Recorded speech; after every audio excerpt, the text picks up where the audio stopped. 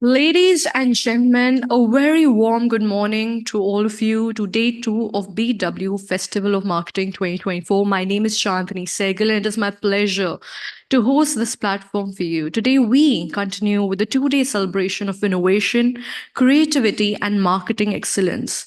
This is the second edition of the festival, and its first edition, we discussed that industry is a transition courtesy of several tech advancements. And in this year, much like all else, we are going to take a look back at the ABC. A for authenticity, B for basics, and C for collective. The festival's theme this year argues that in the bright shining light of technology, the importance of fundamentals is even more vivid. Also, no one can survive anymore alone.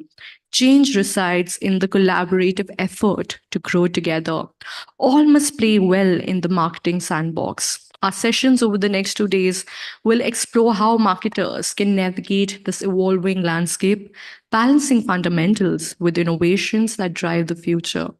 Yesterday, we focused on the basics, and the session today will navigate conversations on the collective, that is, authentic for A, that very much is the essence itself.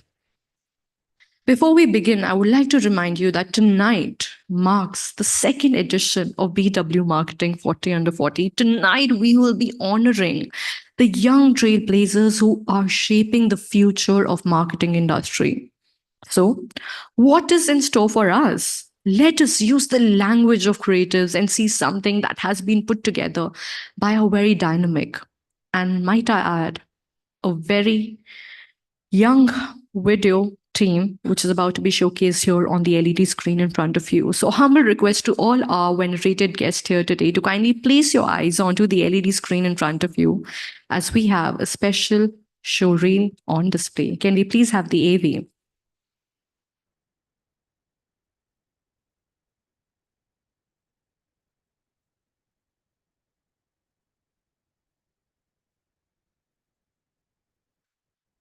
Can we try again?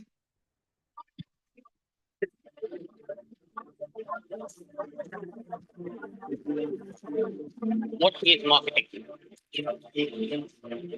Is it ads? Is it telling stories?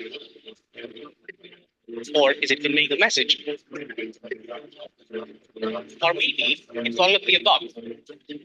More importantly, why does marketing matter? Father of advertising once said that what decides the consumers to buy or not to buy is the content of your advertising, not its form. Fast forward to present times, and these words could not have been truer. One needs to keep a finger on the consumer's pulse, think and modify the strategy as per the new age challenges. Anything spoken about the business is marketing, because market is business and business is marketing. India is home to some of the biggest brands in the world and some of the biggest marketers as well.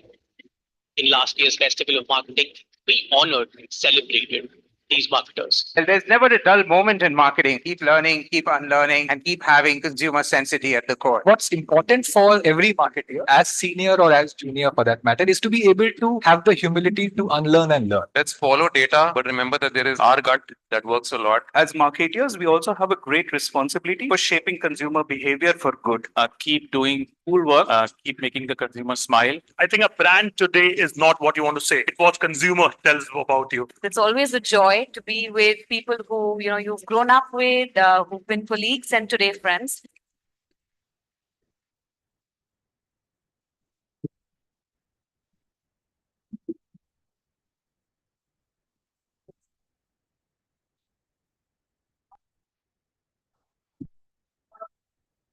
Well, it's been 1 year. 1 year since we had the country's top marketing luminaries under one roof. It's a new world out there. And this new world order needs new solutions. Visionaries who are not just adapting to the market, but are setting the path for others to follow. The Festival of Marketing is back. And so is PW Marketing World's Marketing 40 Under 40.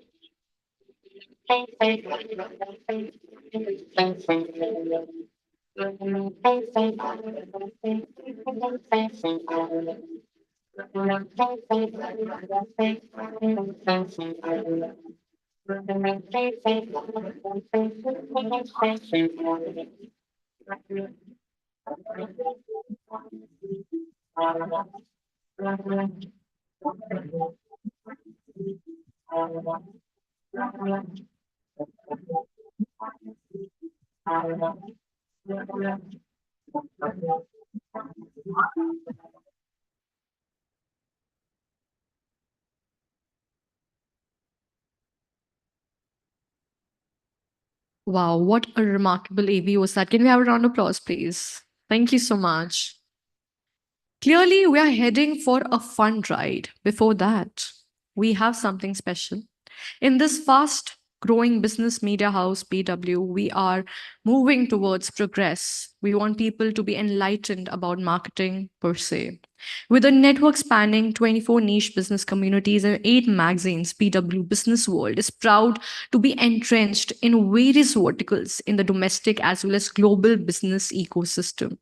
With changing times, BW now has a massive readership in digital space as well. BW, with its diverse portfolio, also hosts forums to facilitate interaction between sectoral business leaders and create a conducive environment for collaboration.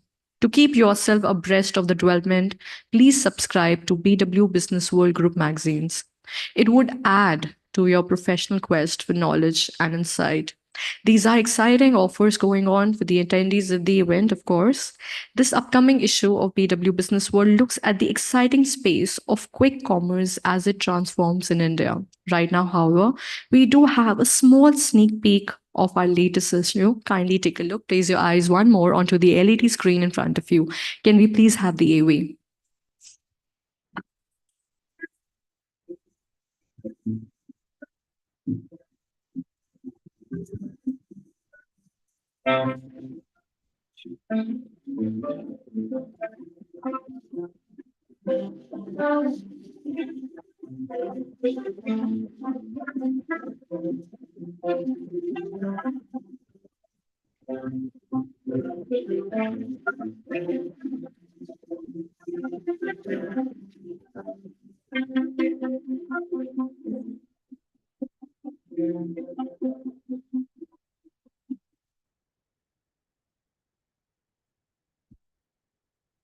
Wonderful indeed. Moving forward, I would like to tell you that for more information, please contact Vinod Kumar at the registration counter.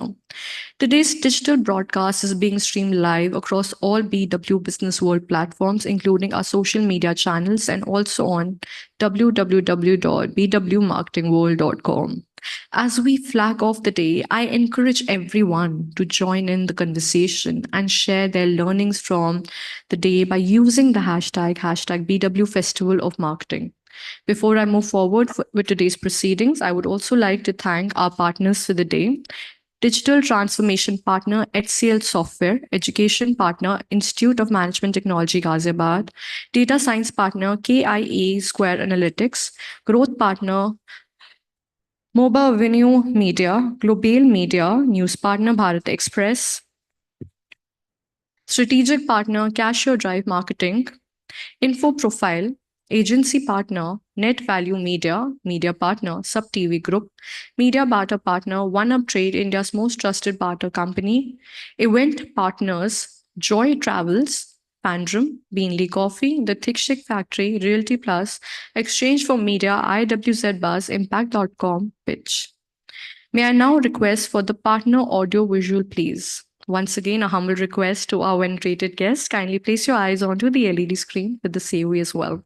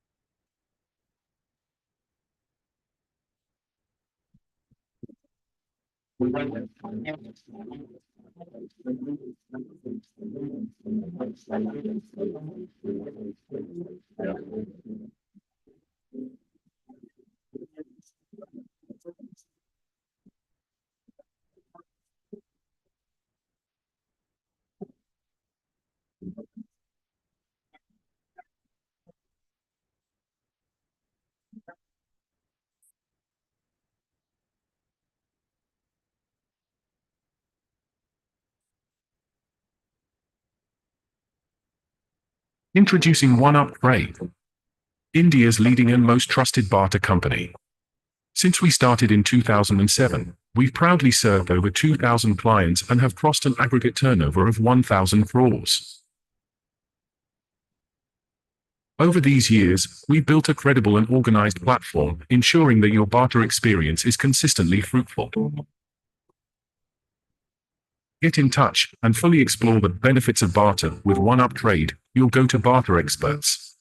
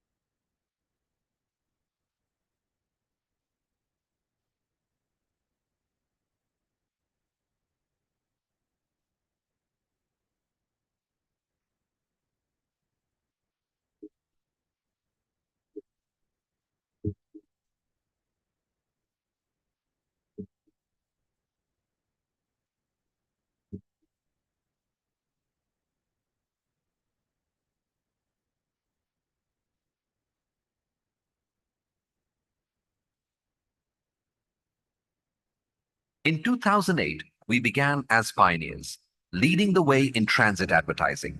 We stitched our vision into every campaign. From in-house creation to making advertising accessible for all, we grew by thinking big and acting bold. We evolved, embracing sustainability, introducing EV buses that double as moving billboards, and creating Charge Car, where charging convenience meets green advertising. Today, we stand at the intersection of environment, sustainability, and growth. Our mission, to elevate your brand while lowering our carbon footprint. Sub-network broadcasting bouquet boasts of the undisputed, unchallenged Masti, India's #1 music and youth channel. Hi, मैं हूँ Akshay Kumar. Hi, मैं हूँ सलमान खान. और आप देख रहे हैं देश का #1 म्यूजिक और यूथ चैनल. मस्ती. मस्ती, मस्ती, मस्ती.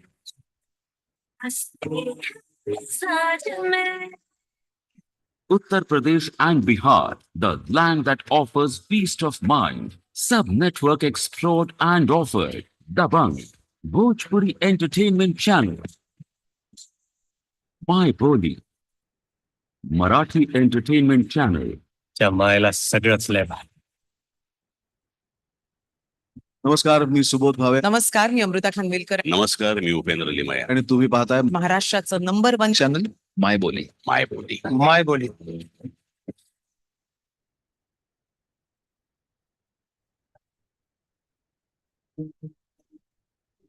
Keeping up the integrity of journalism with its strong conviction, Bharat Express continues to elevate your news sense.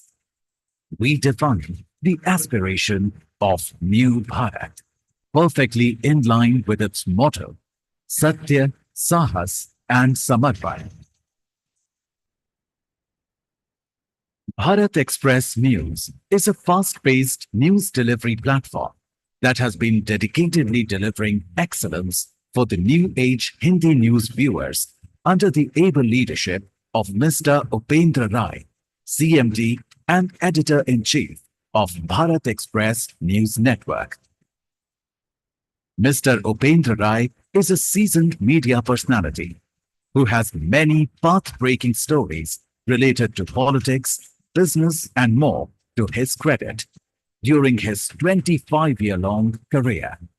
Under his dignified leadership, Bharat Express has made a significant impact in just 1 year of its operations. With exceptional infrastructure spread over 45,000 square feet, comprising of highly equipped PCR, MCR, new age studios and newsroom, and an impeccable team of reporters, producers, and anchors. The channel has recorded an impressive line of coverage in the past 1 year, right from taking up causes of the common man. Our anchors do not form opinions and judgment. but deliver facts. First stage media startup, Bharat Express is undoubtedly a name synonymous with delivering quality news, where every member of the group puts in great effort, contributing to our mission of informing, educating, and empowering our audience. We are a new age media startup that is spreading its wings every second, making every step count.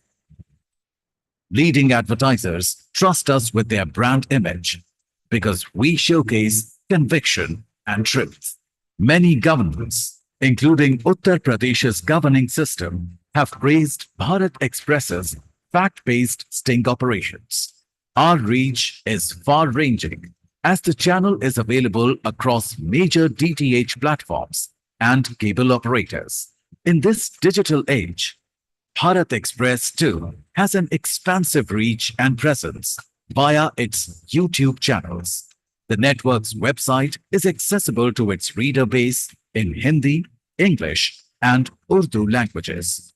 We at Bharat Express believe in hard work and perseverance, backed with strong vision, because consistent hard work always leads to success.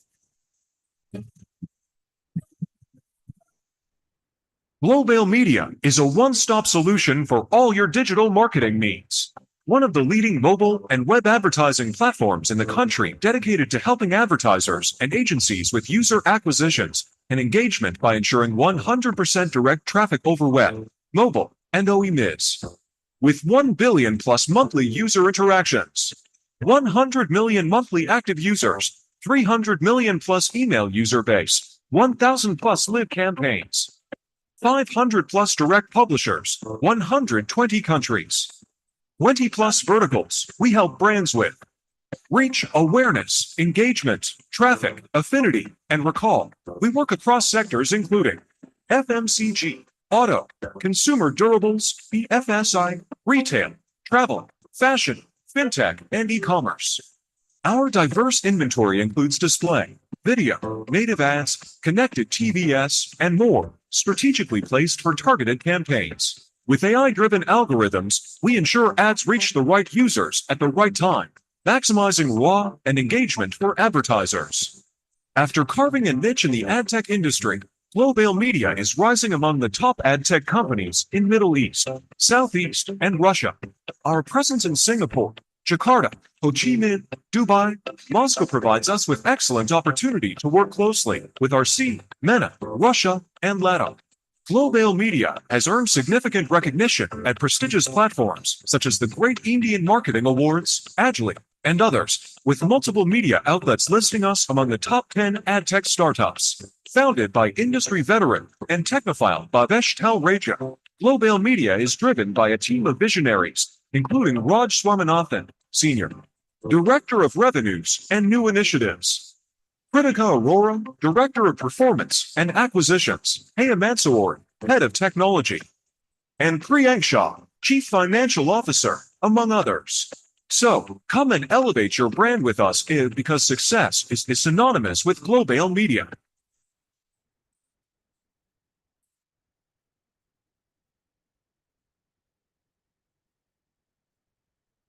Well, that was quite impressive indeed. Can we have a round of applause for all our sponsors and our partners who have given their diligent support in today's event? Moving forward, we are progressing towards the next segment of our event here today. And to do the honors to take up the panel on the topic working together for a durable future, I would be requesting the humble presence of a panelist henceforth on the dais, starting with Anika Agarwal, Chief Marketing and Customer Experience Officer, Orient Electric, followed by Sana Macha, Marketing Head, Washanong India, and of course the moderator for the session here today,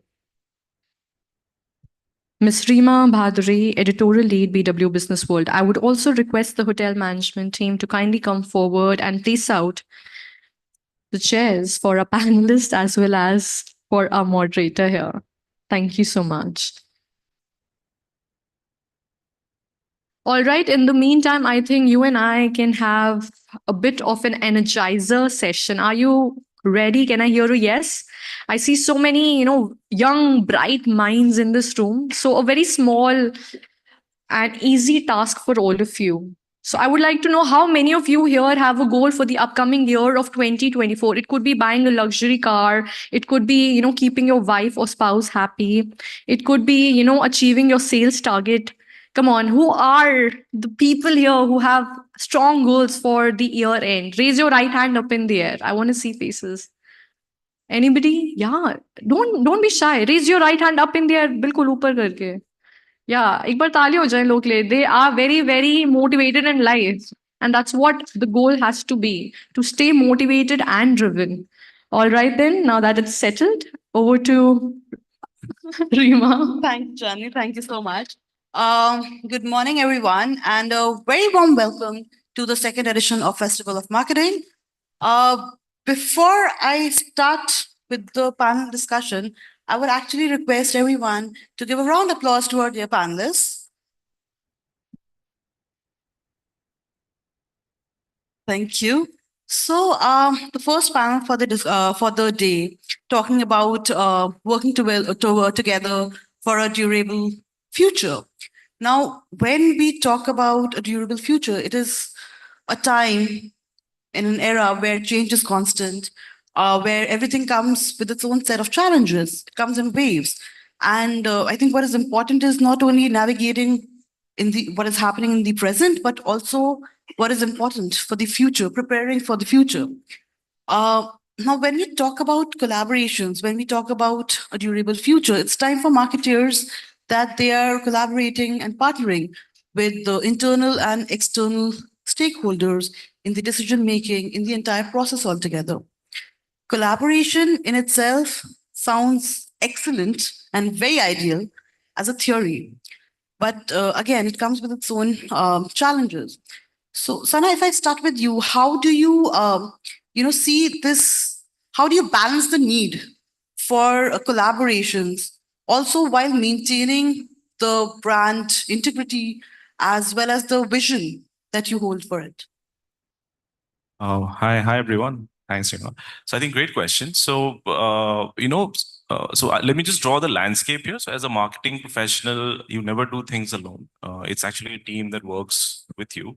So it's the marketing team itself. You have internal stakeholders within the organization you work with, and you have a whole set of external stakeholders also. So it's a huge ecosystem that you work with, and aligning everyone to work with you is extremely critical. So what I would say is one needs to be first very clear what is required. So I think the strategic vision of any brand should be very clear, like this is what we want to do, or this is the brand USP. And you communicate that very clearly to the internal stakeholders as well as external stakeholders. And that's how you kind of ensure that everyone is on the same page.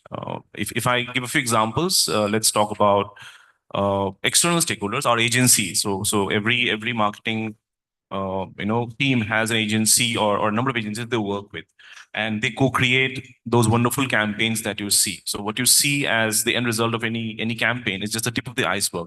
A lot of hard work goes into developing that campaign, cracking the consumer insight, coming up with the communication idea, and delivering the final creative, right? So at all stages, the brief to the agency has to be very clear. What is it that the brand wants? And accordingly, when the output comes in, then of course the deliberation needs to happen, and you need to make decisions, based on how you want a campaign to go live, and then you proceed. Internally is another big challenge, where sometimes it's you have to also convince the internal stakeholders to see it from the point of view that you are seeing. So that would be my initial thoughts. Thanks. Anika, your opening thoughts on the balance of external holders while also maintaining the brand integrity? So I think it's always in the context of where the business is and where your consumers are. There's a fundamental shift that's happened, right? So from a consumer point of view, two things have happened. One, obviously attention spans are now limited, right? So whatever the brand is speaking, the attention span of the consumer is now limited or has shrunk completely. And I think the other thing is just the plethora of content that is available, right? You are not speaking with one content piece about your brand. You're speaking with probably 200, and 100 of them are being done by some creator out there and not even by the brand. So in that kind of an environment, I think collaboration is extremely important. Agencies have been the biggest collaborators for marketing teams for years now. So this is not something new. But I think what has changed is, so the principles remain the same. I think from a principle point of view, as you collaborate, I would think of three things. I think one, you cannot outsource your brand thinking. I think that's the first fundamental, right? A lot of us feel like we'll get a great agency partner and then we can outsource the thinking to them and we will come up with something great. They may come up with a great campaign for you, but from a long-term positioning point of view, you cannot outsource thinking. So I think that's something that you need to keep internally. The second thing which happens as you go out and collaborate and talk about the brand is that most of the times you don't have internal engagement and internal alignment. And the brand speaks not just through an advertising campaign, the brand speaks through a lot of things. So I think driving internal clarity amongst your own stakeholders of who you are and who you want to be tomorrow is actually also a primary job of a chief marketing officer or a marketing team. So I think when those principles are done, that is when you go out and collaborate. Collaboration is a necessity. It's not a choice that you have anymore. So that will come in. And I think when you look at brands, it's what are the drivers of reputation? It's not just advertising, right? Your drivers of reputation, actually, if you look at your stakeholder pinwheel, they're investors, they're employees, they're consumers. There are many more than just, somebody who's buying your product, influencers. So I think when you're clear on your strategy and there is internal clarity in the organization, you will see that when you go out and collaborate and speak to these multiple stakeholders, chances are that you will come out as a stronger brand. Understood. So, Anika, like we were also talking about it, that there are set of challenges that are there with internal stakeholders. That is the heavier one to collaborate all together. Can you give out some challenges that actually take place while we, set out with our internal teams? I think a couple. One is that the question to be asked is that the long-term strategy or plan clear or not? When you have LTP clarity or long-term plan clarity, you will find that alignment is easier.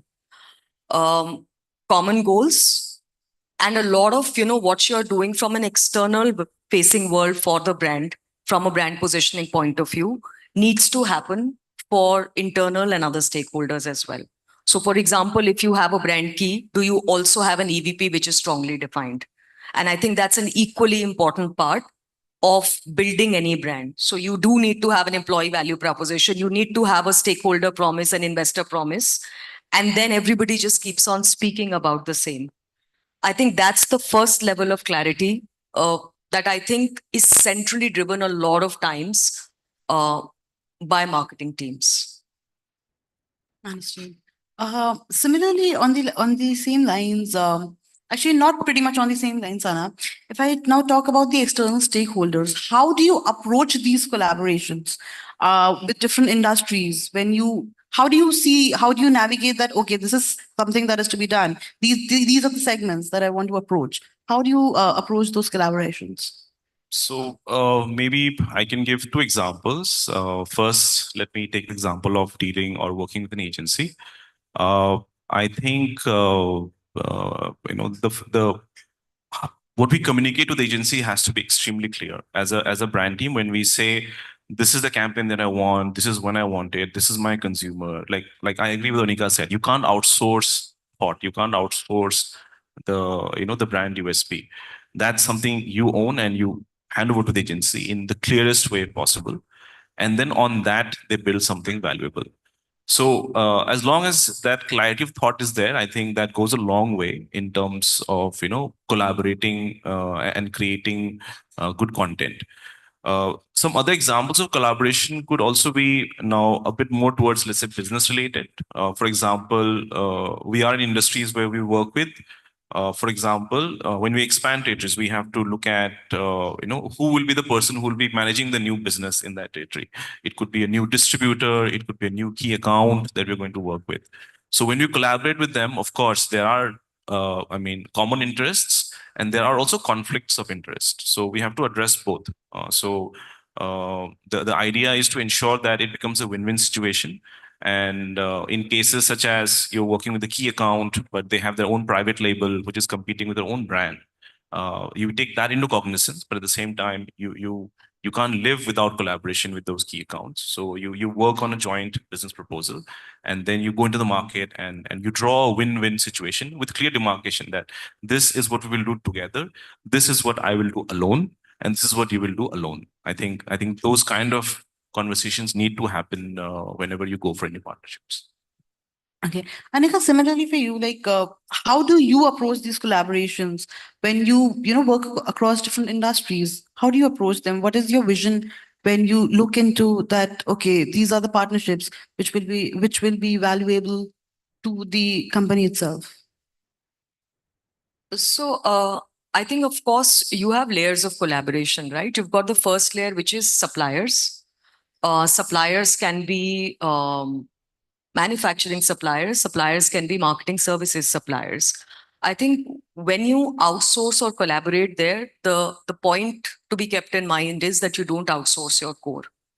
So for example, if we manufacture fans, right? So we are making an IoT voice-enabled fan, I would probably outsource the app development of it and the app management of it, because that's not my core within the principles. But I will not outsource the core USP that we have from a supplier perspective. Second, when you collaborate, you will look at ecosystem, right? A lot of people do collaborate right now in terms of either like-minded brands or creating an ecosystem of services around your core product. In which case, I think the commonality of goal and purpose is important. If there is any conflict in terms of objectives, there will be a problem in terms of outcomes for both. So I think their like-mindedness in terms of goals is important. The third thing when we look at collaborations is customer value proposition enhancement. Sometimes you have to collaborate to get a technology in, because that's something that you need to spec up your product much faster, because I think speed to market is important, right? So when you are talking about success, you will talk about collaborations in the lens of, does this help me scale up faster? And does it help me enhance my customer value proposition? So a lot of times collaborations with either technology providers would happen.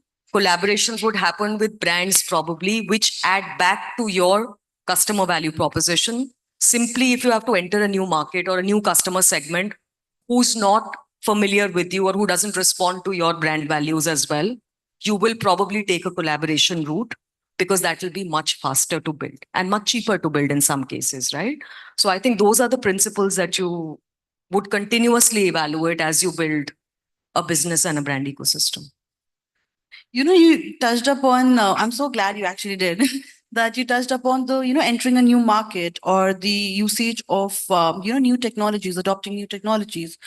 Sana, on these lines, like, how do you manage the risks that are associated with the adoption of new technologies, or when you're entering the new market? What are the risks that you manage with the external stakeholders, per se, if I say? How do you look at it altogether? So I would say, any foray into any new territory, new business does always have an element of risk. So you always take that calculated risk at any level. So how you manage that, I think, is I would say you draw up scenarios. So you look at first you look at what is your objective. So if I am looking at adopting a new technology, if I am looking at entering a new area of business, let's say tomorrow we decide to launch a new range of contact lenses, lens care solution, right? So we look at, okay, first question, does it even make sense for us to do that? then why are we doing it? I think that why has to be very clear, basis which you do your risk assessment. So let's say we think that tomorrow the older audience is a very important audience for us, like people who cannot or who need reading glasses beyond a certain age. Everyone needs reading glasses, so we decide that that's a new target audience we need to enter. But the risk there is the products. We have contact lenses designed for that, but that's a more complicated technology, hence a more expensive. So do we kind of put our resources as a company behind this particular target audience, behind this type of contact lens, and go all out?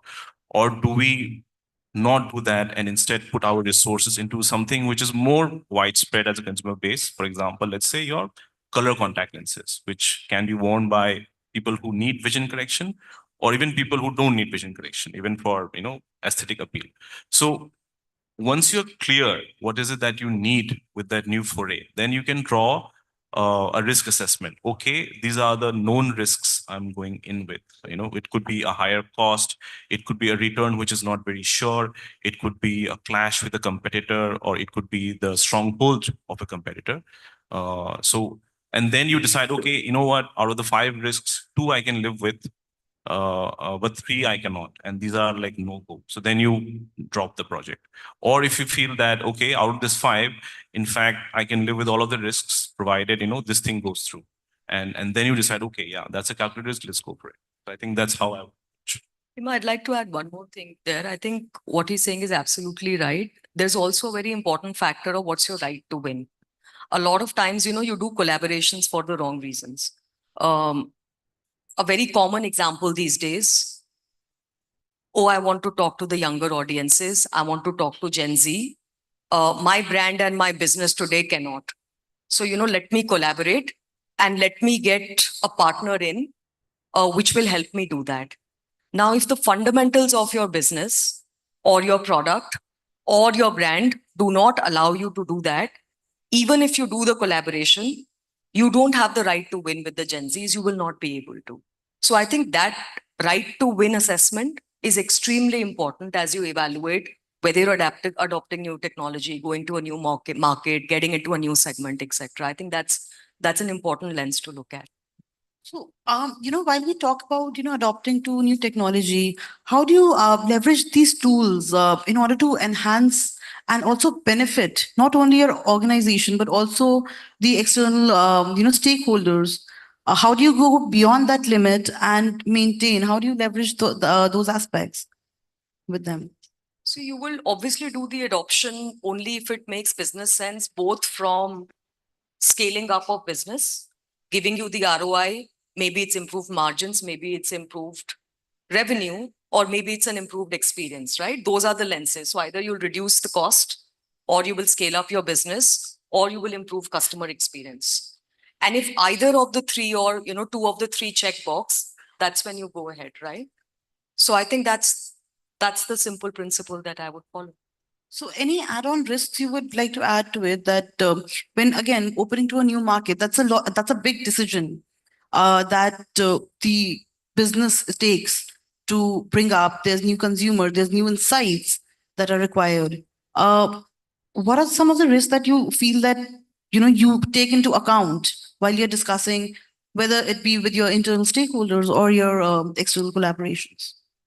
I think time horizon is extremely important, right? Because if you set out on doing a collaboration or doing something new, the biggest miscalculation that you make is actually on the time horizon. Something that should give you return in 5 years. As a business, you want it in 3 years, and you hope that it will happen, right? So I think if your time horizon planning is correct, then all the other assessments usually a business would do, or marketing team would do. You would do enough inciting on product relevance, on product pricing, or what's the insight that you need to take to drive the right product benefits and communication into the market.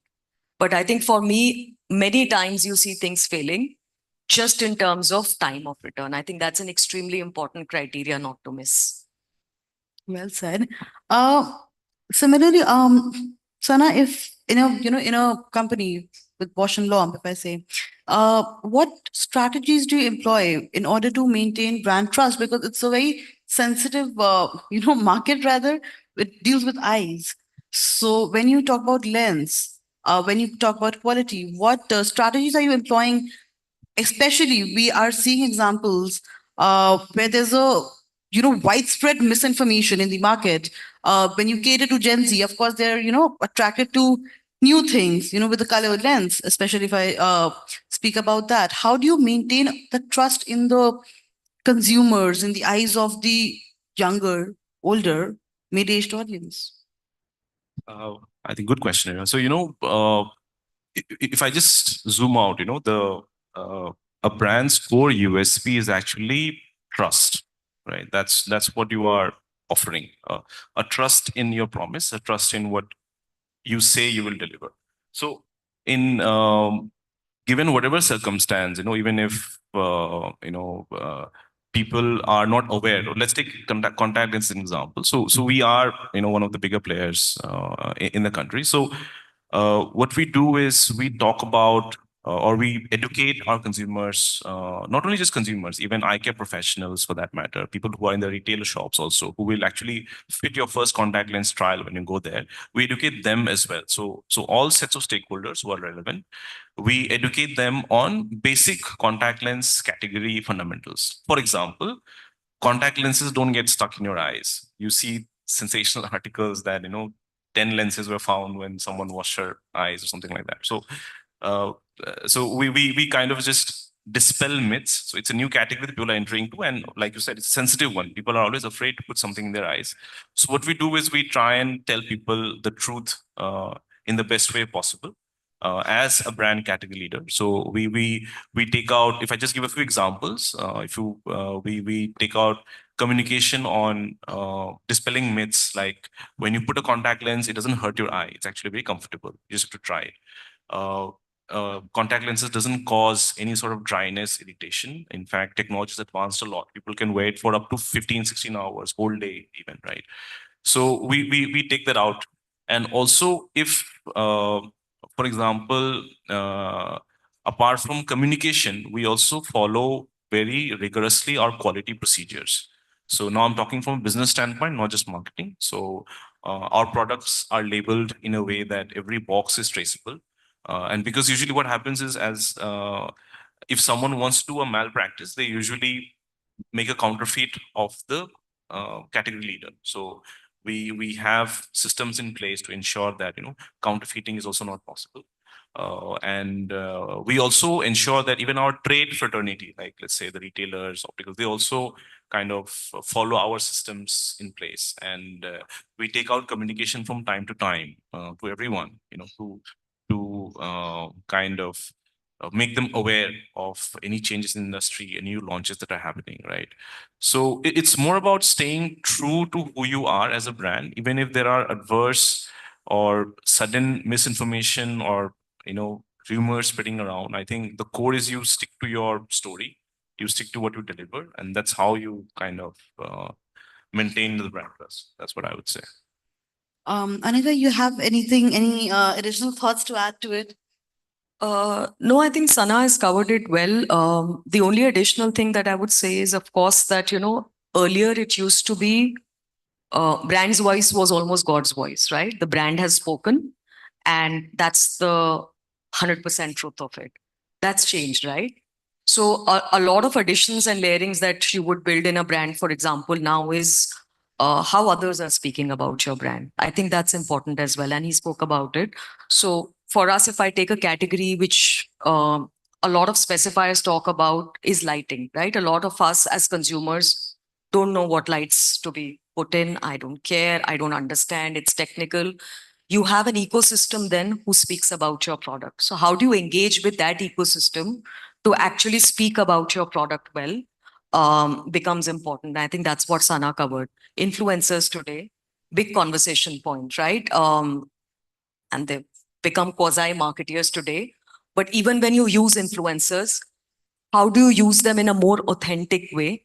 What are your choice of influencers? What's the frequency you use them for? What's the conversation they should be having so that it's a little more authentic? I think authenticity and response time are the two things that I would peg, right? Authenticity, not just from a brand voice point of view, but everybody who's speaking about your brand, how do you ensure that you allow it to be authentic? A lot of times we don't allow it to be authentic, right? So I think that space for it to be authentic, I think that's what's important uh, very much. And I think the second thing, of course, is response time. And sometimes you have to be brave, right? In my current industry, it's a product. I used to work in insurance before this, health insurance, right? So a lot of personal family issues that can come up with a brand. Sometimes you have to be brave and have that conversation and put it out there. I think that's also important in the world of social media today, right? True. So you spoke about authenticity and response time, and of course, collaborating with influencers. Now, a lot of times, what is seen also that influencers are given a, brand guidelines, and people they become influencers because of their own content primarily. And when they see in an influencer, they should also believe in that brand. That's how it looks authentic. But when there are brand guidelines, there are a lot of brands who are actually giving check boxes that this is to be done, this is to be done, and it looks very like an ad, which consumers are more often than not. And in the beginning, you mentioned about the short attention span. They actually do not watch it then. And of course, it's a brands based brand, consumers, influencers, everyone's waste of time, to be honest.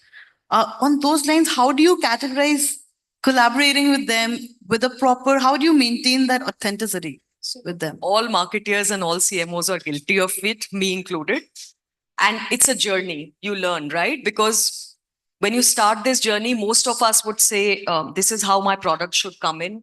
This many seconds, you have to speak about my product. You cannot go around it and, just talk about everything else and not my product. And then you suddenly realize the engagement rates have dropped, right? You'll see, oh, he gets 8% engagement. Why is he getting only 4% engagement on my posts? And the answer that you will always get back is because you did not let me do it my way. People follow me because I have a certain style. I have a certain type of content that they like to hear about. And you see the influencer community also changing. So, you've got obviously the micro influencers, but some of the macro influencers today are also very specific about which brands and categories they will work with. How much will they allow a brand to interfere in their creative process? Because it's a creative process, right? It's content. And you see that shift happening and marketeers and content creators evolving. And it's gradual, right? Everybody, as a marketer, you always feel like my product needs to come first. So you have to eventually learn and let go. It's a process. If I can just Yes, add, I think you have something to add. yeah, I think, very true. I completely resonate with what Anika said. I think all of us as marketing, we do want to have the best face representing our brand. But sometimes we also have to take a call. I think one of the biggest battles we need to fight is in the selection process itself. Who do we select to be, the one, or to be the set of influencers, or the one big celebrity? Because that, but then that person takes away all your budgets, right? So who represents you is a big decision. So it depends on, I think, what the brand wants. So if someone wants to ride on a big celebrity, then you get someone who's big. And or if you want your brand to be the hero, then you look at, smaller, less well-known faces, however, who have a very strong connect with their audience. So, micro, nano influence, so on and so forth. I take a set of them with the same amount of budgets. So that's something that one has to decide, right? And I think that's I think a lot of the battle goes there in terms of who do you finally pick. So, following up with this authenticity again, when we talk that, with the engagement drop, or when we talk about, our brand should be the core message. Now, every brand definitely has its own message to give out. How do you take the feedback? How do you incorporate the feedback of your internal as well as external stakeholders? And while also ensuring that you're not diluting brand's message, but also maintaining that authenticity that the consumers are looking forward for. Anika. I think feedback now is real time. You put something out there, you get feedback literally in 30 minutes. Either it's worked or it's not worked. So I think a lot of our consumer inciting processes are also evolving and changing. You used to do a brand track maybe 2 times a year. That's not relevant anymore, right? Because by the time my brand track comes, something has changed either in the environment or what we are putting out there, etc. So I think a lot of real-time consumer loops are available for categories like ours. For example, e-commerce reviews and ratings is, I think, the best consumer feedback that we literally get in real time to fix. And as a process, for example, in the organization, we now have all teams who are mandated to go through that personally. So every product manager, when a product launches, will go through customer reviews and read them on their own, not a consumer insight team giving them like one page where you actually read it and you read it after 2 months and the damage is done. So I think the one big shift which has happened is that there are a lot of real-time consumer loops that are available. And we should use some of them. So that's something that we've started to do actively in terms of getting feedback. You also get a lot of good feedback from investor communities. So we are a listed company, for example. They do their own channel checks. They have, and when you have a conversation with them, you will get true feedback in terms of directionally how you are doing. So you have to collate the feedback from several sources, right? You have the consumers who are giving it to you real time. You have your stakeholders, which you've always taken feedback from, retailers, trade community, etc. But there are others. You've got your employees who can give you straight feedback if there is an open culture that you sort of build over a period of time and take feedback onto. So multiple feedback loops, much more real time. Of course, structured feedback loops are important, but I think unstructured real-time feedback loops equally important. And a lot of what you will see D2C founders doing today, they go and speak to customers themselves. I think that's the best sort of way to do it, because that conversation, when a senior management or a founder themselves go and speak to somebody who's actually using their product, is the best feedback that you can get. Sarah, your thoughts? So yeah, on feedback, I agree. I mean, real time and the more. So if you take feedback from a diverse group of people, I think that's the ideal way. So because you have your own viewpoint from a marketing standpoint, but then if you take viewpoints from different set of stakeholders, just let me take a simple example. Let's say I'm talking about a new contact lens ad campaign, right? So one is feedback from, let's say, our agency or our, let's say, legal or regulatory approvers. But also in our case, we also need to be factually correct with what we're saying. So if I'm talking about a contact lens that corrects near vision, but in the ad, in the interest of creativity, or when I'm showing the problem, I'm showing that the person cannot see something far away, then I'm factually wrong. So I may have the best creative out in the world, but when a trained professional sees it, they will say, "Oh, you are the leaders in this industry, and you don't even know which error you're correcting." So I think that's just one example. Another example could also be that something new may come out of the blue. For example, let's say we are thinking of launching a new product, and one might think, colored lenses. So I'll just give an example. Recently, we had some activations in colleges, and one might assume that colored contact lenses are usually worn by a female audience or female consumers. But actually, we saw in that college event that most of it actually male students who wanted to try how they would look in a blue colored contact lens. Now, I don't know what's the, consumer journey over there, but it was just an interesting, feedback point that we got, that in a college event with an equal mix of students ratio, somehow we saw, the male students coming in and very eagerly, more enthusiastically trying out our colored lenses. So I think feedback from diverse backgrounds, I think, gives you a more holistic and lets you touch upon, thought areas which you might not have even thought of. So while we talk about feedback and very interesting insight, like men want blue lenses. That's very interesting to know. But when we talk about feedback, I think audience is our biggest feedback who can give us. So anyone in the audience have any questions? I would definitely. Okay. The one sir is there. Sir, Can I Acha, meet okay, you? she's I've there. got the mic. Then I'll give it to you. Okay, the mic is already there. Yeah, yes. Ma'am. So we'll take your question. Undoubtedly, we'll take your question. Set up your mic Sir, clearly, Jay. Yeah, so that the people at the back can hear you. but After this, we'll take your. Acha, okay. Yes. I am Professor Ramesh Bagla from MIT Business School.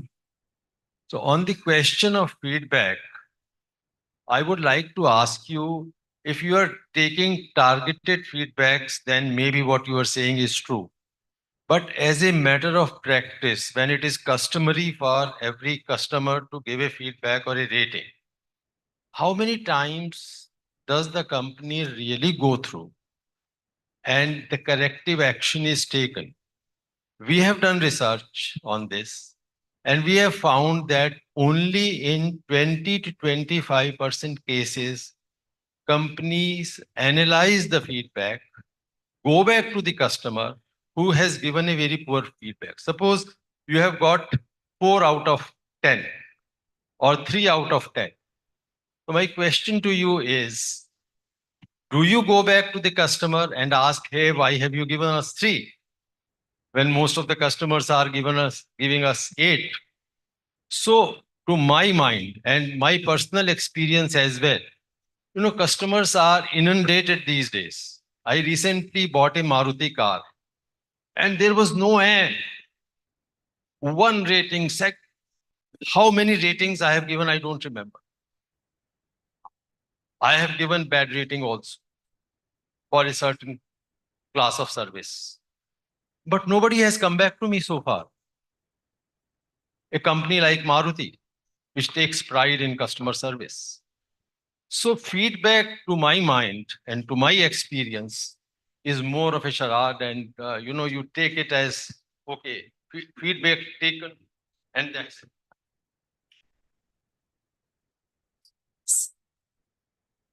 Anybody wants to make a comment on that? I think he's saying that not all marketers are really paying attention to feedback.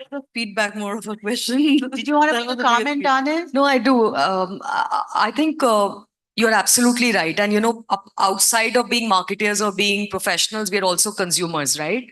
So a lot of times we also give feedback. If there's something that doesn't go as per the promise, you would give feedback. Chances are you'll get some response sometimes. Sometimes you will not get a response. And I will not be holier than thou here saying, every customer is responded to at my current organization or even in previous organizations. But what is changing is that companies which build consumer centricity cultures, which actually respond back to NPS and close the loop, they are more valuable and more successful. I went back to e-commerce, for example. The value of that 4-star product on an e-commerce platform for a marketeer is double the conversion. It's as simple as that, right? If it's a 4.2 rated product, you get double the conversion and you can do nothing about it as a company to influence it, right? It's true, genuine consumer feedback. There's 10,000 customers who have responded. You cannot meddle with it. And you cannot change anything about it once 10,000 customers have responded on a product. So I think more and more there is recognition at least of saying that this may lead to success or failure and to path to profitability. And I think that is what sort of lets the companies respond better than they used to earlier. Is it 100%? The answer is. Excellent. Thank you. Thank you for your thoughts. Yeah, one more question. That's all the time we have. If it says time is up, then I would not ask my question. I'll catch them on the side. Then I can go ahead. All right. Hi, everyone. My name is Noor. An excellent conversation so far, both of you. Thank you for your thoughts. I'm sure you might have heard about Godrej, for example, launching its own agency in-house called Lighthouse. I really want to say I've got the name right. But they launched it last year. Swati Bhattacharya came as the global chief creative. P&G a year ago had done the thing where they told their creative agencies, you'll be working in-house with us. Now, when creativity is taken in-house in this fashion, many marketers have media units inside. Now, what does that talk about collaboration when you really want to take back control, for want of a better word? And does that spell good news for the industry? Either of you can take it, really. I'll give so there are two opposing viewpoints to it, I would say. So one is, if you take an agency in-house, obviously you win in terms of efficiency, speed. So if you want to get something done quickly, you want to get it done your way, you're very clear, uh, or whether you're clear or not, or the results that way, that's something probably you will know later on. But at least at that point of time, you know what you want, you know specifically what the journey is. You want someone to just come and execute. I think that's where having an in-house agency makes a lot of sense. They are with you. They are part of your organization. Decisions can be made quickly. Feedback loops, everything gets closed very quickly. So that's one. However, the con of having this is that then you don't have the information feeding mechanism that an external agency has, because they work with other clients. They work with a set of very different set of stakeholders, and they in turn can feed you with intelligence in terms of what other brands are doing or what's happening in the industry. So of course, the in-house agency may still have that capability, but an external agency might still trump in that regard. So two mixed reactions. It depends on what you want. You want speed, you go ahead. But if you want to have a more balanced view, I think external agency might still work for you. Anika, you want to add? No, that's good. I think we've gone through the debate internally ourselves, and we've taken a mixed model. So for stuff where you need immediate response and you need a lot of intervention from in-house teams, for example, on e-commerce, where you do a lot of category information, where it's very product-centric, we've taken it in-house. It's faster, it's cheaper, you get much better quality because the layers are less. You literally have 3 people sitting in the office and doing it for you. But for other things which are larger, strategic, you need the best brains in the industry. You can't afford it as a brand. So we've moved to a mixed model 12 months ago. Thank you. Thank you so much, Anika. Thank you, Sana, for your precious time and staying with us. Thank you so much. What a wonderful session indeed. And I would just like to say that there are very amazing benefits of collaboration, not just in marketing, but in any field, because when across all sectors and industry, they unlock the immense potential for driving sustainability that organizations simply cannot achieve that alone. So even in marketing industry, it is good that we collaborate, we group together, and we have a common goal. Moving forward towards our next insight will be on the topic the change is real. And I would now be one by one welcoming our esteemed panelists here on board, starting with, just give us a minute as we set the stage for them.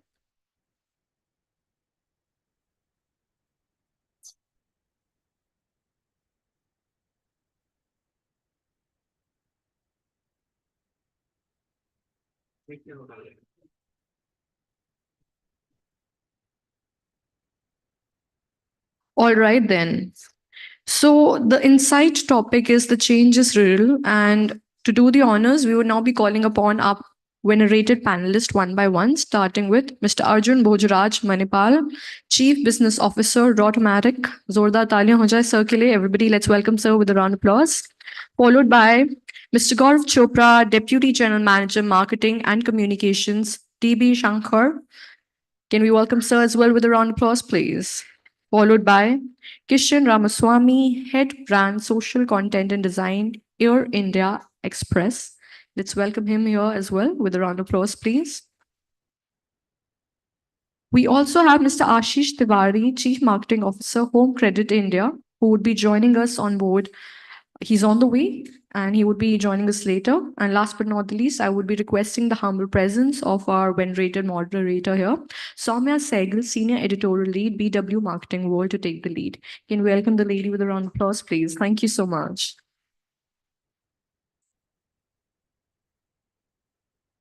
A very warm welcome to everybody. While we wait Ashish's arrival, I'll try and begin with the conversation, and we've informed that he will join midway.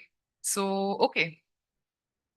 It is an age-old tradition for marketeers to dabble with a plethora of challenges, whether internal or external, several times in their careers. With time, while the core of it remains the same, we've seen that the contours of these challenges often take a different form. On that note, we will be speaking with the leading marketeers in the business to understand how they really find out modern solutions to the modern problems that they gather these days, and how do they really swim safely through the choppy waters, as we say. Uh, okay, so my first question will be to Arjun and Kishan. Can you help me? So while I was, conversing with my fellow marketeers, uh, most of them expressed that this is a very exciting time to be in the business. What are your thoughts on it? How are you looking to be a marketeer in the current marketing landscape that you all function in? Your thoughts? Yeah, see, I come from a very different segment. We are into employee transportation for large corporates that provide commute solutions or transport solutions to their employees. So it's a very, very traditional, different segment. But essentially, we have gone through a huge change. Right? Earlier, there was COVID. And in COVID, there was no employee transportation. We were looking at a zero business scenario. So we had to see how we need to pivot, how we needed to adapt. That was one bit. And then subsequently, in the way the world is turning out right now, with so much of polarization, it becomes very important for us to be able to take a stance and to drive through with very, very solid communication and focus on brand authenticity. So these are the basic broad narratives, or situations through which we have adapted and evolved over time. Kishan, what are your thoughts? I also want to quickly touch upon where I came from in 2018. For me, the change is absolutely real, right? I started off in aviation industry in AirAsia. Then we moved into Air India Express. And then that itself was a humongous challenge as a marketer. Because coming from a different culture and then subsuming yourself into another culture and then bringing the entire organization into that combined culture itself is a humongous task for every marketer. On top of that, we launched an entirely new brand, taking away the brand that existed with Air India Express. Completely new branding, new positioning, new values, etc. Right. So the change has been absolutely real for me and as well as my team as well, and for the entire organization to shift from what they were used to what it has become. So I think we are at a space where it is quite exciting. For us, every day is a challenge for us. I think that has been the case. So my next question is for the three of you. We'll begin with you, Gaurav. What are some of the typical traits that marketeers exhibit when they have to successfully navigate through challenging times? Thank you very much for that. These days, marketers are operating in a very rapidly changing environment. They are focusing upon various aspects of marketing, which is the digital dominance, which is consisting of social media marketing, influencer marketing. They are also being worked upon decision making, which should be data driven and not thought process, and rapidly changing consumer behavior. And whether it is A brand or B brand or C brand, we have to deliver the products according to the consumer preferences. So customizing the needs according to the liking of the customer, that is the where marketing is playing a huge role. And for that, there is an added benefit which is being recently added, which is called chat gpt, and the era of artificial intelligence, and various brands are joining that. So this is an added benefit to marketers. They can leverage this artificial intelligence in terms of decision making, which can be data driven. They can also focus upon research from these artificial intelligence platforms that will help us drive and present a product or a service to the consumer of their choice. To add to what Gaurav said, see, today consumer is very skeptical. she's very skeptical. She wants to, she's very biased in some sense because the world is so polarized. So a marketer, the first and foremost and probably the biggest skill is to be able to listen, to be able to listen to the market, to be able to listen to the consumer. What is it that they really want, right? And how do we communicate to them effectively so that they see us as a brand that is reliable and that can solve their needs? And that is where a lot of our attention goes. And in that case, we just don't speak to the consumer. We're also speaking to our stakeholders, both internal, external, potential customers, um, and to our vendor partners, trade, marketing. Within the trade, to understand exactly what is it that we need to, and that's really a skill set. So it takes time and it takes a certain amount of skill to be able to do that. Sure. Kishan, welcome, Ashish. We were speaking around what are some of the typical traits that you want to see in a marketeer, or a marketeer has in him that, he seamlessly navigates through challenging times. So I would want to know both of your thoughts on it. Yeah, I agree with both on the traits that they mentioned. Apart from that, I would also say adaptability, right? Especially in the industry that we are in, where it is so regulated. Every day is a change for us. Like, global unrest now, if there is a war, we cannot fly over a certain country. That means that, our operational cost goes higher. Then came the time of COVID. At that time, we didn't know what to do. Every day, DGCA would say that, all the flights needs to be cancelled. Then it's about adaptability for the marketeers, that what do I change? What do I bring about a product that consumer will actually accept during that time? So what we did during those times is we came up with a product which is flexibility for you to cancel and change whenever that you want. That got accepted. Over a period of time, DGCA mandated saying that, you have to give free changes and free cancellations, but we were ahead of that. So if marketeers can read through the market and say that, what is that I can bring about, then I think you'll be a great marketer. Okay, I think if there's one word which remains with marketer all the times, and I have just experienced it firsthand, is VUCA. I mean, Google showed me 45 minutes had spent almost 2 hours on the road. Having said that, I think some of the very, very basic necessary traits today to marketers, and especially to CMOs, is about being interdependent and being able to handle the ongoing changes. There is nothing called as stable state in today's world. Whatever you have done is true for today at this moment to your consumers, because of understand it's an old age truth that what is experienced today will become expectations tomorrow. Also, more so because of the kind of industry I belong to, it's regulated and also it's one of the most hated. I am into credit industry, so everybody likes the outcome of it. Money, nobody I have ever met who does not like money.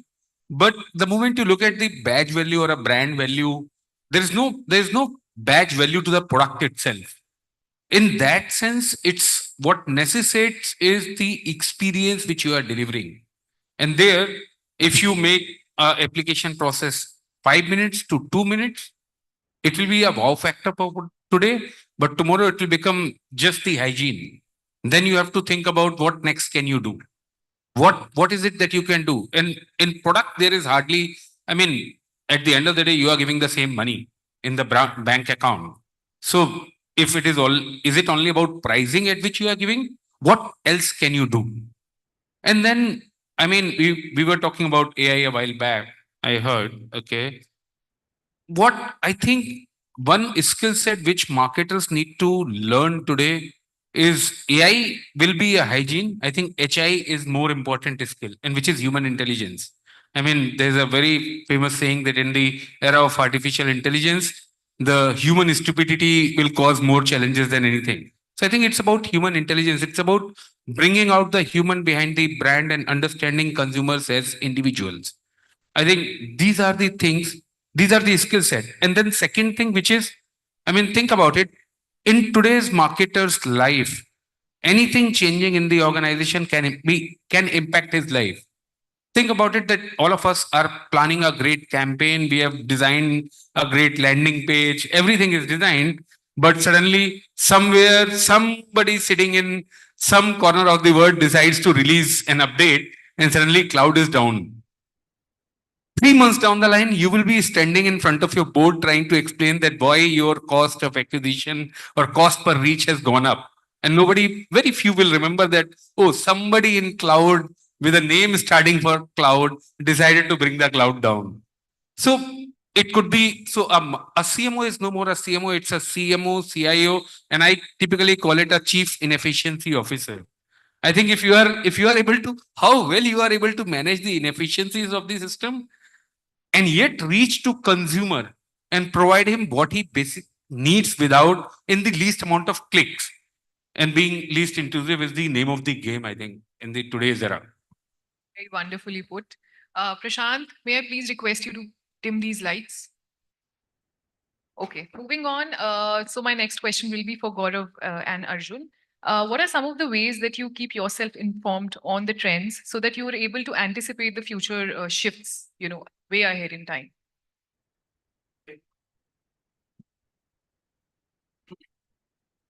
See, the first and foremost thing in, at least in our industry, we interact extensively with our customers. We provide, in essence, when we began our business in employee transportation, we were a SaaS solution. So a SaaS solution, a software solution, is really by the customer for the customer. So the entire feedback of the customer is what goes into the features that we develop, right? And that actually helps us understand what the trend of the industry is, because we are totally in tune with exactly what our customer wants. The customer centricity is so high that it is very, it's actually, we are more tuned to think which is the trend we might miss, because we're listening to so much that we really need to isolate things that are not that important and focus on things that are. So apart from customer centricity, the one thing that really helps us in understanding what are the major trends is actually talking to our stakeholders, possibly even competition, to be able to understand what is it that global customers are speaking about, and what is it, and what kind of impact it could have on our service delivery. And the moment we start talking to both trade partners and we start talking to customers, it gives us a decent insight. The third bit are actually employees. Interestingly enough, employees are the ones who are directly interacting at the grassroots. They are engaging and living and breathing our brand and the industry. You speak to them, we learn a lot more from them than anyone else. You take all these three stakeholders in, and come up, and then when you combine all these insights, you're able to spot trends which typically are easy to miss or easy to disregard. Thanks for this. But taking the cue from what he has said, in terms of managing this and keeping ourselves updated on this, there is two things. One, which rightly is mentioned, that talking to internal stakeholders, talking to the salespeople, that helps us in terms of understanding what is the consumer preferences and consumer likings at present are.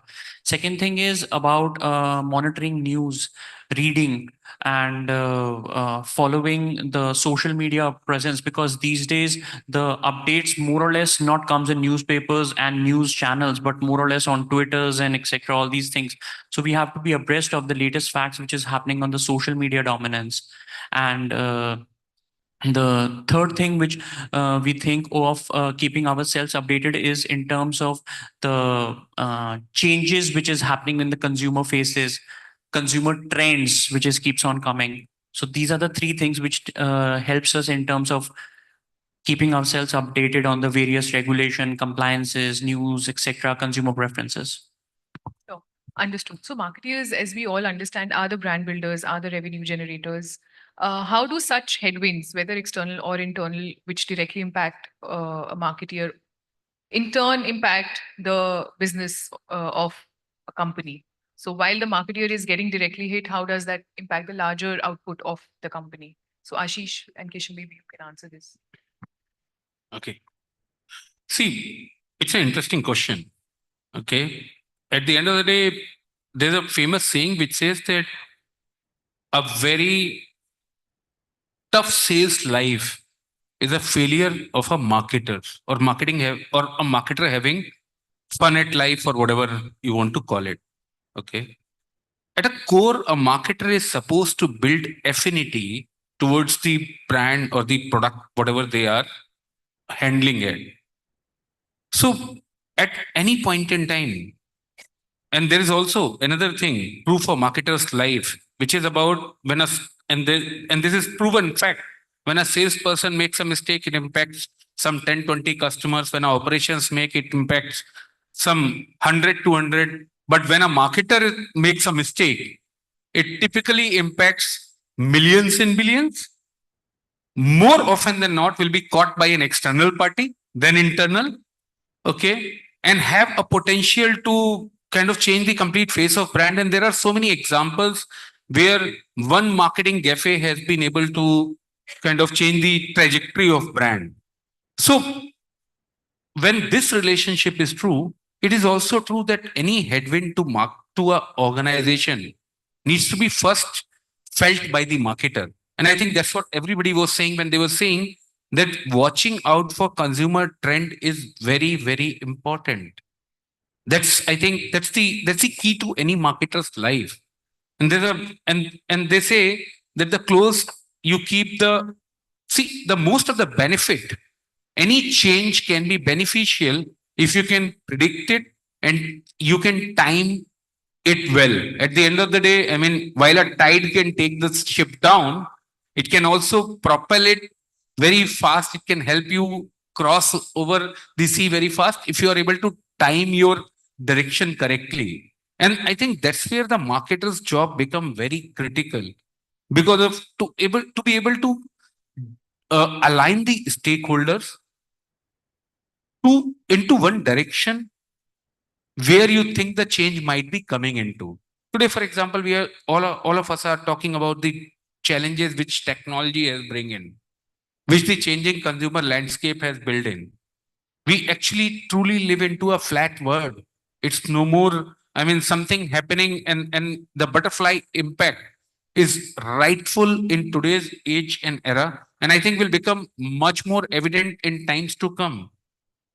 So as marketers, it's a very, very important skill set which a marketer needs to garner and garnish to be able to align the organizational resources. Otherwise, the first thing they say, and you keep hearing every marketer talking about that, oh, I don't have enough budgets. I don't have enough marketing budget to be able to plow in into business. But essentially, they are saying they don't have enough business cases. It's not the budget, it's the business cases. Money is mostly used as a smoke screen. So anything which impact the business is actually is being able to impact because the marketer sitting at the end is not able to play their end game correctly. Yeah. Yeah, just to add on to that, I think as marketers, we need to start to realize that, our job is just not to put out beautiful creatives out there, right? We can say a lot of things about crafting our mission statement or a vision statement, but until the service realization doesn't happen to the consumer, you might be talking whatever that you want, but they won't understand what your brand stands for, right? We say that we want to deliver unique Indian warmth, but as a marketer, I understand, as a brand manager, I understand that, what is that I mean by unique Indian warmth. But if my cabin crew doesn't understand, if my ground ops doesn't understand what it means, then the consumer won't understand what you stand for, right? So as and when marketers start to realize that, there are different stakeholders that can actually take your message out to the audience and help them realize that, only then the company will be successful, only when then the brands will be successful. So what we do at Air India Express is that, we try and align everything that we can.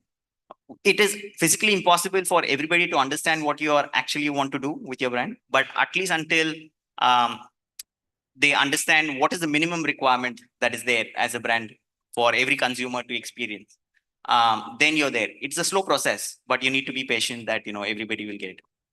Understood. So, your question was headwinds. What I'll give you an example of what happened with Routematic.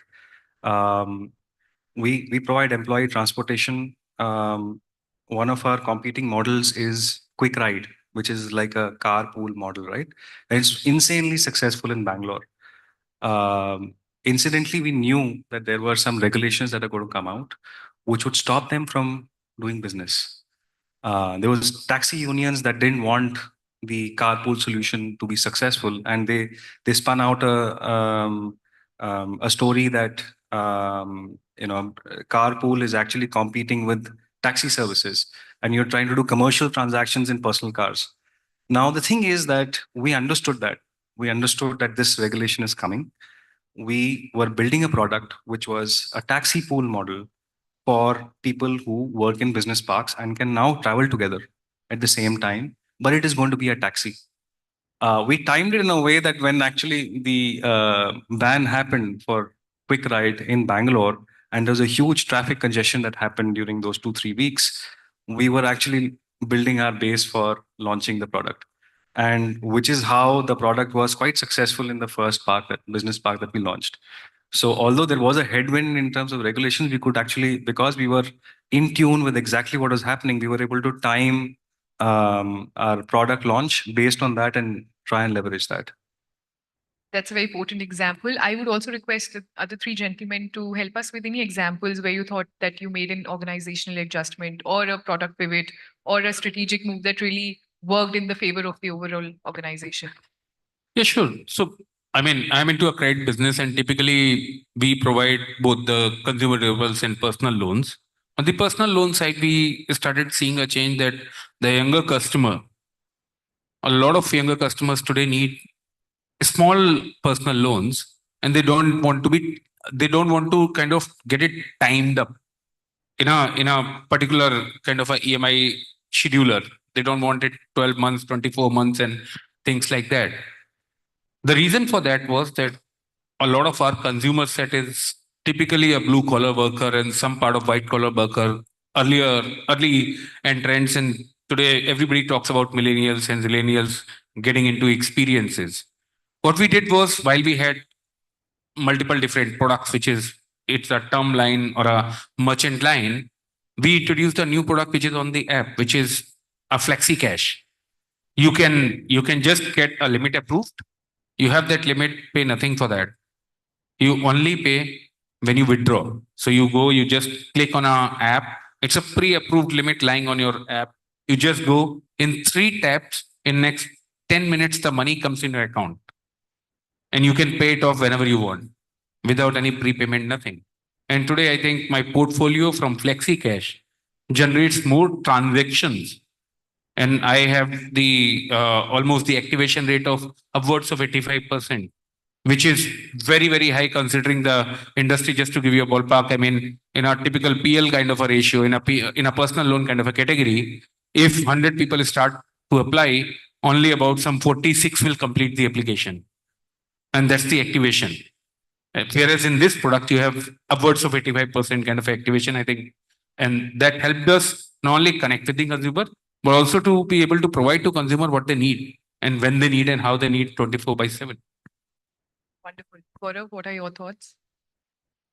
I used to work for airports in my previous organization, and there was when we launched the airports one division of it, we were facing some challenges in terms of consumer were asking for some things in terms of sales, which is coming up in airports because they normally see sales across the other parts of the cities when it is any other markets, which we were not used to provide because there were different brands present across. So we tackled this situation with creating an overarching theme and overarching brand over and above all the brands present in the airport, and then provide them a one solution and a one kind of a promotional offer which will have an availability and accessibility across all brands present inside the airports. So that was the example. Yeah. So for us, even to come up with any kind of a product, what we do is we do a complete journey mapping, right? And see where are the places that we can intervene and put in a product that makes sense for the consumer. So one of the things that we did, we understood that we skew younger in terms of our audience, right? And because our we operate in a domestic market majorly, it is all short haul, right? And the connections are on an average about 1.5 hours. That's it. So in that segment, people don't usually carry a lot of heavy baggage.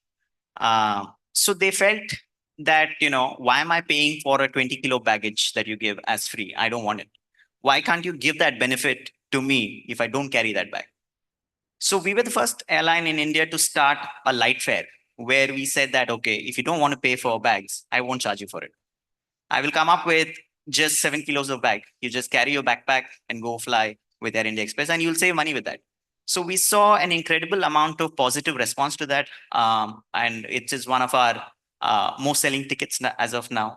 And then we also have Middle East and Southeast markets where we see that there is a requirement for baggage, because most of the people who are coming to India or going over there are actually carrying things that they are either working over there or coming back to their families after a long period of time. There, especially in those markets, they need extra baggages. So we started giving discounts to them, saying that, if you want to carry more, please carry more, right? It is about an incentive that we can give. There is little to no differentiation when it comes to airlines in India. It's about the experiences that we can define. I think that has been the success for us. Very wonderfully put. Coming down to my next question, there is this great challenge of increasing churn rates that we all see in the industry, and it appears that the lifespan of a CMO is shortening, and there are reports that support this data. So, Arjun, Kishan, and Ashish, I would want to know your thoughts on this. Yeah, see, when change happens, then obviously customers, they go experiment. There will be churn. The question really is that are we learning from those mistakes, right? And that if the answer is no, you continue to lose customers, then obviously the lifespan will be lower. I'll give you an example. Off late, information security in my industry has become very important because we handle company employee PII data. One of our customers, they had very stringent requirements suddenly, and they wanted us to spend a lot more money. In fact, the money was as much as the revenue that we would make from them in order to, clear their information security requirements. Obviously, we refused. We lost that customer to a competition. The issue is that the moment you lose that one customer, then a narrative, it's easier to build a narrative that they're losing customers. And we lost another one as well. Eventually, we are now investing in upgrading our information, our data security in order to ensure that we're able to retain customers and attract more customers, right? So those are issues that happen, and they were mistakes that we made. But in hindsight, I think we learned a lot and we have developed from there. So yeah, to answer your question, it is really about how quickly a CMO can learn from the mistakes. Just wanted to understand, is the churn rate of the CMO or the customer? Of the CMO, okay. I think most of it depends on the alignment internally within the organization. If the organization expects short-term goals, etc., I think it is very important for CMOs to align internally what are the goals that he has set for the company, for himself, right? Or the team. When the expectation becomes very immediate, it is very difficult for you to deliver on those aspects. Then we need to clearly define what are your short-term goals and what are your long-term goals. And then succession planning also becomes important for an organization as well, that, if one person leaves, where I might have defined my brand in a certain way, and the person who is coming up next might be defining the brand in a certain way, right? That is really unfair on the consumers and as well as the brand as well. If you keep changing your narrative about the brand will never set in the consumer's mind, right? I think organizations also need to understand from that perspective that marketing is a long-term game. You can set your short-term goals and your revenue goals, but if you want to define your brand and make an impact in the society, then it takes time. I have a slightly different view here. Okay.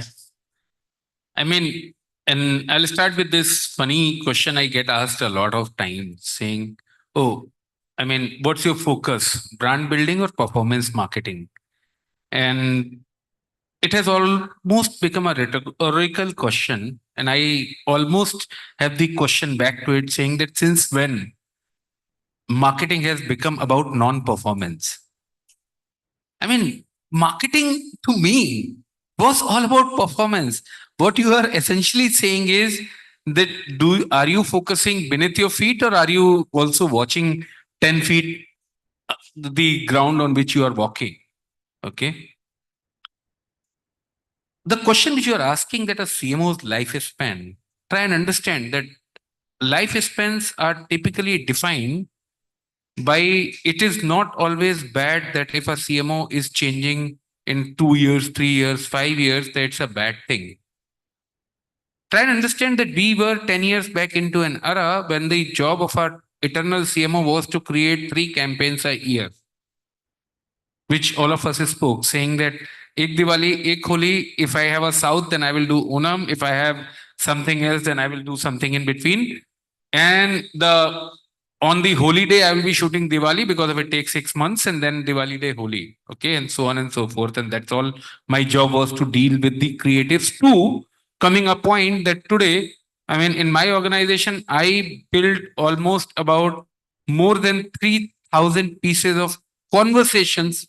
And I'm not talking about communication. Communication is 3 times more than that because there is also transactional to all of those kinds of all those pesky messages which you guys get about taking a loan is being created by somebody like me. Okay, I take the ownership there. So coming back, and you need to understand that any function is existing in an organization to take the organization from X to Y. So what used to be a dear success metric saying that I am building a brand and it will take 15 years to set a narrative for a brand so I can survive for 14 and a half and then I will say that, oh, it did not work and I'll go somewhere else. To today's environment provides enough early indicators of the strategy you are deploying, but whether it is working or not. Okay. And if it is not working, then please clear the bench. Let somebody else to deal with. You have, I mean, I can give you ample examples of brands which have been created. This is marketers' narrative in lesser time span than you think. In a year, 2 years, they have been able to set the narrative with their target audience because of the technology provides you wherewithal to reach that target audience in a very specific way. You don't need to be going on TV and telling it all and the loudest voice is going to win. So, I mean, your earlier question, what it was that saying that are marketers able to see the headwind? It is very well related to this question. If you are not able to see the headwind, and today's in a VUCA environment where you have more headwinds than ever, you have the challenger brands. It's a startup country. And not only you are competing with your own, you are competing with multiple and sometimes completely outside your industry itself. I mean, think about it when Netflix says that they are competing with sleep. They are not even competing with any other rental company. Their competition is sleep. So, I mean, like for example, for my brand, my competition are friends and family. It's not any other credit brand. It's friends and family. So I actually compete with all my customers, friends and family. And I need to be a trustworthy brand. So I have to create a narrative that I am better than your next door neighbor and your friend. And if you're not able to create that narrative, then you will have a lifespan. On the contrary, if you are very good at creating narratives, then you will reach I mean, every individual comes to the pinnacle of their own output. And you will reach and then you will move. So I think both things play. And yes, you will see CMO's lifespan getting even shorter. So it's not that today it is averaged is called as 18 months. There are studies which says that in next couple of years, you will have a CMO of less than 12 months. And you can have a situation whereas the CMO role itself ceases to exist. There are large size organizations which don't have CMOs. And they don't need CMO because of A typical CFO, they have a customer success manager. They have a customer centricity function. They have a brand customer communication. They just don't have a CMO. Because of if your role, if you are defining your CMO role as creating 3 campaigns, then I'm sorry. Okay. Help me understand that what really helps you navigate through the complexities. Is it data or is it a marketeer's gut or is it both? Anybody can take it up. It has to be both. 80% data, and the gut is nothing but insights which you call out of data. Gone are the days when you say that, oh, I feel so it will work.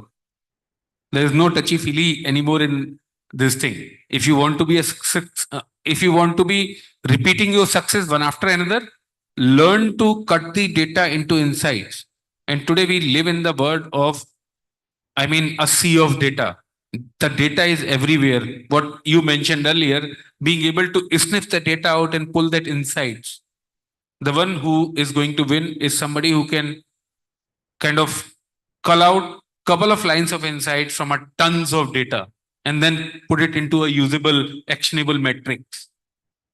So, I mean, you have, and again, the technology, there are platforms, there is technology enough and more available to create for any business to be able to create sandboxes of experimentation. And there's a saying in marketing that you do 100 experiments, only 2 will succeed, 98 will fail. But those 2 will pay for 2,000 more to come. So have that, the only place the gut works is to have the stomach to go and stand in front of your CEO and your board and say that I failed and I will continue to fail till I achieve this. But while during the failure, these are 10 learnings that what we should not do. I think the conversations in board are changing much more on what we should not be doing than what we should be doing. Yeah, I think it's not only the precision is not only in marketing and outreach to the customers. It's also in the way you are navigating your business, the way you are creating your offerings, the way you are pricing. I think 4 Ps are becoming much more important than they ever were. Fair enough. Anybody else has to add to this? Think so. What he has rightly mentioned about is the data, which is the king, and second is the flexibility of offerings which the consumer requires. These two are the main important aspects of this. See, I'll give you an example from my own experience. Routematic, like I said, we provide employee transportation. We pivoted. We were initially providing just software, and then we started providing cabs for the entire transportation to corporates. When we look at the data, it is very clear that electric vehicles, 4-seaters, don't make any sense. Operationally, they're more expensive to manage, right? And the product is still not stable in the 4-seater segment. But there is a certain amount of gut feel that came in to say, nahi ye chalega, because corporates want it. And because us time pe, there was a lot of conferences happening on how global reporting needs to be done on sustainability. And under scope 3 emissions, you need to start measuring how sustainable your commute is. And which is where we realized that we spotted a trend. But the thing is, data doesn't support it. There is no point of doing just electric vehicles and investing in it. So the way it eventually worked out is that there was a gut feel to say, no, this will work because there is a global trend. We have spotted it. But how do we make it work within our economics? And the way we did it is that we said that if you want fleet from us, we will give you, but a certain percentage of it will be electric vehicles. What that did to us is that it opened doors for us to a lot of corporates who were looking at sustainability, but were also looking at onboarding a new vendor. So it opened doors for us, and it's been great since so far after that.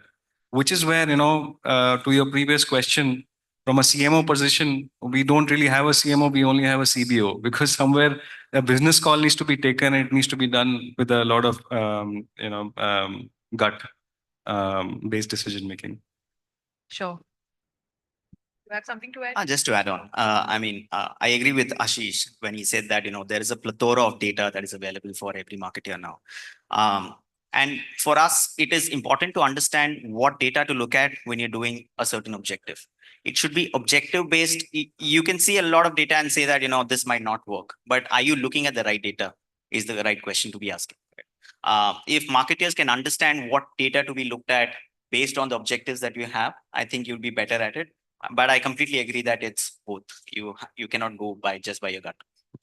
So coming down to my last question for today, what will be everyone's advice to your fellow marketeers who are looking to, strengthen their cross-functional collaboration and communication with, the stakeholders in the company?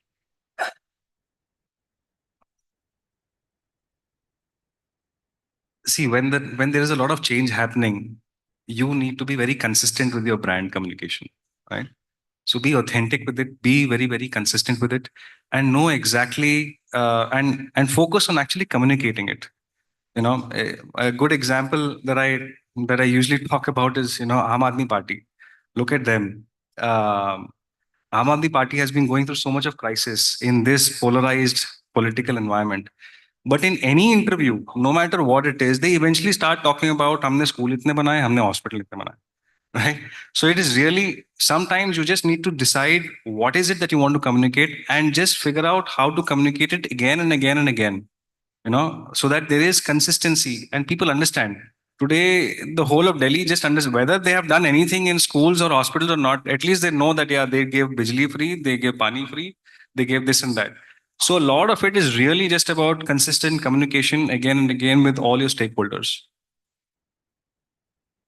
I would say to start internal first as teams. Within an organization, you can see that there are specialized functions that are dedicated, right? There is regulatory affairs, there is revenue management for us, there is sales and distribution, there is e-commerce, etc. Most of these functions are independently functioning as of now. And as a marketer, you have easy access to them. While you might be focused really on consumer insights, but these guys have specialized insights that they cater to within their functions. Understanding that first and then going on to your customer will give you better insight about what needs to be done and how it needs to be done, rather than going the other way around and trying to, there is so much of information online. You might say that, this might be the best way to go about it, and that might be the best way to go about it. But when you look internally, when they're actually, who are the ones who are interacting with the guests or the consumers, will give you better insights to just align towards where you need to be. I think I would agree. I think there is the most critical skill of a marketer is the listening skill. When we talk about insight, it's about being able to listen to your customers. When we talk about organizational insight, aligning the organization is about able to listen to all these stakeholders in organization. The second most important is the analytical skills, which is becoming very, very important because of whether it is data or whether it is being able to be able to see the wood out of the shelf is the skill set, which is very important. And when you are a good listener and able to call out insights, that sets the stage for you to be able to a good communicator. Most of the marketers fail at communicating inside the organization. They do a wonderful job communicating outside. I think the charity begins at home. Learn to be able to communicate. Once you understand what the other person's pain point is, treat them as your customer. Like you would be empathetic towards your customers, and be empathetic towards them. I work in a very highly regulated environment.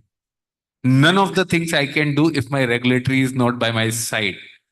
And when I joined in here, the biggest problem was everything was delayed by 3 months because of its pending regulatory. One of the simplest thing which I did was to sit with regulatory and say, मुझे समझाओ करते क्या हो और कैसे देखते हो communication. Because of मैं बुद्धू हो सकता हूँ, but ठीक है, कोशिश करते हैं. From that point to today, I think we are in a position to create a communication and release in less than an hour, and they will back it up because of and then you create process and systems.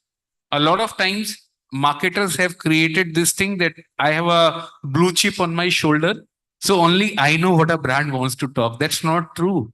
You are only one stakeholder to the entire brand. There are multiple other stakeholders and everybody is aligned to same thing. So if you listen, analyze, and then communicate well, you will connect And I think that will do the job.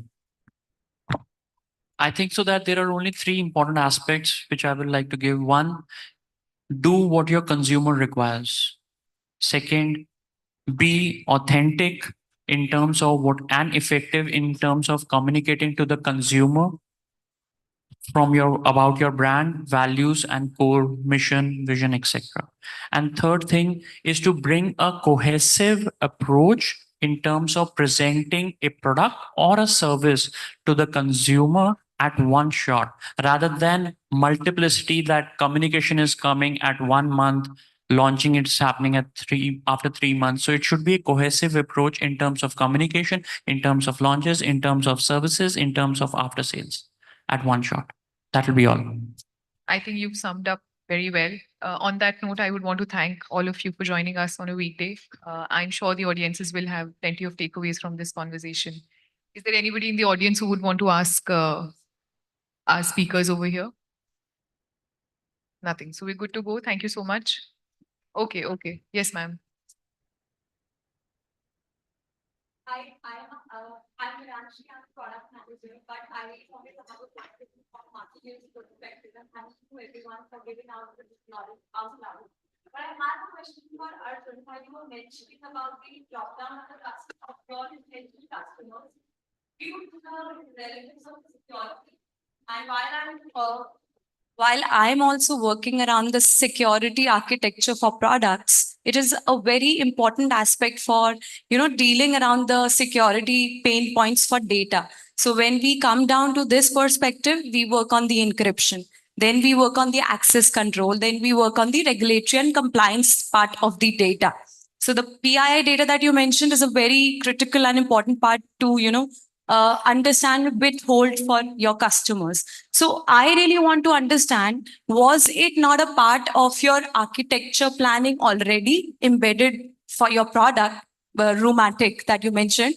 Or now you're focusing to embed and, invest, like you mentioned, that you'll be investing in those horizons and verticals to make it more robust. So would you be outsourcing it, or you already have a team working on it? How does it go? No. So we work with 8 of the top 10 financial services companies in their and we run their transportation for their captive units here in India.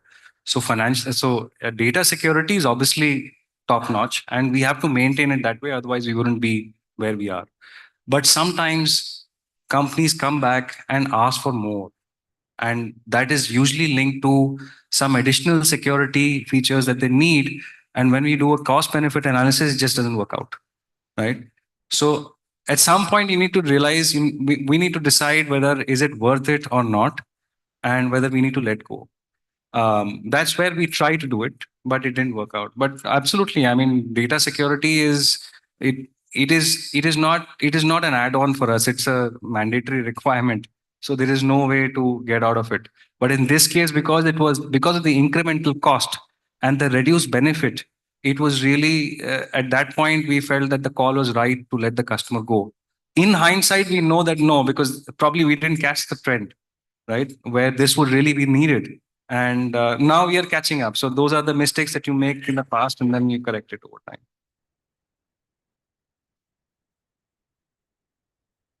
Well, that brings us to the closure of this segment. Can we have a round of applause for our panelists as well as for the moderator? Truly a remarkable session indeed. And I would just like to add on to this that the business landscape is ever changing. And as professionals, occasionally we find ourselves navigating through ever changing market. So you need to, adhere to it. And with the present challenges and changes, you need to, create opportunities for yourself and for your colleagues to grow and prosper more. Moving forward, I would just like to tell our venerated guests here that we would be taking a networking lunch break. So please join us back for the next segment of the event sharply at 2 p.m. So do network, exchange business cards, and build connections. That's what we all are here for. Thank you so much.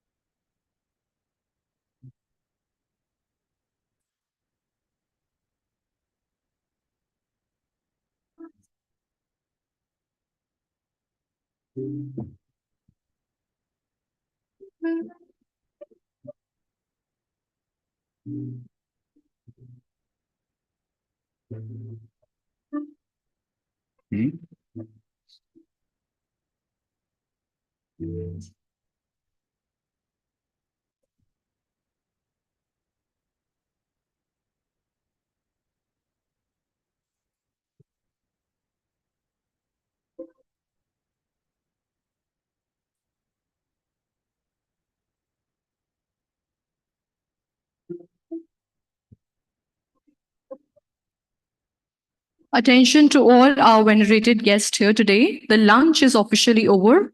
I would request everyone to kindly take your seats, get settled. People who are outside the hall area, a humble request to all of you to kindly join us back inside the hall. We are waiting. Thank you.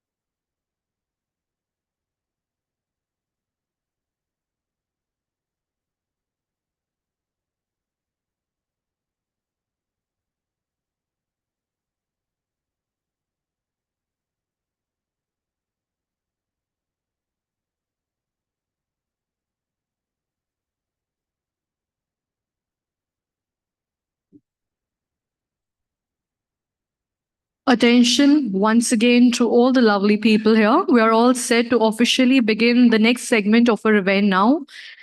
I repeat, the lunch is officially over. Kindly please join us inside the hall area. We are waiting for all our venerated dignitaries here to please join us in so that we can effectively start for our next session now. Thank you so much.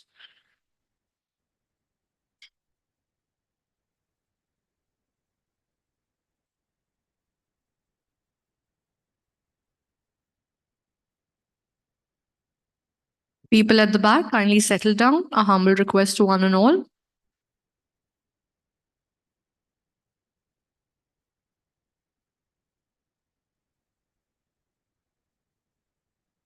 All right, then. Thank you so much. As we proceed forward to our next segment, which is a panel discussion on the topic building better brands. CMOs will be discussing pointers on what can help build stronger and more resilient brands. To do the honors to take this forward, now I would be requesting our venerated panelists to kindly join us here on stage, starting with Ashutosh Chaudhary, General Manager Marketing, WeJohn. Let's welcome sir with a round of applause, please. Followed by Binit Kumar, DGM Marketing Oral Care, Dabur India. Followed by Chris Croning, Country Sports Marketing Manager, Red Bull India. Next, I would like to call upon Ishan Bose, Chief Marketing Officer, Credit B. I would also request the humble presence of Sandeep Shukla, Senior GM and Head Marcom Global Operations, Jaguar Group. And last but not the least, the moderator for this session, Bhavesh Talreja, founder and CEO, Global Media. Let's welcome all our dignitaries with a huge round of applause. I know post-lunch sessions are a bit of need of energy booster, but let me tell you, this topic on how to, build your brand stronger is going to definitely enhance your knowledge on the same. Over to the moderator, sir, now. Thank you. Hi, guys.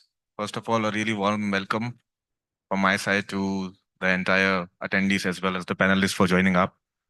So just giving you a brief introduction about Global Media. So what we do is like we are into performance as well as brand marketing. And we have been into business for almost like 8 years now. So it has been expanding really well entirely into the Asia Pacific business. At this point of time, I would like to use the opportunity to give our esteemed panelists to give a brief introduction about themselves as well. And then we take it forward to the specific questions, please.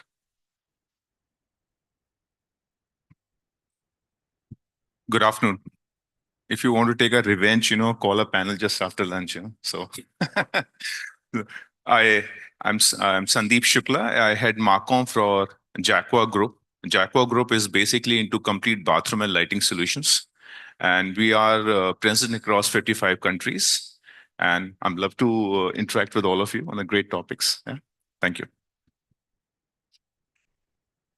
Hello, everyone. Good afternoon. I am Ishan Bose. I lead the marketing, sales, communications, new user acquisition partnerships at CreditBee, which happens to be India's largest fintech lending platform for professionals focused on loans. And glad to be here. And I look forward to a fruitful discussion to learn from my fellow panelists and probably add a couple of cents from my side. Hi, everyone. My name is Chris Croning. I head sports marketing for Red Bull India. I'm sure sports and Red Bull is something that everyone here could relate to.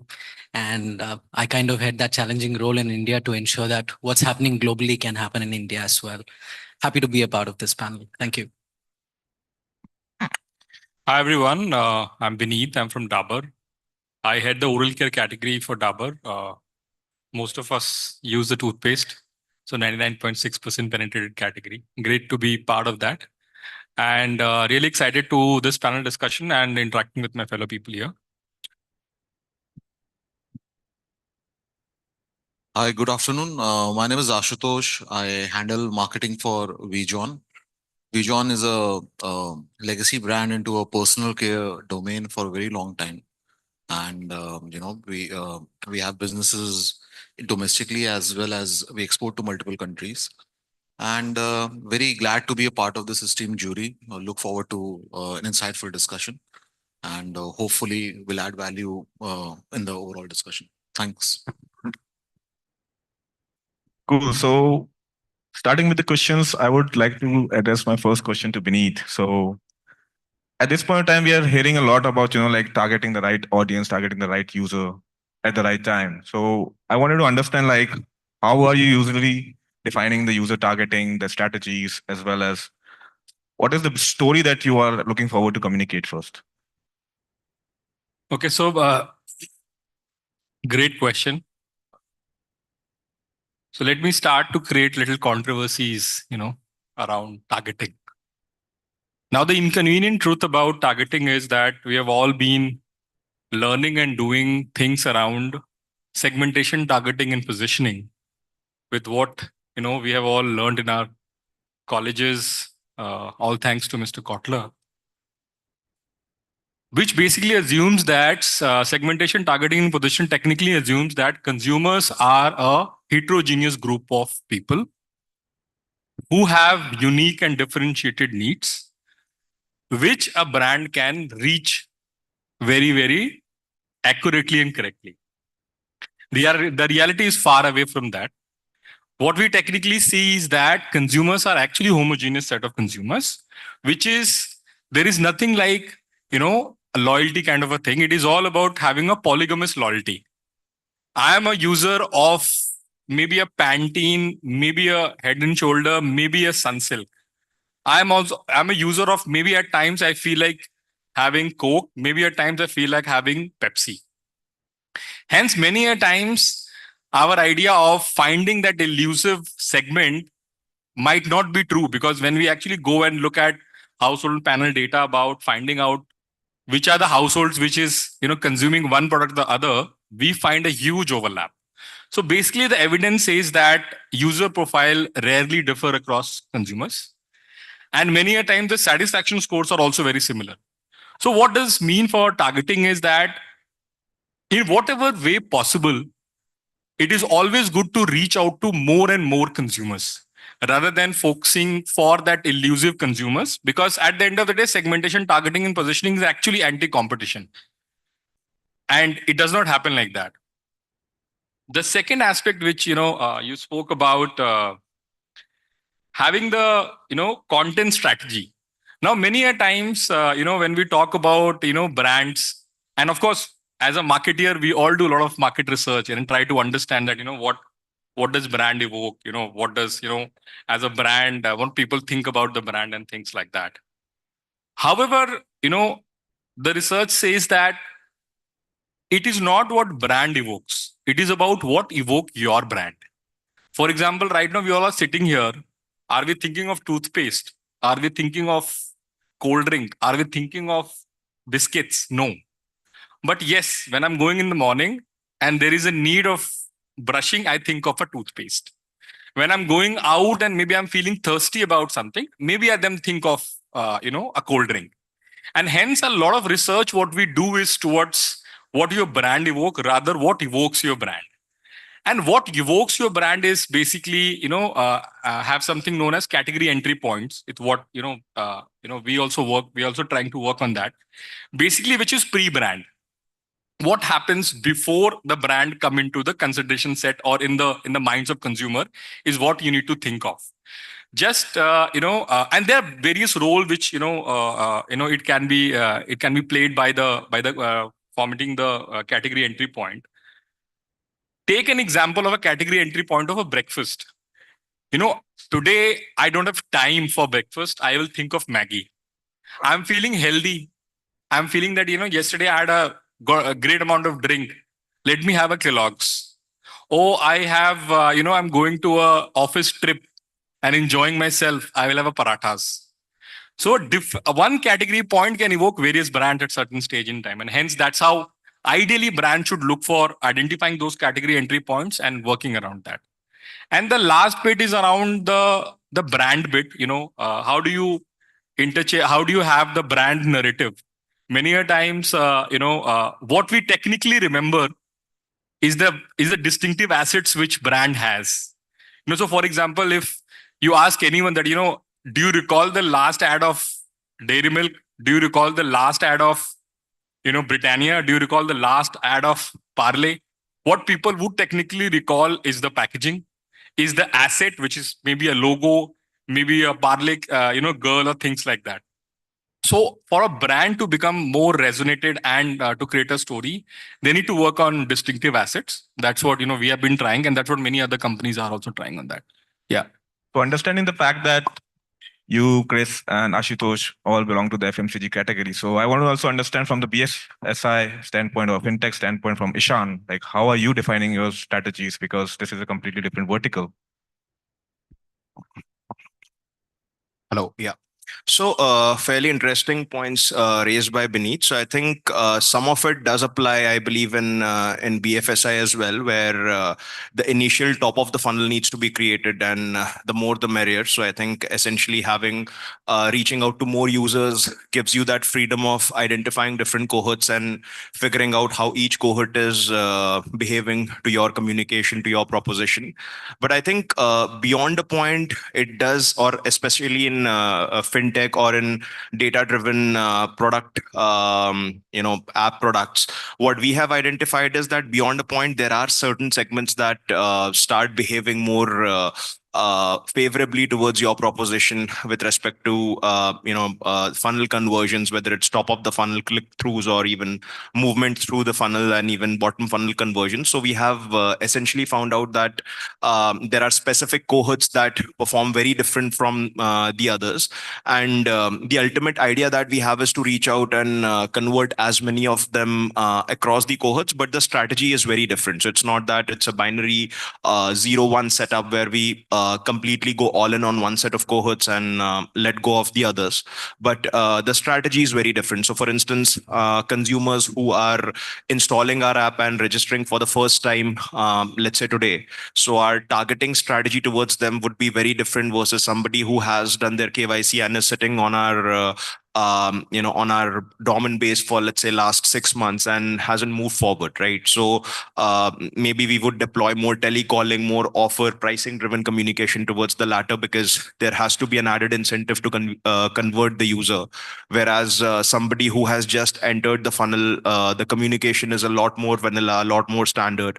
Again, that's one kind of segmentation. Second, let's say talking about different class of users. So for instance, there are users which are high-end salaried, good bureau consumers. So again, for them, the kind of offering that we propose is very different versus consumers who are new to bureau, who are, let's say, very early in their earning stages. So I think I believe that yes, there is a certain level of standardization that is required. You can't customize to the T, but at the same time, specifically in BFSI, specifically in fintech, where you are dealing with crores of people downloading your app and moving through the journey, a certain level of customization does help. And that's where I think data driven approach is very key. So identifying the right data and figuring out how to use that data to customize your communication and conversion metrics is very, very key. Cool. So thanks for your input, Ishan. So the next question, it goes for Chris. I think everybody is here and they would need the wings in their life.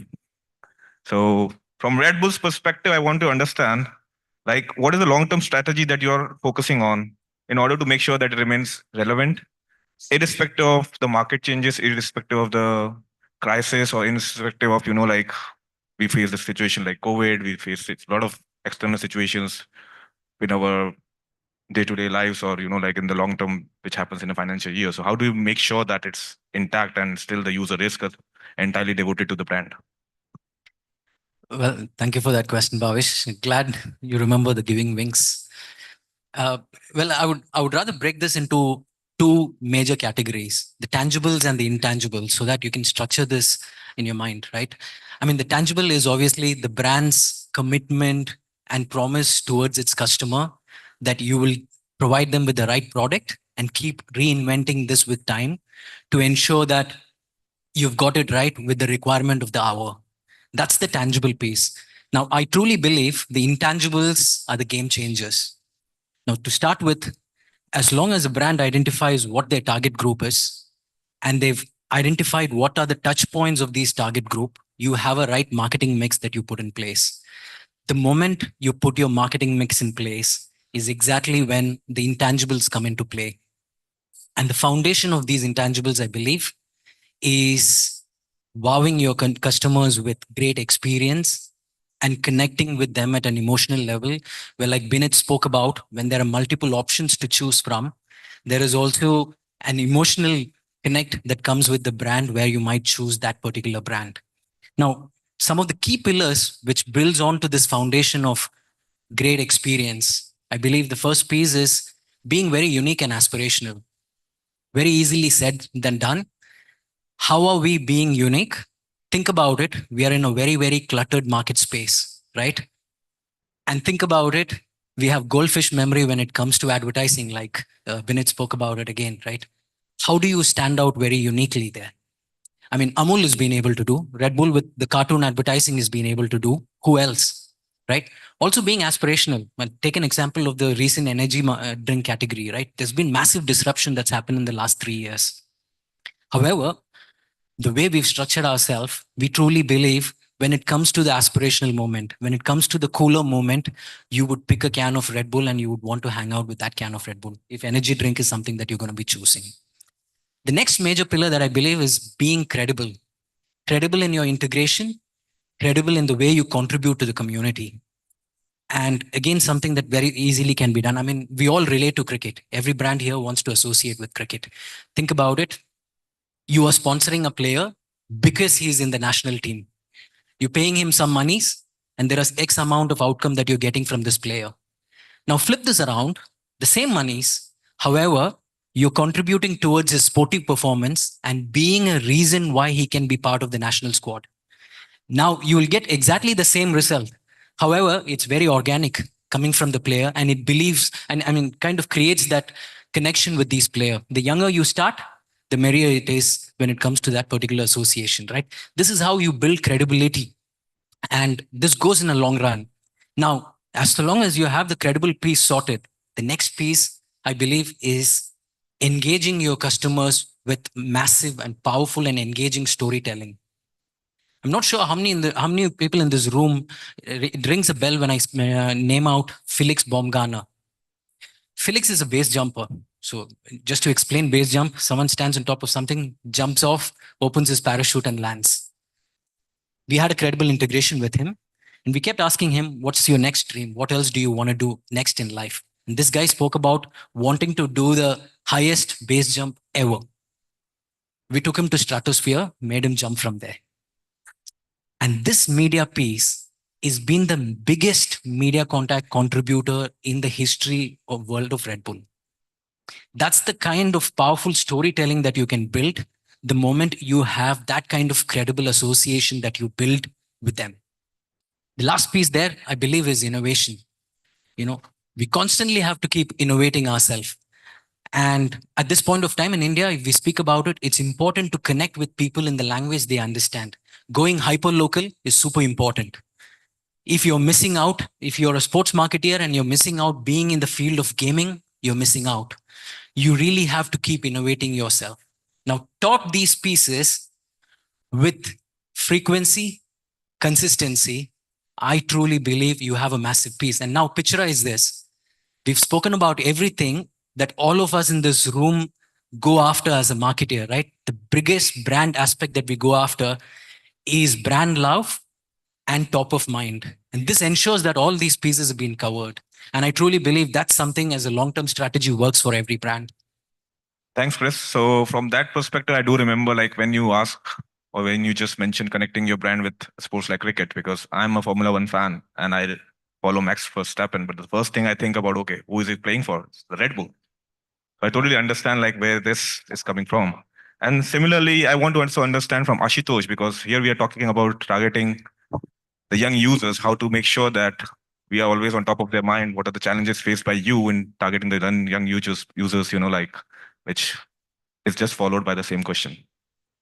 Sure. So, see, in marketing, youth or youth targeting is, of course, the next big thing. And across categories, especially in personal care, one talks about it a lot.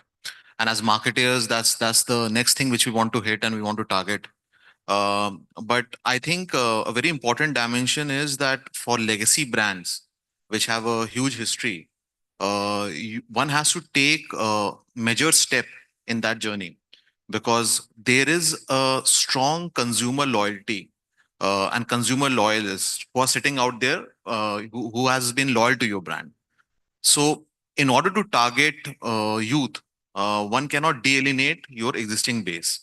And as a portfolio at a company level, what we try to do is that we have a very different approach for the new consumers which we're trying to bring in the brand fold, and a very different strategy for people who we know are regular consumers of the kind of products which we make. So it basically means that you have to be patient. And I think the topic of today is building better brand. It is a work which requires time. It is not a quick fix.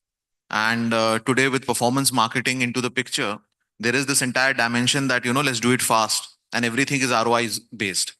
Brand building, however, is not entirely performance, right? There are multiple other dimensions which take time. You have to, like it was being mentioned, you have to build a certain amount of credibility. You have to stand for something, probably associate with an consumption occasion, like Vineet was talking about. And that happens slowly and steadily. So I think the way to stay relevant and at the same point in time target this new user, you have to be mindful of this. The other thing is that as marketers and as brands, one needs to know where is the core of the brand. And if I were to cite an example, see, if Dove stands for real beauty, then the real beauty will have multiple dimensions which are even relevant for a contemporary audience as well today. They'll have to find an expression which they regularly do also, but they are true to their core. And if brands try to move out from that core, or if they try to add too many layers to it, then there's a certain amount of confusion which it evokes in the mind of consumers. So your ability to know that what is it that you actually represent, that is very important. And with that basic understanding, and with this understanding that you'll have to move by striking a balance a brand can evolve at the same point in time, retain its core consumer over the time.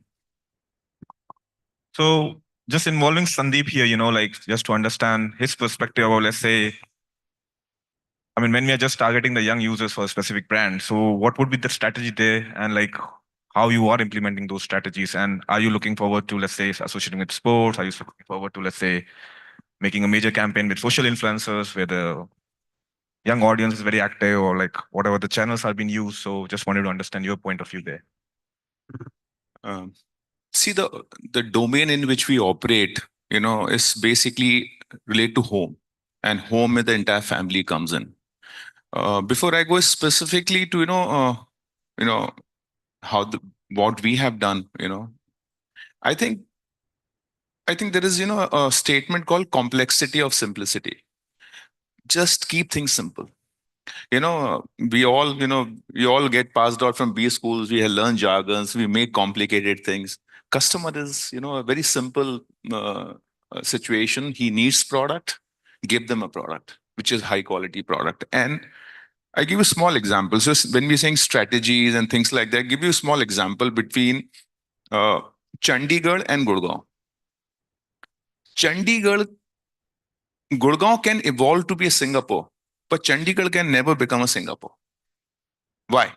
Because Chandigarh is a very steel structure, means it is fixed, and Gurgaon is evolving. How bad it is with the traffic, but it has a potential to be Singapore. So when the brands get structured in a very steeled framework, a very fixated mindset, this is my customer, this is only I will do, this campaign worked for me, this is the way to do, that's a very dangerous territory to be in. Anything and everything can change. Everything can change. One thing, you have to be mentally prepared that are you willing to move with the time? And we have tons of examples. In the last 10, 15 years, we have seen eras of these startups and these valuations and people becoming billionaires after, and suddenly they've gone. So coming back, is very like a small example for Jaqua. We are a homegrown brand. Today, we are in the 55 countries, a very rare manufacturing brand to present across 55 countries is a big thing. What is interesting about Jaqua that we hold 60% market share, and we have only 10% share of network of our dealers. So our 10% dealers do 60% of the business. Why they do like that? Because over the years, we have created a community. So community of entire stakeholders. So for example, whether it's architects, whether it's a builder, whether it's a dealer, whether it's a retailer, whether influencers like plumbing consultant, electrician. So the entire network, community thrives together, learn together. Strategies are built together. So when you do that, see, I think advertising campaign, taking a celebrity, taking a sports person, doing a print campaign, TV campaign, no, these are situational things. That what fundamentally is important that you create community. Your community with the stakeholders. Like for example, if I'm a B2B brand, like in our case, we are B2B and B2C both. I talk to builders like DLFs of the world. I talk to end customers also when they're doing up their home. I have a limited control, but my entire community, how I'm behaving with my architect, how I'm building a relationship with my dealer, further influences the customer. So eventually, if you build great communities, you can build great brands. And whatever the strategy, like in our case, probably India is the only country where you name a brand present. It's like a world war. You go in our category, you go to US, you will never see a European brands. You come to Europe, you'll never see a Southeast Asian brand. You go to Southeast Asia, you will never see an American brands. India, every practical brand is present, and they're present from last 20 years. You name very rare industry today where Indian brands are thriving. So in last 20 years, in spite of the world, all the world war going in, India still holds 60% market share. Why? Because whole idea, we always keep things customers first. We keep things simple. We are the only one in the country to come with the integrated MRP pricing. In our industry, with every region, the prices changes. So what I'm trying to say, if you really want to first build great business, have a great customer relationship, then whether building a campaigns and communicating to them is becomes a kind of a byproduct. So when you're talking about, let's say, building relationships, so that obviously covers the point of brand loyalty or customer loyalty towards a certain product.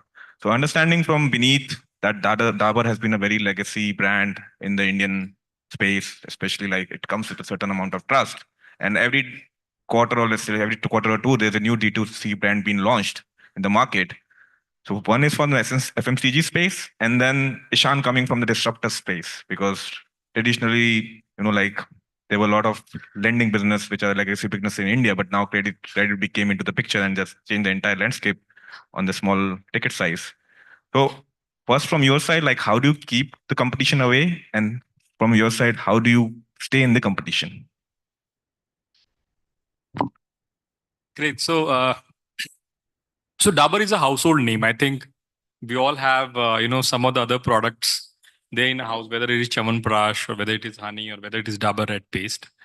And many of these brands are power brands because the whole sheer, availability of these products in the households.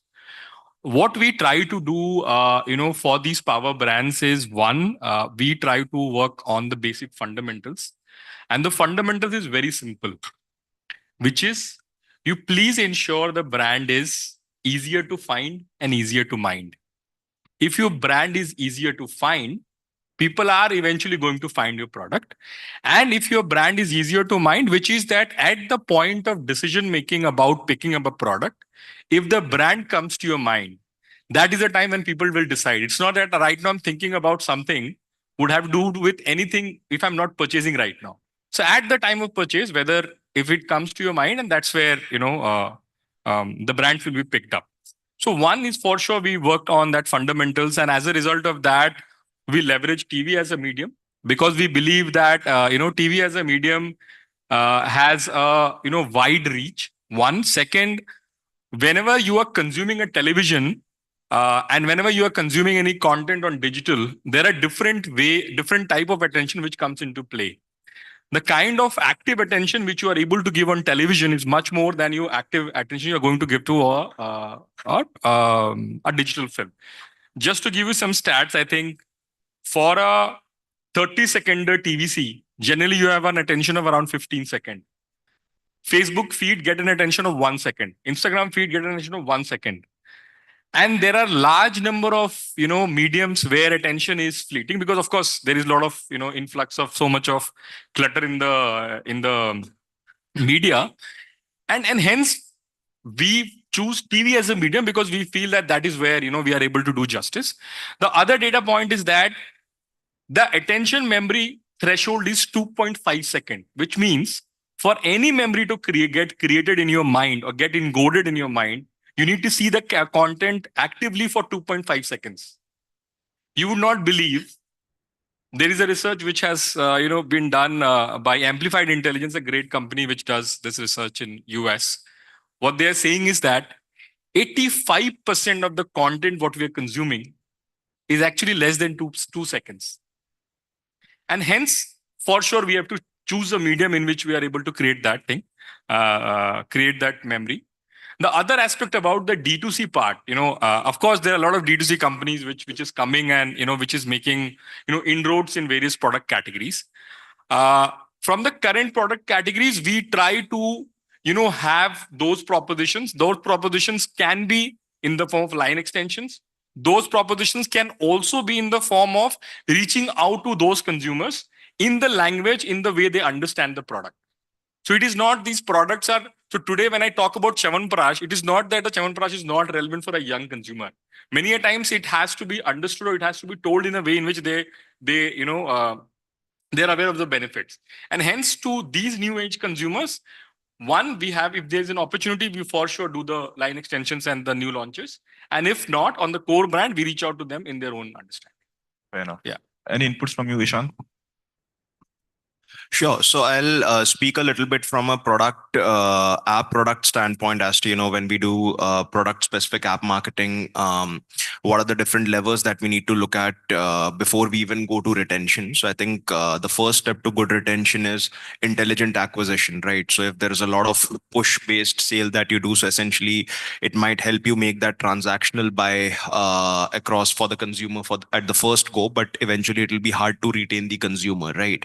So the kind of acquisition strategy that we have is a lot more organic driven. We essentially use, apart from performance marketing, primarily driven by reactive approaches. We also go a lot for aggregator based acquisition, where only users with genuine intent, users who have an understanding of what they are looking for, and we are very clear with the proposition that we can provide to the consumer. Only that is when we shake hands with the consumer. So in the app marketing flow, if I have to broadly divide it into three parts, first is the entry point, which is where a user installs the app and signs up on our platform. Second, if I have to just club it together, is when they take their first loan. So there are different stages to get there, but I'm just clubbing it all together into them making, let's say, a first transaction in a product. For us, it's the first loan disbursement. Of course, in our case, the relationship with the consumer doesn't end at the disbursement point, but the relationship continues till the last EMI is paid, right? So once that last EMI repayment happens, the third part of the transactional relation with the consumer begins, which is how do we retain the consumer and how do we identify other transactional points, right? The reason we wait till the last EMI is that in our case, we only disburse one loan to a consumer until it is repaid, right? So essentially, from a retention standpoint, what we typically focus a lot on is looking at the consumer data once they have come onto our platform and how they are behaving, A, within the app, and B, outside the app. I'll just take an example. Let's say we have the access to the bureau of the consumers basis their consent, right? So apart from their engagement metrics within the app, that how many times they opened the app, what are the different things they tried out, we also look at what is their consumption of credit outside the app, and basis that we identify that what exactly we need to target to this consumer to retain them, whether it's another personal loan of similar ticket size, whether it's an upgrade of a ticket size with respect to the loan, or whether it's a cross sell of a value added service, whether it's an insurance or a credit score report or a digi gold investment. So a culmination of internal app data and external data which is outside our app ecosystem, we create our own propensities and identify what is the best way to cross sell or upsell to retain the consumer. Fair enough. So as you talked a lot about data, so I wanted to understand lastly because this is the last question before we start the Q&A, I wanted to understand from Chris, Ashutosh, and Sandeep sir, that how do you leverage the use of AI at this point of time in terms of like marketing strategies, and are you relying a lot on the historic data, or what are the technologies you have been using? I mean, if possible, just let us know. So just we would be understanding from our perspective as well. Chris, maybe you can start. Yeah, sure. I mean, at this point of time, the way we look at AI is it's evolving with time, right? We still trust a lot more on the concepts that we've built on the long term. And we're looking at extending that forward. As AI comes in, we involve those pieces into the AI, because our customer touch point has basically been around experience, as I've mentioned before, right? And one of the big pieces that we look there is our entry point consumers. That is, at what age do they get introduced? And we identified it as college. And we have the best college student brand manager program globally to ensure that where there is love, or when it starts off, we are there ensuring that we're contributing towards that particular community. With time, we would look at what more can be done within AI. I think from our perspective as well, because we operate in a mass category and we are talking to a consumer who's sitting in probably, tier 2, tier 3 and beyond, we essentially today are dependent or are more conversant with the kind of funnel which we have built over time. and we rely on that to deliver the product as well as the experience around, in our case, grooming and the overall experience of using the particular personal care product. AI, of course, is evolving really fast. And while we are mindful of the dimensions in which it is changing marketing in a very impactful way, at this stage in our marketing mix, the role of AI is very limited in scope. And however, having said that, future of course looks incomplete without the role of AI, and we'll certainly incorporate it when we feel that it can be an important lever in our scheme of things as well. I just give you one stat. Today in our category is largely has become research online and buy offline, because still we are a brick and mortar business and we are not a DIY country. You still rely on specs and sizes, dimensions for a contractor, an architect to guide you. With all the success, last couple of years, successful effort, we have been able to generate a very high traffic on a website. We are India's most searched bathroom brand, and we generate almost about 4.6 to 4.7 million customers almost on a monthly basis on a website. So when we realize that so many people are coming, and obviously we have physical stores which only educates people. So we have a setup called Jaguar Worlds where customer can walk in and we handhold them, because when it comes to home building or renovation, 80% are clueless people. They want a great bathroom, but they don't know how to start. Unlike when you walk into a car showroom, you are very clear. You want to pick a Mercedes, the only discussion was only the EMI calculations and all. Isn't it possible that the AI tools are capable enough to switch any bathroom fittings with Jaguar? No, see, what is AI? All this while computer works in binary, which is 0 and 1. AI means what? You have a multiple combination of conversation. So what we have done now on our website, so typically when a customer comes to the website, he can typically create a small BOQ. One is BOQ is a bill of quantity. He needs to give 5 or 6 questions will be asked. What is the number of bathrooms? What's your budget? The family size, etc. And within few minutes, it throws up a bill of quantity for you. It checks from which IP address, the nearest 2 dealers, and a 2D dimension of a bathroom and the lighting fixture plan. Now imagine the guy carries this data and walks into a dealer showroom. His knowledge is far, far superior than anybody walking into a store. So obviously, as my colleagues have said, AI is just at the start now. Many things can happen. Today, so this is just one example I just suggested and shared with you, and it is giving us a great dividends. Now I can really track down how many people have downloaded the BOQ. Then we can obviously link the social media, the messages can go, they constantly see the content there. I can upgrade. So if somebody, like typically I'll tell you, moment the winters comes and if water heaters goes rogue, what you will do? You run to electrical shop. But electrician has no role on water heater because he doesn't know the throughput of a shower. Technically, electrical is water heater is a bathroom product. So anybody who's taking up, for example, shower is a potential customer for shower enclosure.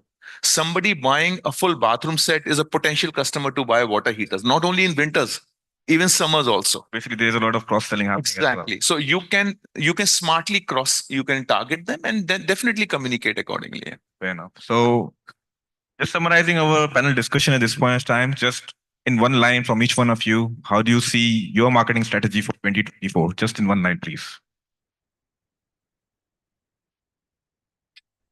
2024 would be, in my view, a lot more around, talking. I mean, of course, digital is this next big thing which is there in the marketing. So, of course, digital will lead the conversation.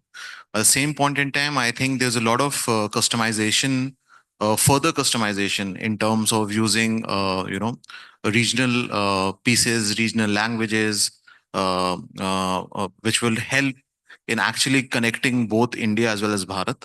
And I think So that is like going vernacular. Absolutely going vernacular. And Vinny, I sir? think that's a big trend which is already here. Will only strengthen as one moves ahead. Vinny, sir? So I think 2024, at least for my category and for the company going forward, we would keep it very simple and very basic, which is we do whatever it makes to ensure that the brand is easier to find and easier to mind. Whether if it means that you are trying to, reach to more number of consumers, you are trying to create a content which resonates with the consumers in their language or in their understanding, or you represent these consumers whom you feel are also your audience would get impacted, or they feel involved in your communication and things like that. Fair enough. So very, very simple and very, very basic, which you want to keep it. Chris, from your side? Because there's competition strengthening in the country with regards to energy drink market. The idea is to keep it simple, go back to what your basics are, what has worked in the long term.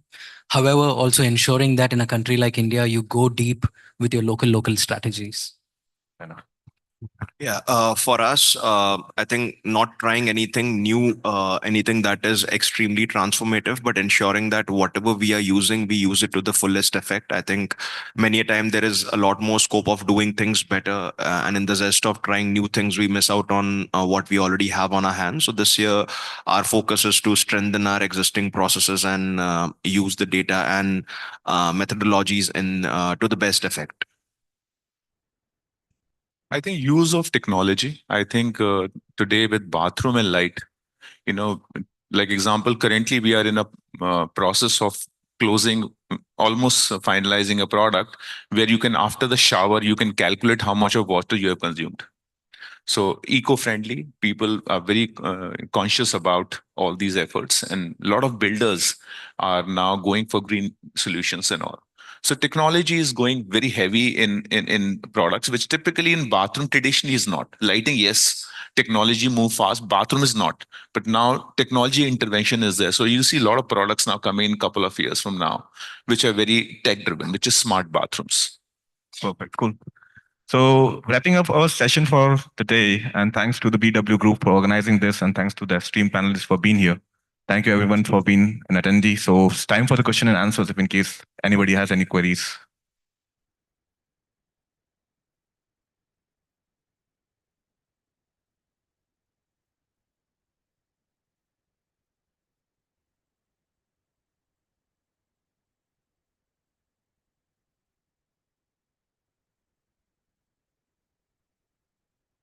I am Professor Ramesh Bagla from MIT Business School. This is not so much of a question. This is an observation. Somehow or the other, in all these high-tech promotion, we are losing the sight of the first P, which is product. No brand, howsoever mighty it may be, can survive without consistent quality and constant upgradation. If we take two diametrically opposite examples, one is Kodak and the other is Gillette, at both the ends of the spectrum. Kodak is nowhere, and Gillette has been constantly upgrading the product, and they are ruling the market. So in all this, strategy about building better brands, product should also be kept in focus. This is my observation. Thank you. Anyone would like to add there? No, absolutely. I think it's an underlying belief that I believe we all have, and it's so obvious that maybe that's why we didn't specifically touch upon that part. But I think one of the points did come from one of the co-panelists that there is constant evolution that is required to keep up with the market and the consumer demand. So for sure, I think if stagnation is the synonym of death when it comes to sustainability of any brand, and definitely with time, we need to talk, we need to understand to consume from consumers that what is it that they are looking for, how their lifestyles are changing, how their demands are changing, and Only when the brand evolves itself with the product offering, with the way it communicates with the consumer, AI, of course, will change the dynamics with respect to the overall communication, distribution, and servicing. I think we only have ways to move forward. So definitely agree with your points, sir, and evolution is the name of the game. I think I agree with you. I'll recall my working area, which is 1996 to 2003. I was with J. Walter Thompson and is an advertising agency, and I was that time used to call HTA. So we used to work on a cola brand. And in hindsight, I feel for 7, 8 years, the entire millions of dollars were wasted in pulling each other. They would have now, if you're given a ask chance, I would say they have never worked on how to increase the consumption capacity or the appetite for the people. We used to make fun of each other. Advertising was largely just to brand recall, and they paid the price. I think the plastic bottle, which helped them increase their consumption. Otherwise, for almost 10, 12, 15 years, there was no innovation in the product. Hopefully, they move now to the health side of the drinks and all that. So you're right. Eventually, people buy product, and if you this and somewhere we have to educate. If you educate, then definitely. See, the issue with the ATLs and all that, there's a limitation. As then my colleague has said, you have only a fraction of seconds to communicate. So you have to find much. Digital gives you that kind of a brand comprehension and space where you can educate customer. Yeah. Cool. So wrapping up our session, if in case you have any more questions, our esteemed panelists are still part of the show. So we'll okay, one more question I guess we have. Question. Hi, specifically question to Sandeep regarding the community. Since you said that community is a game changer, yes, I agree. We also do complete MarTech engineering for the brands like yours, right? There's a community of architects, interior designers, plumbers, there's the influencers, builders are there, and contractors, right? How do you control and create the strategy for brand loyalty? So at the same time, they have plethora of brands. They are the part of all the brands. They are together, like yours. Kohler is there. So what are the things that are a good thing for as a strategy for brand loyalty for them? See, in a real sense, there's nothing called brand loyalty. If you this is a utopian word that everybody will always consider me, doesn't work like that. As I said, community, it's a small thing. Eventually, I give you a small example. When you work out alone in the gym and when you do a boot camp together, what does it happen? The body secretes two enzymes, oxytocin and serotonin, which is basically helps you feel good. So when you meet, we have created, without telling architects that you are a part of some CRM group, we have been building communities, and there's like, for example, we do once in a year, we have a headquarters in Gurgaon, which is one of the Asia's largest green building. And we call India's top architects for last 20 years over a very interesting event, which is a full day long event where you do collaborate and discuss and all that. So you constantly engage with them, you tell about your product, and you leave with the wisdom of an architect. You cannot tell him that you have a number, you will give me this, I will give you in return. Believe me, till date, we educate almost 50,000 plumbers every year. We have not given them one gift. We only upskill them. Wherein a lot of other brands, right from alcohol to t-shirts to mobile phones, because moment you upskill him, he was earning 500 rupees, now he earns 1,500 rupees because he can fix now shower enclosure, which was he only trained to fix a WC or a tap. So I think when you make community and you benefit each other in a larger good, okay, automatically you will, but never expect, something called brand stickiness and loyalty. Mr. Bajaj thought that everybody loved a scooter. There was no loyalty because there was no moment the bikes came, people ran away from the scooter, Cool. So wrapping up our session now. Thanks for your time, guys. Thank you very much. What an amazing session was that. Can we have a round of applause for the panelists as well as for the moderator? And truly, the session entailed many key features about building your brand. I feel as brand builders, we must work tirelessly to understand the motivations that drive our audience. So this obsession that leads to insights, which leads to creation of a community of like-minded people is very, very essential indeed, as rightly put forward by our panelists and moderators are here. Thank you so much. Kindly take a seat. Proceeding forward towards the next segment of our event, which is a debate on quite an interesting topic. Are expectations from the marketers real? Just a heads up, someone's phone has been left behind. If you could just, yeah.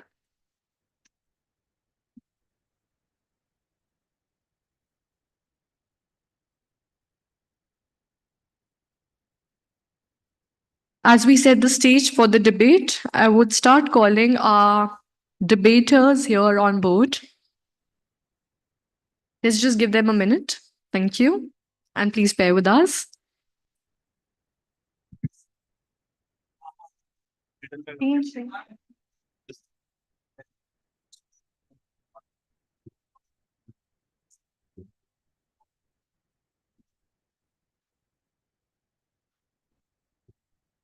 Moving forward to our next segment now, which is the debate on the topic, are expectations from marketers real?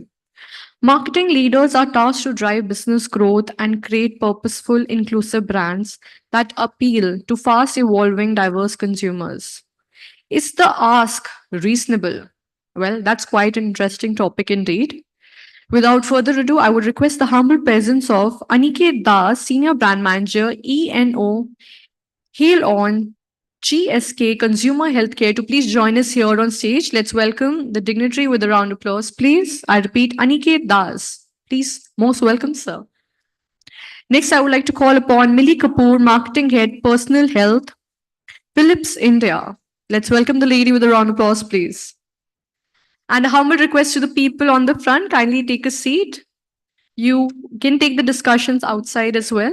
Thank you so much for bearing with us. Next, I would like to call upon Saurabh Kuchal, Head Customer Experience Solutions India, South Asia, HCL Software. Unfortunately, the person is not here, so we would now be calling in the moderator now, Ms. Himani Singh, Associate Director, Global Sales, Global Media. Most welcome, ma'am. Thank you so much for your humble presence here.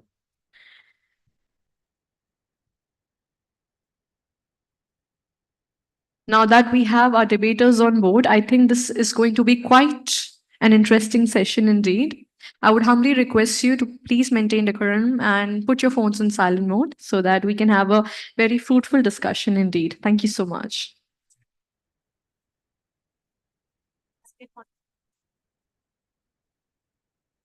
Good afternoon, everyone. Today, we delve into a topic that resonates deeply within the marketing industry. Our expectations from marketers real. In a world where marketing is rapidly evolving, the demands placed on marketers are higher than ever. We are expected to be data analysts, creative visionaries, and trendsetters, all while delivering immediate, measurable results. But are these expectations realistic, or are we setting ourselves for inevitable disappointment? Together, let's explore the challenges, pressures, and realities faced by marketers today and consider how we can bridge the gap between expectations and achievable success. So, before we start this interesting topic, let's get to know our speakers. I'll start with you, Millie. Hi, everyone. Thank you so much for having me here, and thank you so much for being here with so much brightness and vibrancy. My name is Millie. I am currently the marketing head for Philips Personal Healthcare India. And I have been a marketer for about 12 years and a sales and marketing professional for about 15. It's an extremely interesting topic because it's something that's always run through my mind as well. Are expectations from me on my team real? But really happy to be here and have a good discussion. Thank you, Himani, for having me here. Hello, everyone. Hope I'm audible. So thanks, Business World, for having me here. I'm Aniket. I'm a senior brand manager on ENO. I hope all of you know about the brand because I'm sure that all of you need a quick relief whenever you experience. I'm a very loyal consumer of it. Right. And I am Calcutta graduate, and post that marketing happened to me almost by chance, by luck. Because when I joined my organization, the first organization I worked with, I see that marketing is the only department who are allowed to spend where there is no cost cutting. Everyone is pressurized to have or give efficiency, but marketing is the only department which is allowed to go overboard because they are recruiting consumers for the organization and for the brands, right? And that's how marketing started. And I'm enjoying thoroughly to get to know the consumers, be intimate with them, and in the process, trying to solve a problem in their lives. Before this, I have also worked in Dabur for almost 4 years. Really excited to speak on today's topic. Thank you for being here, Aniket. So let's start with the discussion. I have a question for both of you. Firstly, how can we build a brand that can adapt to market changes, economic disruptions, and shifting consumer behaviors? So we'll start with you, Millie. Sure. So this is a very interesting question, and I've been asked this question many times before.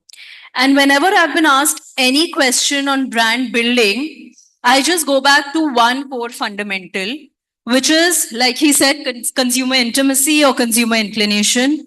What I call in my parlance, consumer obsession. I really feel that, you mentioned economic disruptions and you mentioned other external factors. These factors move fast, and in today's flash fast world, they move even faster. But I truly believe that the latent desire or need of consumers or behavior of consumers are still slow to change. And which is why it is important to be absolutely consumer obsessed and know your consumer as closely as maybe a family member or a friend. So for me, consumer obsession is pretty much the bedrock of everything that a marketer should do, whether it plays out on a portfolio pipeline, whether it plays out on GTM strategy, whether it plays out on activation content, whatever have you. If consumer obsession is at the core of everything, you can truly build a brand that can go through the rockiest of the waters or the stormiest of the skies, right? So for me, that's how you build a brand that is truly resilient enough against any external factor.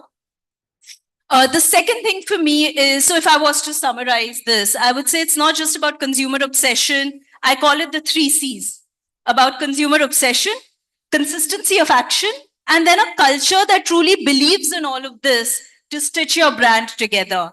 And if these 3 Cs can be accomplished, you've created magic. Aniket, would you like to add something to it? Yeah, I think Millie has beautifully answered the question, but I'll also try to share my additional points to it. So definitely, like the brands who have stood the test of time, they have something in common. And what is it? First is definitely the consumer understanding.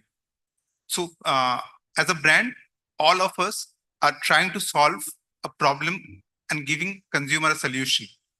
And also, some brands stand for aspiration in consumers' lives, right? So when brands can beautifully marry these two, solving a problem and also giving an aspiration and becoming an aspirational part of consumers' life, then there is nothing like it. So any brand who has to stood the test of time and also weather the changes, they have to understand the consumer and keep on delivering the values which the consumer is seeking. And that can be done only by staying consistent, as I think Millie has also pointed it out, right? Your quality has to be top notch and has to be consistent, because consumer is expecting nothing other than what she has got in the previous interaction with you. And once you are consistent with your quality and your offering, you have to communicate your story also consistently throughout, so that the perception which consumer have made about the brand stays the same throughout the time. We can give multiple examples. See a brand like Dove. It always stands for inner beauty, right? Dove, and I think last 50 odd years, they have been communicating the same thing to the consumers, and they're delivering the same values to the consumers which they are seeking. Fevicol, another example and great example of an Indian brand who is also standing for anything you want to Joro. It can be with Fevicol. And we all look forward to their communication. But actually, if you see in all their communications, they are communicating a single message throughout, but beautifully, which is emotionally also resonating with the consumers. So 2 points, the consistency of quality and consistency of delivering the consumer need. And at the same time, consistency of communication will help brands to weather the test of time. And any brands who have been successfully able to do that has actually become a mega brand and actually living in our minds. And if I talk about like Eno, how is Eno implementing all these? Yeah, I think good question. So coming to my brand, right? I'm taking care of Eno. And in Eno, whenever you, like when it comes to consumers' mind, it always stands for fast relief from acidity. So last 20 years, we have been consistently communicating this, that Eno is for fast relief. We get to work within 6 seconds. And that is why whenever consumers look for something, look for a situation where, look for a solution where they need a fast relief from acidity, they will invariably trust Eno. Now, this is like, I think, a good question. So basically, telling this and saying this is very easy, but doing this is not. Because first of all, understanding a brand and its persona is very difficult. We all work with our bosses, right? Day in and day out. But how many of us actually can understand our bosses rightly? So understanding a human persona is difficult. And I think same goes true for our spouses, right? It's very difficult to understand a human persona. And that's why understanding a brand persona is, again, extremely difficult because it cannot talk to you. You have to understand it. And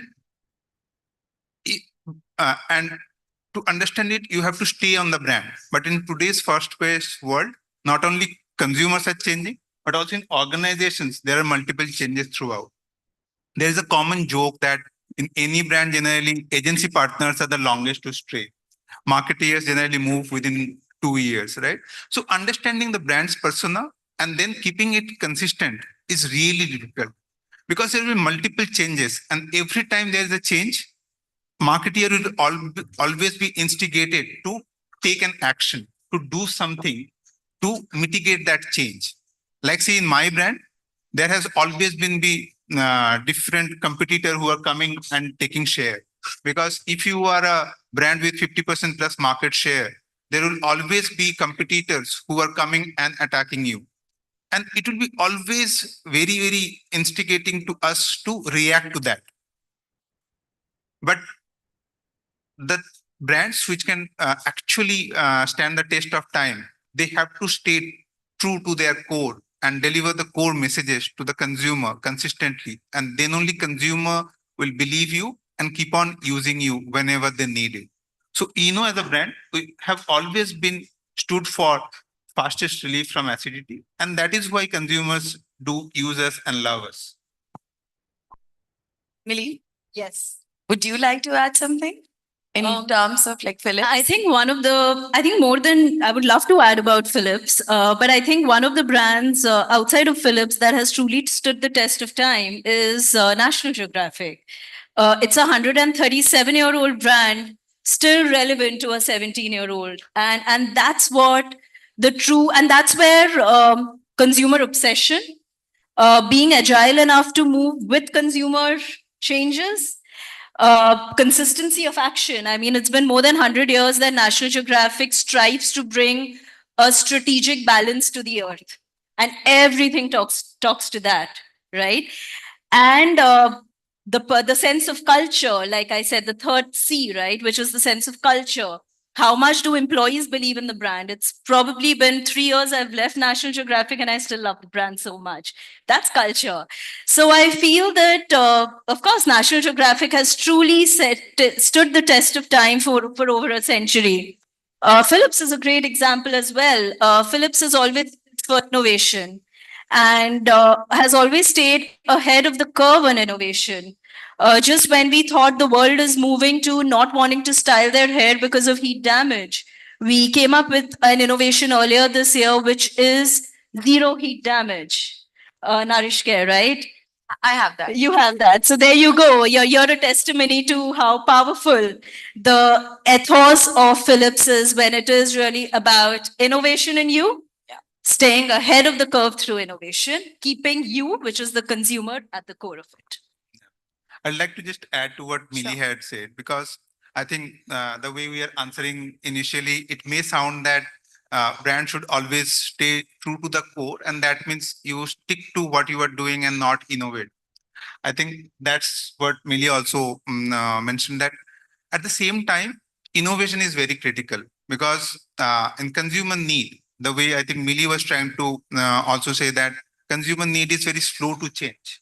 The way I define is that there's a core need and there is a peripheral need, right? So the core need of consumer is very difficult to change. It almost unchanged, but definitely the periphery will always keep on changing. Just to give an example, say a mother would always like to give a home cooked meal to her family, right? But with the change of time, she may try to not cook herself, but keep a help, do it for herself, or try to use something which will help, which will deliver convenience so that she can do the job, but at the same time, do it effectively and within a time constraint. Right. So innovation has to be there, but innovation should add on to what the core brand is doing. And that's when the core brand would also grow and innovation will help to address the peripheral consumer need, which is a little shift or slow shift, which I think Millie was also referring to. I think we all can agree that both were really great answers. I mean, very insightful. But I have another question for you, Millie. What are the main threats to brand resilience in our industry, and how can we proactively prepare to address them? So I spoke about the 3 Cs, which is consumer obsession, culture, and consistency of action. For me, the biggest threat today that marketers can conflict on themselves is the 4th C, which is complacency. Aniket touched upon how there is a core need and then there is behavior, right? Behavior does change over time. And it is important for marketers to stay completely on the ball when it comes to the changing dynamics. And these changing dynamics are of 2 types. One is what we call a fad, which is becoming so big today in the socially first world that we live in. Of late, there's something called a 1 second reel, which has become really popular, right? So it is important for marketers to stay on the ball when it comes to these coming and going in and out trends and keep acting accordingly. But at the same time, there are some trends which are more long term, and a successful brand or a successful marketer should be able to predict these long term trends and be prepared for the future to again stay ahead of the curve. And how do you do that? I believe past is the best predictor of future. And it is always important to look at past trends and see, okay, what could my consumers be at 2 years down the line, 4 years down the line? Maybe not beyond that, because that's just too tall an order. But thinking about it from that standpoint, how do we innovate? How do we innovate in a way that we are consumer first? And how do we enter the party with the best in class product? So for me, if complacency can be avoided, I think a brand can truly move forward and create business value effectively. And hence, for me, the fourth C becomes the biggest threat to the earlier three Cs I mentioned. And how is Philips overcoming this fourth C, according to you? No, Philips, in fact, is overcoming the fourth C in many ways. Okay. The first way is that there is a lot of ecosystemical and cultural changes that Philips has also brought in its way of working. For example, earlier there was always a process which required every creative to be approved by multiple people.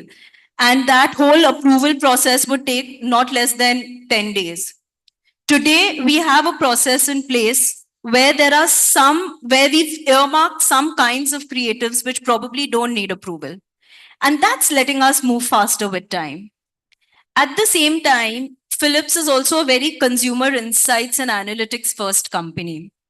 And what we are doing over here is really looking at not just trends over the next few years, but also trying to see where would the world be moving 3 years down the line and starting to act on that accordingly. So this whole shift of zoom in, zoom out, short term, long term, and really getting the old culture to be able to drive that day in and day out is one way that we are doing it. Another way that we're doing it is, and I would love to say that it is not easy to build a brand in a social first world. Very, very difficult because the consumer is going crazy 24/7, right? But there are a few things that we truly believe in at Philips, as at least as the marketing team. The first thing is leverage the power of your agencies. There are so many agencies that are doing online reputation management today. Keep them on the ball. They are literally experts. Let them do their job.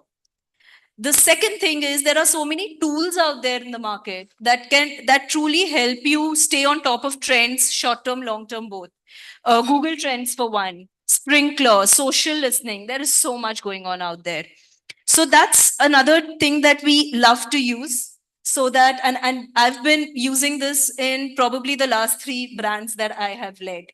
Um, and the third thing is, of course, the processes that I mentioned. So I believe that yes, it's a challenge, but when universe gives you a challenge, it also gives you an ecosystem and a set of tools to fight it.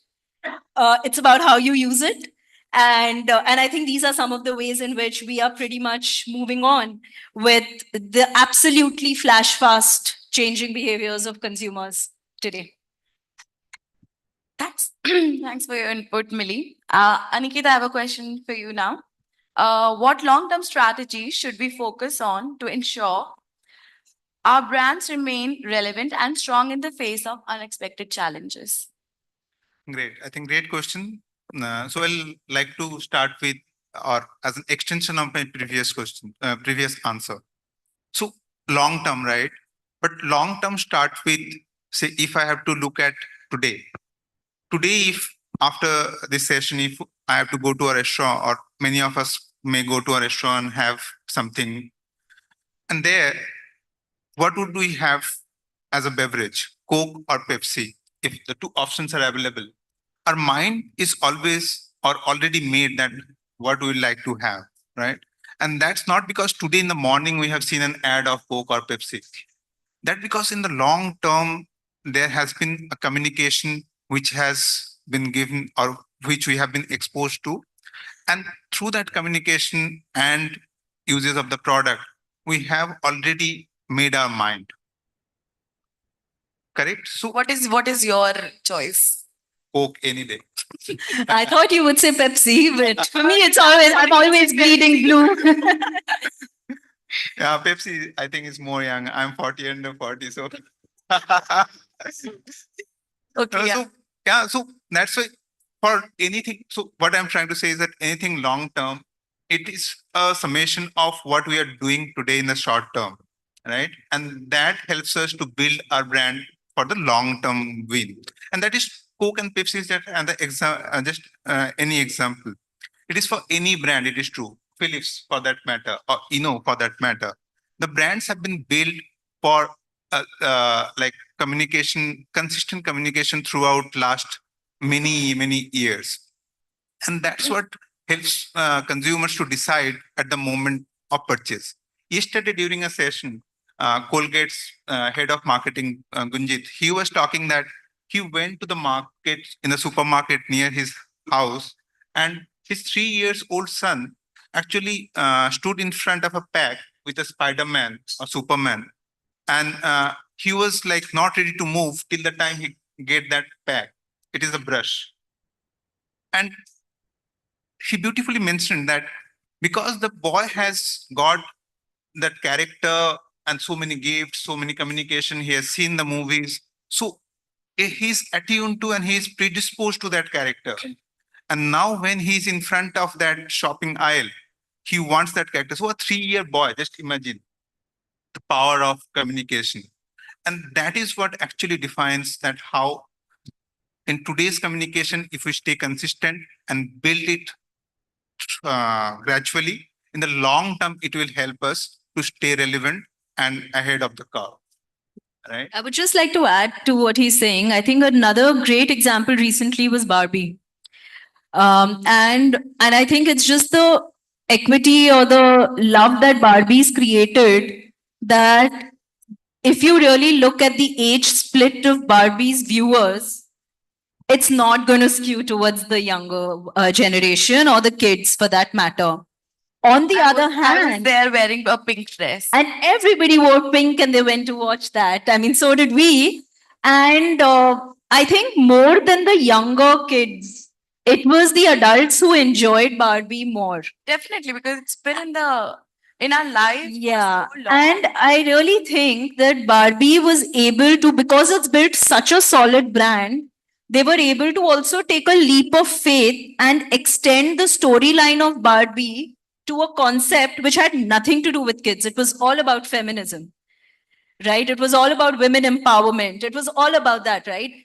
Expecting a toy brand to talk about a concept as heavy as that is something that only a brand like a Barbie or a Coke or a Pepsi can do, or for that matter, even an Eno can do, right? So I really think, along with Spider-Man, Barbie was an excellent example of a brand done right. So yeah, right. So I think though we all love to believe that we are making a decision at the point of purchase, it is not. As human being, we have been predisposed to certain condition, and that helps us to make our decision in the long run, right? So I think a great learning we have all have from marketing fraternity is that Daniel Kahneman, when he had mentioned system 1 and system 2. System 2 thinking is a very slow and thoughtful thinking, where we like to process all the information and then take a decision. But system 1 is spontaneous in the moment, right? And as a marketeer, what we are trying to influence is that we always think that we can influence system 2 immediately. But what we have to influence is system 1. And to influence system 1, we have to actually influence system 2 gradually and slowly. And then only in the long run, we can win by influencing system 1. So it's a slow process, but consistently, like I was mentioning in my previous answer also, consistently, if we communicate the core message of the brand, then we can be influenced at the moment of purchase. So in the long run, if we have to win over the consumer, we have to stay consistent with our communication. Great answer. Even though I know that this is a discussion topic, but like we all discussed, we three of us, we already have discussed that it sounds like a debate topic. So I would like to know if you are, as an individual and as a marketer as well, are you for, against, or neutral? Whatever your answer is and why, from both of you. So Millie can go first. So I think I'll respond to the whole concept of my view on expectations from marketers. Expectations from marketers were very different when I got into the world of marketing, which was a TV first, linear first world. And that was back in 2014 or so. And then over a period of time, I moved into a world which became digital first. And I worked on many digital first brands as well. I worked on brands which have been slow, and brands like today, which is which can just completely drive you crazy, right? In my view, is it like I said, when the universe poses a challenge, they also give you an ecosystem to solve for it. I think we have that ecosystem. It's about how we use it. Look at an example of Zomato, right? Zomato is a digital first brand. They are they're completely topical on every 2-day fad that comes into our life. But at the same time, they are super consumer first. They saw the quick commerce explosion happening when they invested in Grofers, which is now Blinkit. And it was only a few years later that quick commerce exploded out of control. Today, they've moved into group ordering, which is so bang on just the way we order. I mean, 5 people have 5 different choices. Just order from your respective phones rather than moving the phone around, right? So I really think Zomato is doing it beautifully. And kudos to their marketing team for what they're up to. So I really feel that is the expectation real? Yes. Is it tough? Definitely. But is it unachievable? No. And does it bring with it an element of fun and excitement? Definitely yes. So that's my view. I think the expectation is absolutely acceptable. And I think people have embraced it beautifully. Yeah, I agree. I agree with Millie completely. So definitely there would always be expectation from marketeers to meet the consumer's need. And today's consumer is a different breed altogether, right? Especially Gen Zs. They're more demanding. They have changed the rule of the game completely. But as a marketeer, you have to serve your consumers.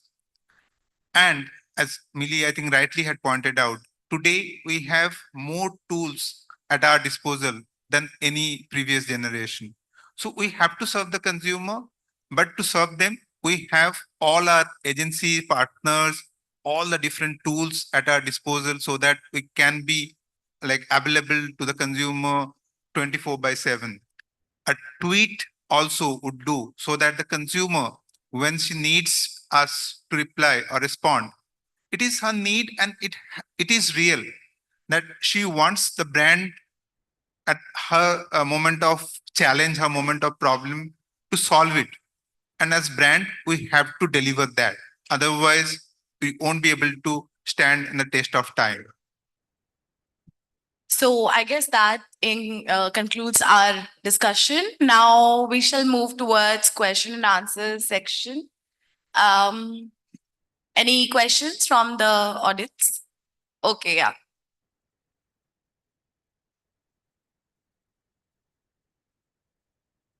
Kritika, can you just ask us the question? Hi, so my question is to Millie. I want to understand the challenges that you face, while targeting Gen Z, as their thought process is completely different when we compare, to millennials. So how do you tackle that? Great question, because that's pretty much the crux of many of our internal discussions at work. So I think you've really hit the nail on the head with that one. So I think one of the ways, so I'll again go back to the basics, right? Which is all about consumer obsession, which is all about consumer inclination. When we want to tackle Gen Zs, it's actually no different. Gen Z is definitely a very fast, fast moving generation. They want something new every day. They want something new every 6 months. And they just want to have fun. But there is one thing about Gen Zs that is very inherent that we've identified, which is also about the fact that there is an element of fear in Gen Zs when it comes to taking every step, because they believe that we have the rest of our life ahead of us. So let's take risks carefully. Whereas outside, they just want to prove that, we are just out there and we're out there to conquer the world. So a Gen Z to that extent is a very interesting audience. How do we tackle them? I think I'll just go back to something that Kapil Dev says in all his interviews. Just have fun. I think the best way to tackle Gen Zs is to create a culture and a team that believes in having fun that believes in having fun with their brands, that believes in having fun with their audiences, that believes in having fun with their influencers, and that believes in just doing all the stuff that is required while staying true to the brand wheel. So if I give you an example of Philips One Blade, which is a launch that is about 2 years old, it's a Gen Z first launch. And one of the things that we did do was we knew where is the Gen Z? The Gen Z is in colleges and the Gen Z is on social media. And the Gen Z is on certain platforms such as Snapchat, Discord, and all of that. So what we did was we definitely targeted them at these touch points, but we didn't target them with just, buy one blade because XYZ. We targeted them by things like a partnership with Red Bull on a Red Bull soapbox challenge. We partnered with them through campus activations and campus fests. We partnered with them through their college parties, even if they're digital parties, right? We partnered with them by bringing them on Discord to really have a conversation. So again, if we go back to the basics of marketing, which is your 4 Ps, and all of that against a foundation of consumer inclination, this is what we did. And more importantly, we put together a bunch of the youngest people on the team to just have fun. Any more questions? Okay, one more.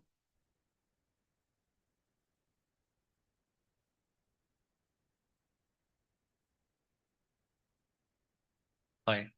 I have a question for you, Millie, and good evening, everyone. So we know that there are like numerous products when it comes to Philips personal health care products. Like I'll take the example, let's talk about the trimmers. There are like almost 20 products, 8 in 1, 7 in 1, 6 in 1, 10 in 1 and all. So do you think that the competition that Philips product is having is an external competitors with products like, maybe Bombay Shaving or maybe Morphe, or is it an internal competition more of product to product? Yeah. What I personally believe and what we believe at Philips is it is an absolute internal competition because what Philips offers is a patented technology that supersedes any feature battle that any competition can come with. So for us, the competition is completely internal. We believe in getting better and better with our technology. We stand for innovation in you, and we want to keep innovation at the forefront of everything so that we are truly able to not just conquer the market, but create brand love and continue to keep that brand love that Philips has managed to create for more than 100 years. Well, that was quite an enlightening discussion indeed. Can we have a round of applause for our debaters who diligently curated the session and made it such a wonderful experience for all the people sitting in the audience? I would request you to kindly stand up for a group photo op here. Please come forward. Once again, thank you for participating in the discussion, one and all. As we move on to the next segment, which is on the topic, the CMO Sentiment Index in India Marketing Outlook 2024 to 2025. The topic is quite interesting. How are CMOs looking at the year ahead and how is this impacting their marketing investments? To join us in for this session, I would like to humbly welcome our panelists one by one. Once the stage is set, we have here with us okay, so they're still setting up the stage. Let's give them a minute.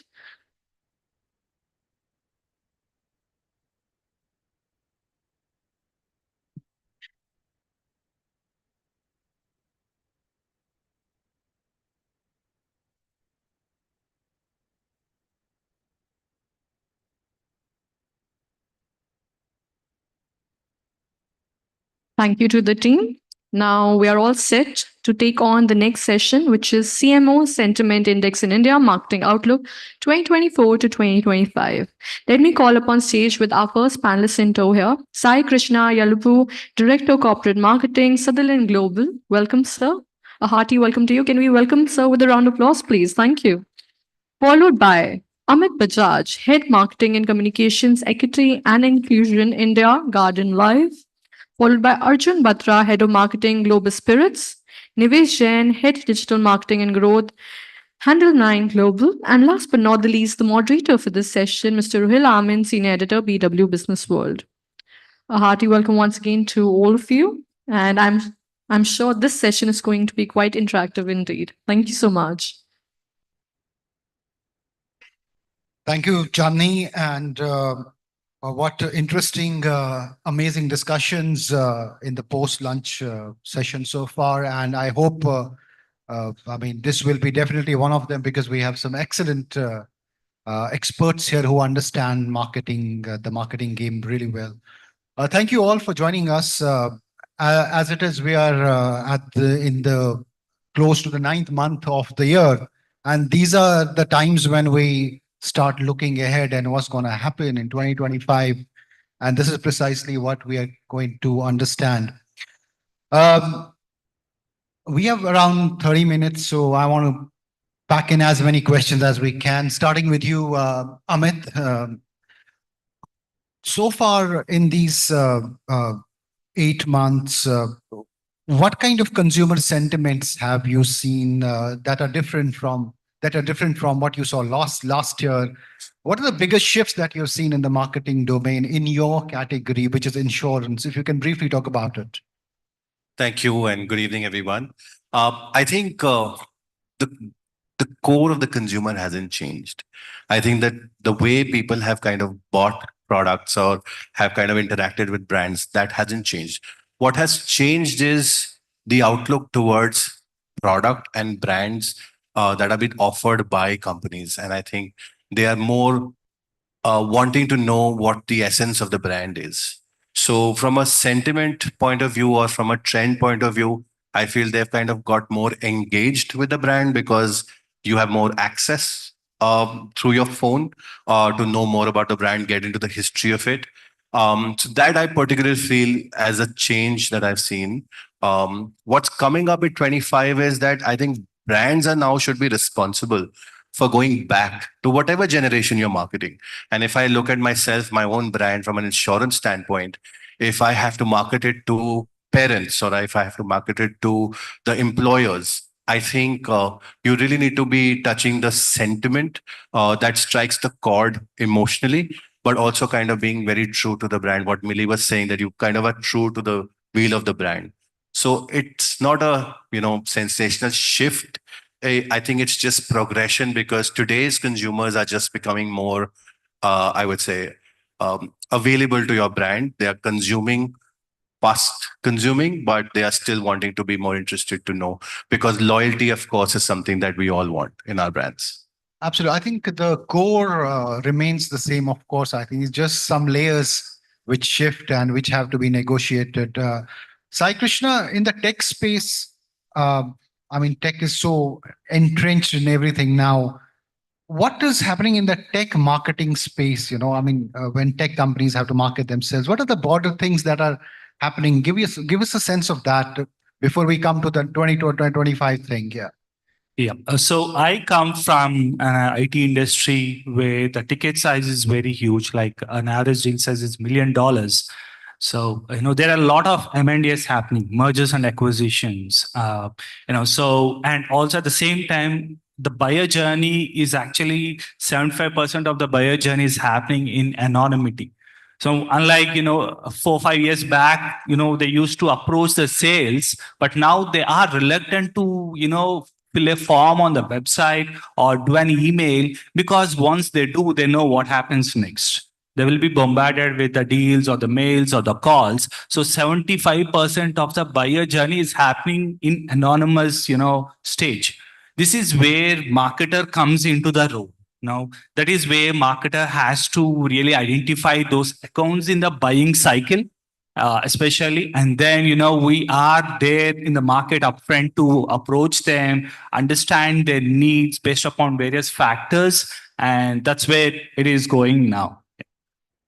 Arjun, we talked about your category, which is the spirits, and a very different category from other brands because when you have to market, it has to be very nuanced, it is subtle, and all of that.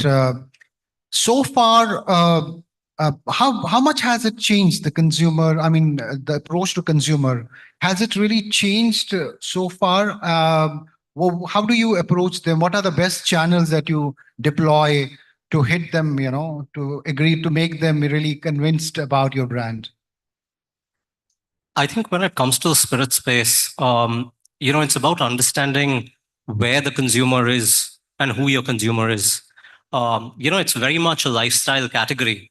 And to that extent, it's very similar to other, consumer categories. But also the difference really being that it's so much more experiential very often.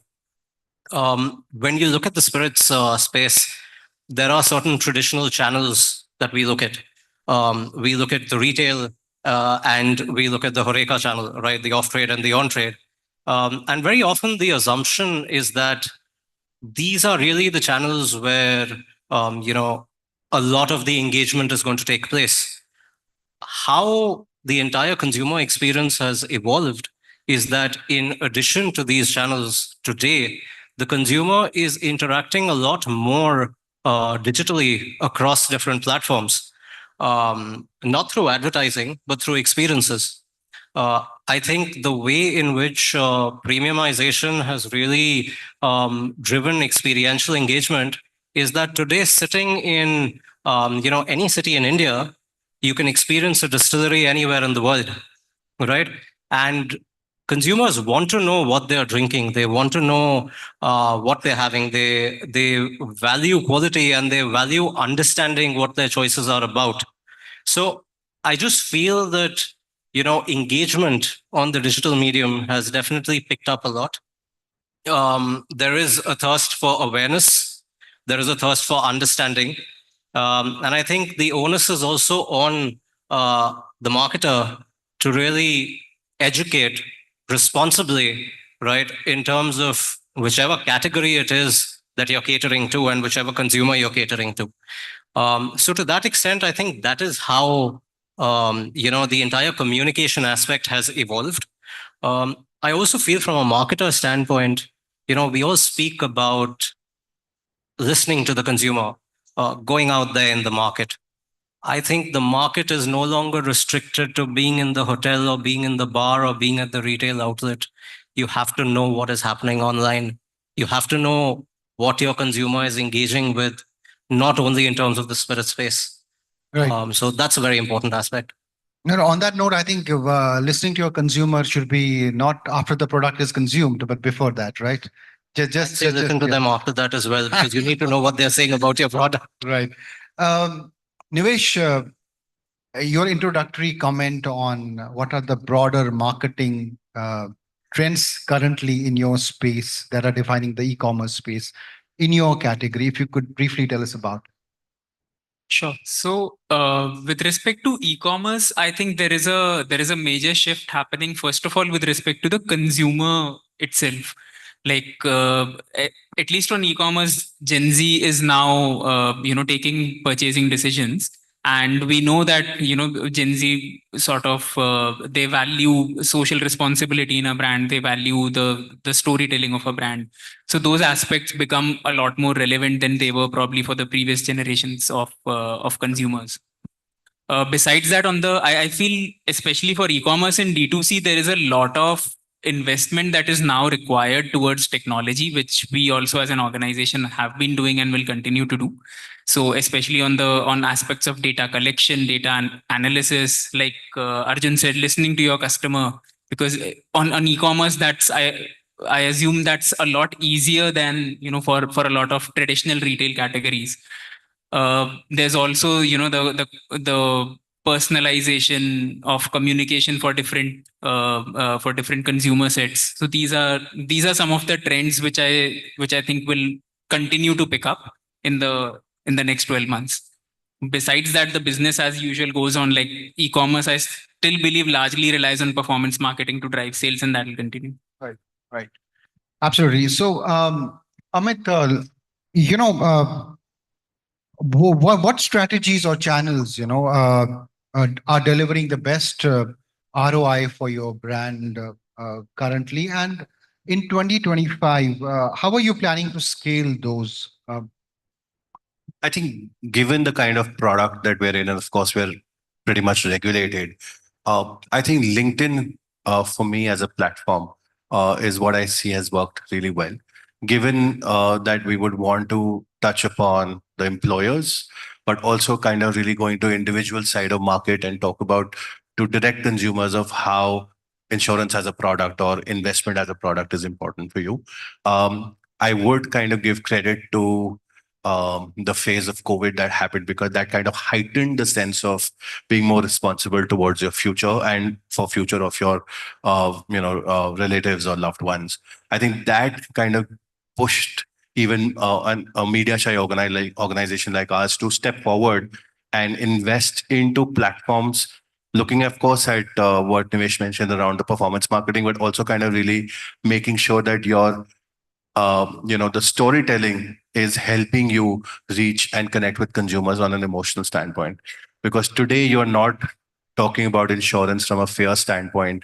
What you're talking insurance is largely around the emotion of having a safety net. And the fear factor is gone. You don't scare the customers You don't anymore, scare right? the customer. You talk about the safety net. You talk about the future of how good it can be. And like the vision of our organization is inspiring well-being. So just not being an insurer, but being a trusted partner on your journey of entire well-being. And that's how even products are designed today. LinkedIn is the For platform us, that yes. is But delivering. storytelling across other platforms, very critical. Traditional media, very critical. We are getting into sponsorships with sports teams because that's where we feel our consumers are going to be. So slowly, steadily taking steps into various other platforms, but where the buck is coming from, or where we want to target the top of funnel is LinkedIn for us, right? Sai Krishna, in your case, what are the channels or the strategies that are giving you the maximum returns? See, in our business, if you look at the, what kind of accounts are bringing revenue, you look at this Pareto rule, where 20% of the accounts bring 80% of the revenue. In some cases, it is even, extreme that 10% of the accounts bring 70% of the revenue. So for us, it's very important that we have to be customer centric. We have to put customer at the center and the front of the business. And yeah, at channel levels, events do really work. Events as in-person events and white glove experiences. But putting customer at the center of the business or front of the business, that's what decides, how we are going into the market, because we take those accounts as one of markets. That's how we plan for every of these major accounts. We have plans. We have separate plans. Just like we have a marketing plan at an organization level, we have plans for these key accounts. Which one has the maximum budget allocation? Like, is it events? Is it? Yeah, events definitely, because see, for us, it's very important to make deeper and relevant conversations. And that happens only in events. And that too, we cannot make traditional events, which are very usual for them. We have to create some kind of, cherishable experience that drives them to the event. Yeah. Arjun? Yeah, I think as far as this industry is concerned, you will find a fair amount of activity at retail, which is at the point of sale, right? But the interesting thing is, as you continue to go premium, the experiences really are created at hotels, restaurants, cafes, right? And I think that is where very often your consumer will connect with the brand, but that is as you go premium. One of the important aspects to look at is how do you ensure experiential engagement? And particularly in this industry, in the alcobev industry, what I've seen is a growing appreciation for experiences that have digital legs, right? And a holistic 360 approach where you're Physical and integrating digital touch points, right? where you're integrating it completely. I don't think it's restricted to any one channel today, because awareness, education, and the thirst for knowledge is very much there in the consumer today. They want to understand what they're consuming and what those stories are. The importance is in authentic storytelling and not really gimmicky storytelling, because consumers don't value gimmicky storytelling anymore. Nivesh, what has really worked for you in terms of strategies and channels, and how do you want to scale them up in 2025? So, like I said earlier, for e-commerce, I still believe performance marketing works the best. But having said that, we know that the ad tech ecosystem is evolving. We know that Google and Meta are continuously bringing changes that reduce the control of the advertiser. So it's also slightly dangerous to rely fully on performance marketing, because you know that you're not going to be in control of that activity a few years from now. So what we have also started doing, and I believe most e-com players are doing, is shifting focus to first party data, trying to build on existing customer loyalty, trying to increase repeat purchasing. So those are some of that will work very well in e-commerce in the coming years. Besides that, the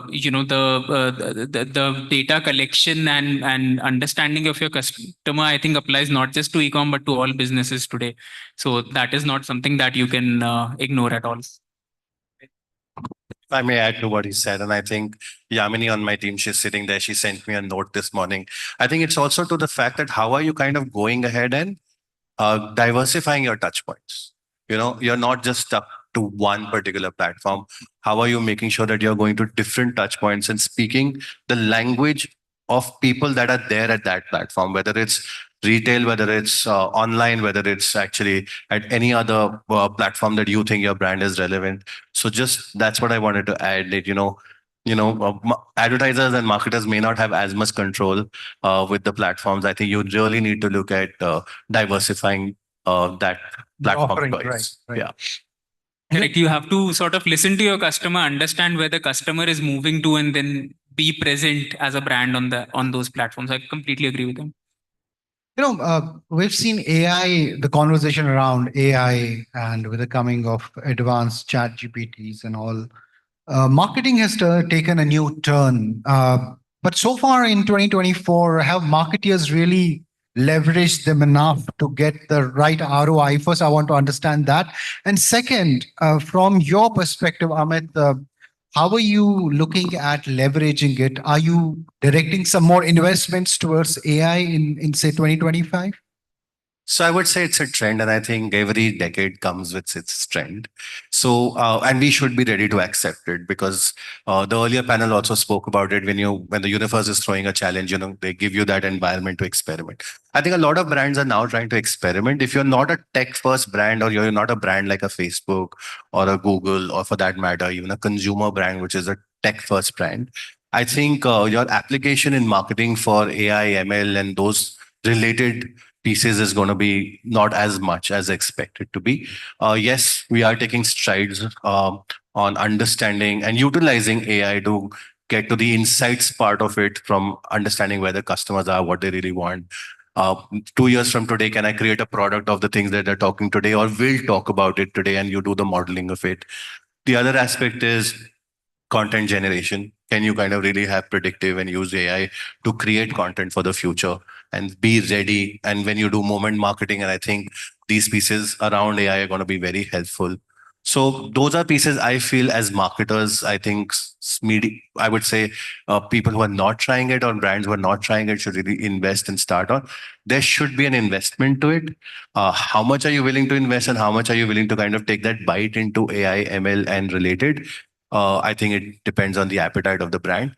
We are taking small strides, but we are doing it because it really helps you to be kind of be with the market and understand, how consumers are consuming content that you're trying to produce as marketers. Sai, AI, I mean, are you making more investments in leveraging AI? Give me a sense. And for 2025, what are your plans for leveraging it? For IT industry, AI has been even before ChatGPT, especially for account-based marketing, where we have to collect intent signals from various resources. So this programmatic advertising, whatever that you see, using cookies and also different, data that are available, this AI has been there for a time.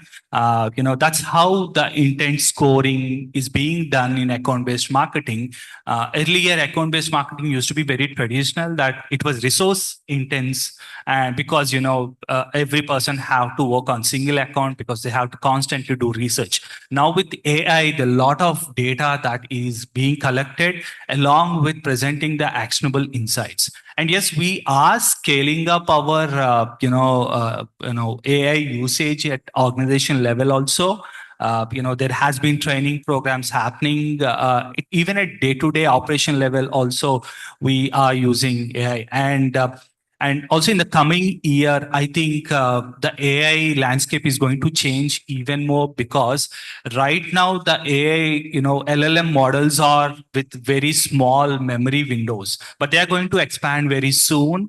And then, they remember a large, huge amount of data and they give more appropriate. And the second one is that they are going to change into text to action. That you don't have to know the protocols or the structures. You can just ask something and they can present. Even in CRMs also, we asked, show me the last 10 accounts or 10 leads that we have received through this channel. It presents that. This is how we are leveraging AI. And the AI has hit our screen also. So, quickly, Arjun, your comments on how are you leveraging technology, especially the layered, the advanced chat GPTs and AIs into your marketing mix? Look, it's exciting, isn't it? I mean, I think whenever anyone talks about any new buzzword, you have AI definitely being mentioned, right? And I think it's also about understanding what is the right timing to look at technology as being relevant from a consumer engagement process. I think what really is fascinating in the world of consumer marketing when it comes to AI is creating that impact in the mind of the consumer. We've seen some great work globally in terms of digital outdoor solutions that are using AI, and it's going viral across the world, right? And I think that is fascinating. But at the same time, I think any such endeavor needs to be looked at from the point of view of the ROI and what are the measurement metrics and what is the right time to take in that investment, right? Also, what stage is the brand and the organization at, right? And what are your priorities when it comes to your investment strategy?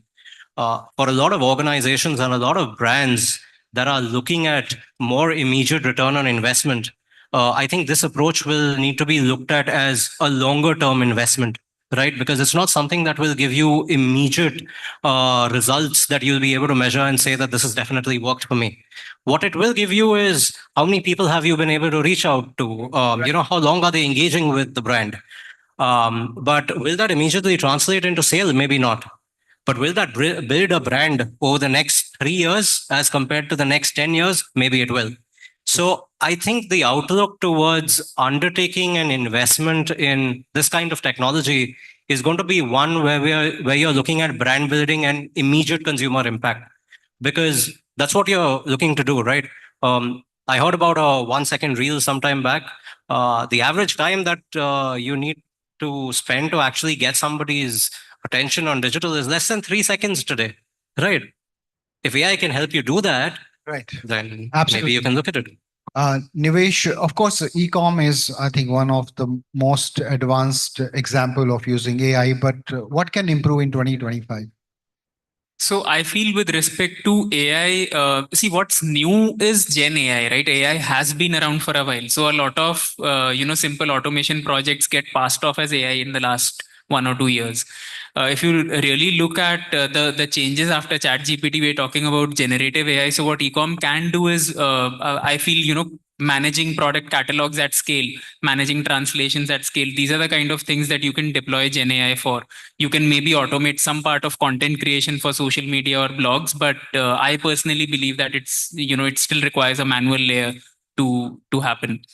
Customer service, I feel, is another area where Gen AI, like not those if else type chatbots, but the real LLM type chatbots can really enhance the customer experience. So I have actually 3 seconds, but I'll take liberty of 1 minute, but 10-second answer. One word of advice, Amit, for the marketeers in 2025. I think be agile is what I would say. And I see my former professor sitting there, Dr. Popley. I am a marketer because she taught me marketing. She's right here. So I think being agile is what she taught me in my MBA. I would go with that. Cycle. I would say be customer centric. Stay consistent. Don't change your brand strategy every year because you want to do something new. Do what the consumer is looking for, right? Stay consistent in your messaging so that you can actually make an impact in the mind of the consumer. Right. Listen to your customer and adapt to add value to them. Wonderful. So these are precious words from our panelists. I would say understand your consumer better. I mean, as an outsider, I think I've interacted with many marketeers. I think that is one point where it's simple, but it's difficult at the same time. I think understanding them. But thank you so much for sharing your thoughts here on the panel. I wish we had more time, but nevertheless, it was an interesting discussion. Thank you for your time. What a remarkable session indeed. Can we have a round of applause for our panelists as well as for our moderator here for diligently curating the session? I would humbly request you to kindly step forward for a group photo op session. Thank you so much.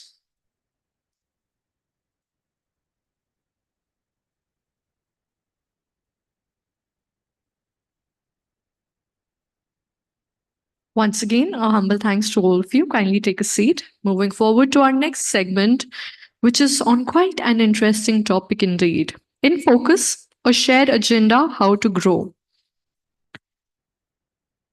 What can marketers do to ensure that they are contributing forward? To do the honors, we would now be requesting our speaker to please join us here shortly as the stage is being set. Just give us a minute. Thank you so much.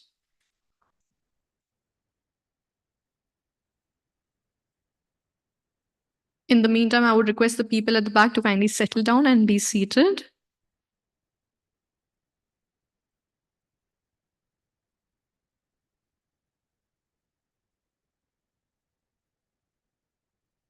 I think we always wonder that as marketers, what all we can do, contribute to the growth of a company, to the growth of sales, and how to, reach through that wavelength. So we do have someone from head of marketing who will be enlightening us on the same. So without further ado, let's welcome the lady with a round of applause, please. Head of Marketing India South Asia visa से हमारे बीच आ रहे हैं Sujata we Kumar. एक बार जोरदार तालियों की गड़गड़ाहट से let's welcome them on the stage.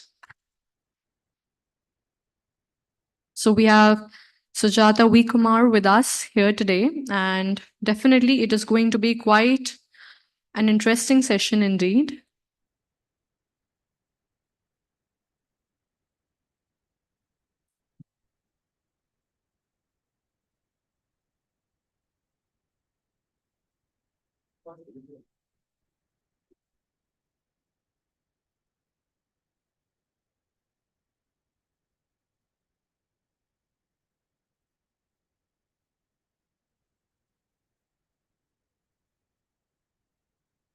Thank you for your time, ma'am, and we hence begin the session forward.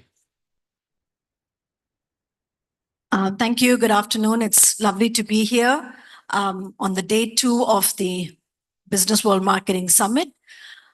I'm going to be talking, actually, it's not a panel and it's an interesting discussion. So I really hope that people will contribute, would love to hear your thoughts, your views.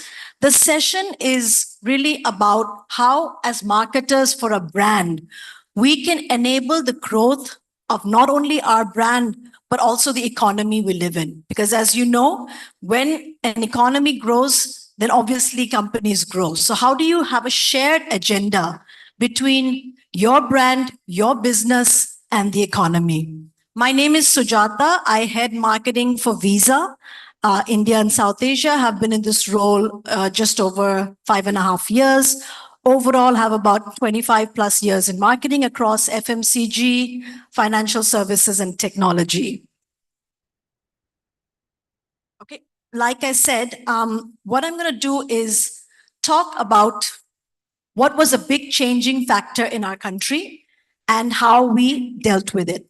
So this is about digital payments, and I'm going to talk to, hang on, I have to figure out. How do you go back? Back. Okay, great. All right, so when we talk about digital payments, we are talking about money. And the way this country has changed in spending has been huge in the past 6 years. And what we see is in spending, there are two cycles. There's one before the pandemic and there's one after. What I'm going to do is show you a lot of videos, so it'll get you excited. I'm sure you've been sitting here listening to a lot of people talking. So I'm going to talk less, share more, and get some interaction. Just a question. Prior to the pandemic, back in 2019, what do you think was the ratio of cash to non-cash spends? So cash means cash, non-cash could be anything from credit card, debit card, UPI, anything.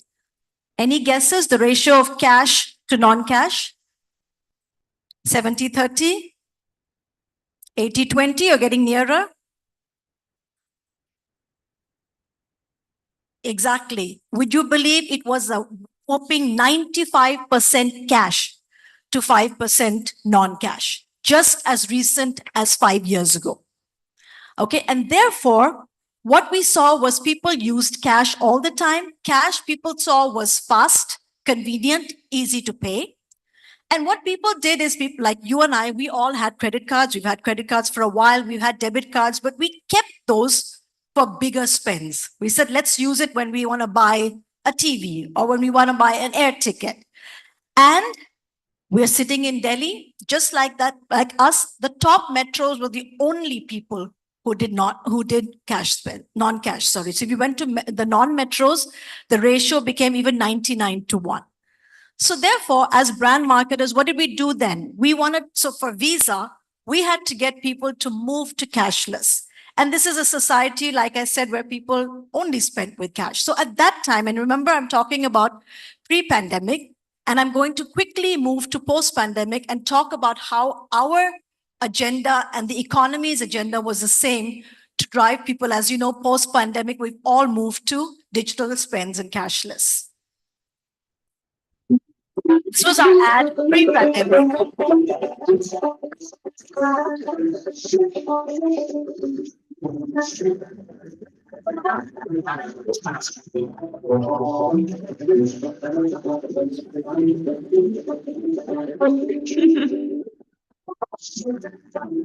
Pay with Visa.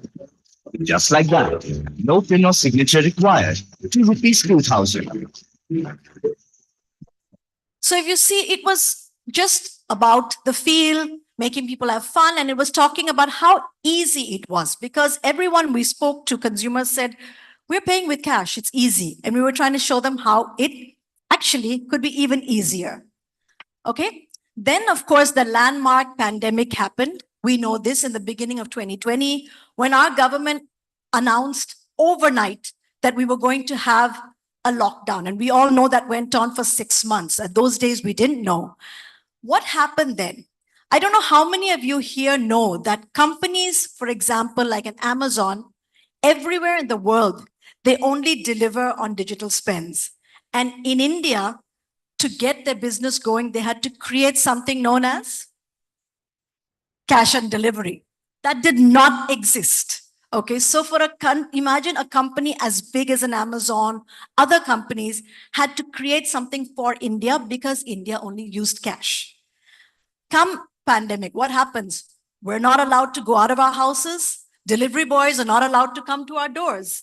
So people were really stuck. So what we had to do quickly as Visa and a lot of the other players was, how do we help people go digital quickly?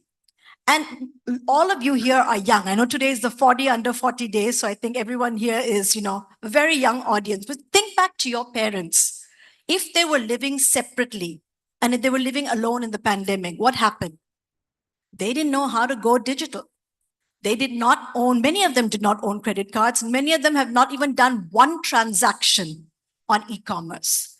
So what we did was, therefore, we launched what we call a campaign called cashless confidence or to tell people you can go cashless with confidence. And what was it? And I'm going to show you some of the things we did, but they were films, obviously, because what happened during pandemic? Everybody was at home. What happened during pandemic? People started watching TV again. If you remember, the TV viewing had really dropped, but with people sitting at home 24/7, there was no peak, non-peak, mid-peak, afternoon, morning, none of that. People were watching. So we took to media to talk about it. But if you see what we did in digital and social media was specific videos to tell people, especially the older, how to go online safely. And then we did a lot of other things, which were PR to ensure acceptance at point of sale. So just to give you an example of how we did it then. So when we had lockdown, we had to focus on e-commerce. And simultaneously, like I mentioned, this is what the government was doing as well. They had to agenda to get people to move to digital payments. If you remember, there was always the talk of digital payments. We had to focus on e-commerce, telling people how to shop safely from your home. And then we had periods when the market opened and then the market closed again. The markets opened again. But whenever it opened, what did people now do with the cash they had? People didn't want to use cash because somebody said, we don't know who's touched that cash. We don't know if it's safe. We don't know if it's clean. So from something that became the easiest way to work, it suddenly was something people didn't want to do. So post-lockdown, what we did was we wanted to focus on communicating how you can pay in a safe and secure and quick manner. So this is small. And if you remember, we were all sitting at home. There was no way we could go out and shoot films those days, right? So this was digitally generated content that we had and we put together. But I'll give you two examples to show. These are not beautiful, flowery, films. It's absolutely to the point. One shows online food delivery. One showed online grocery, because these were the two biggest use case and the third was pharma.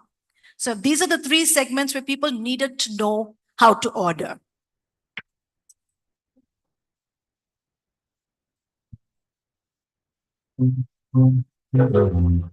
Just click to pay with Visa. Cashless confidence.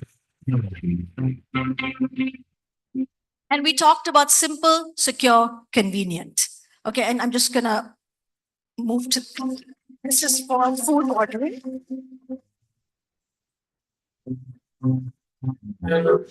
Just click to pay with Visa. Cashless confidence.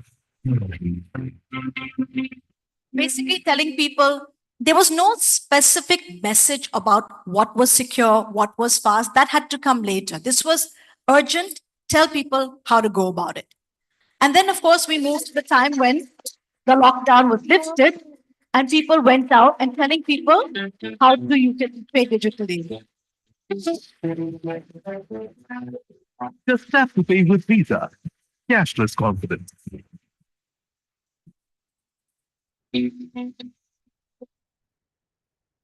And like I said, what happened is all of us in this room had to repivot how we thought creatively, how we worked in our media, because the habits had changed totally. Suddenly, with one TV ad, you are reaching 700 million people again, which you hadn't done before. You were doing that. So we made sure we came back and we were seen on TV. A lot of OTT content, a lot of connected TV, you could reach them. And of course, social media grew. Important thing, like I mentioned, is it's not enough to just take whatever TVC you have in TV and put it on digital. What you have to do is give direct messaging. Okay, so that takes care of the 2020s to 2022. We're coming closer today. What happened after the pandemic? How many of you here after the pandemic suddenly said, you know what, I don't really want to use cash anymore. I have my phone, I can scan and pay. I have my card, I can tap to pay. Arms up, hands up, those people. Yeah, pretty much everyone here has said that, right? So therefore, as marketers, we had to continue the messaging. And what did I tell you initially what people liked about cash? They said it's quick and convenient. So we had to make people believe that digital payments are even quicker, even more convenient, and in addition, very safe. The other thing was most of us thought, okay, we can only use our cards if we are paying face-to-face at a shop. But what did we realize? We don't need that cash on delivery anymore, right? We're now good to use our cards online to scan and pay. And there was a third big use case with UPI being launched. Everyone suddenly realized that the weapon was in their hand. You just needed your phone and you could pay. Many people did not know that you could also use your card to pay by phone. So therefore, we then took the campaign to the next level, which was not so simple, but talking about specific use cases of how you can pay. So the first one.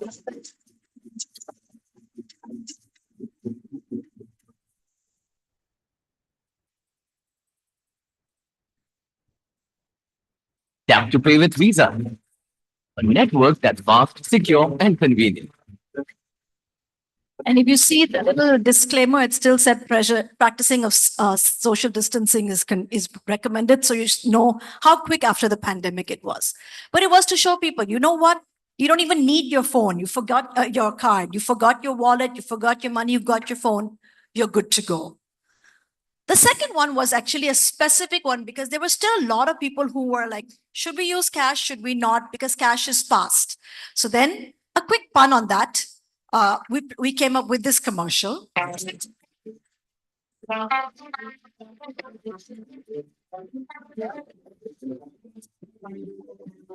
Tap to pay with Visa.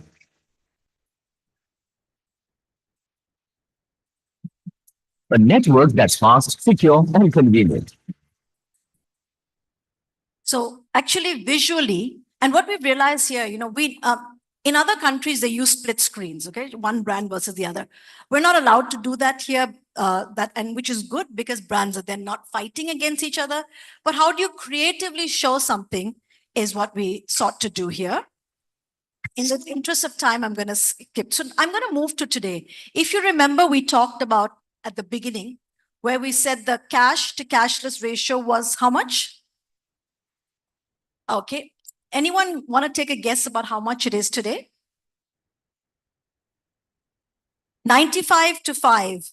Any guesses of what it is today? 70-30.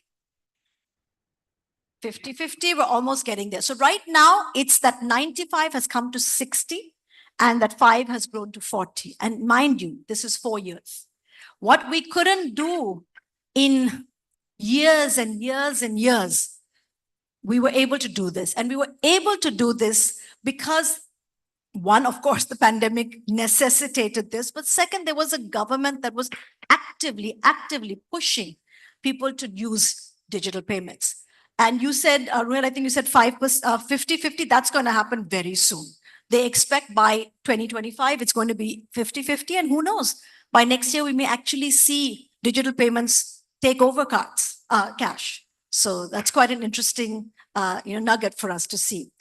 Now, tell me something. With everybody going digital, what's the big issue that's come? Yep. Exactly. How many of you got this? Click on this link, you will get 1 lakh tomorrow. Do this, you will get that. Do this. And how many of you have actually lost some money? Anyone in here want to be honest enough and say, yes, I lost some money? You want to talk about it, sir, quickly? Do we have a mic? Sorry. Oh, actually, let me. I like things to be interactive. Yeah.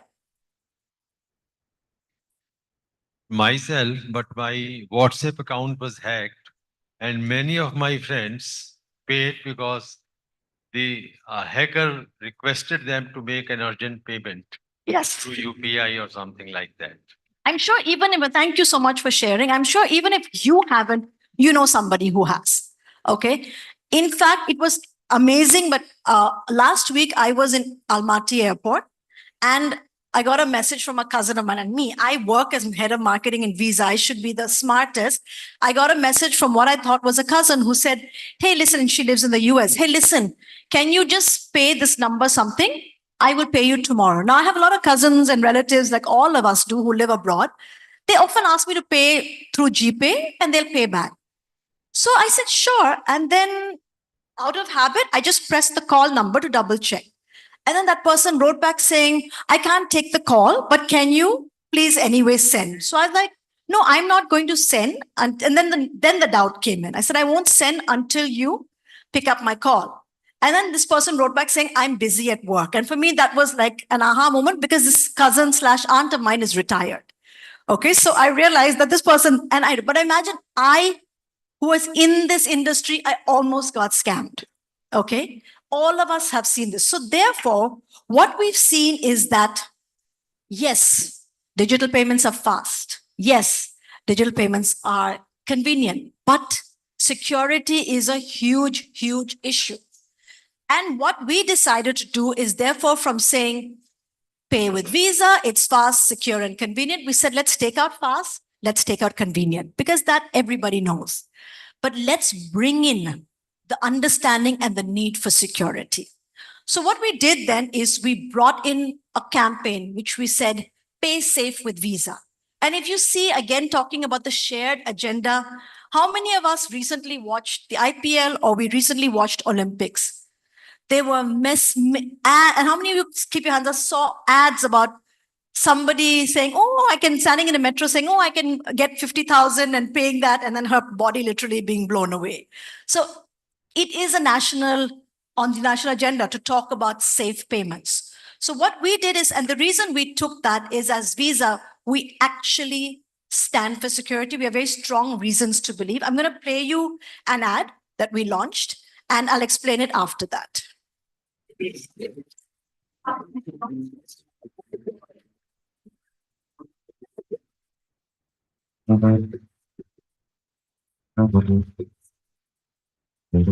की इतनी चिंता तो payment सिर्फ visa से ही करना।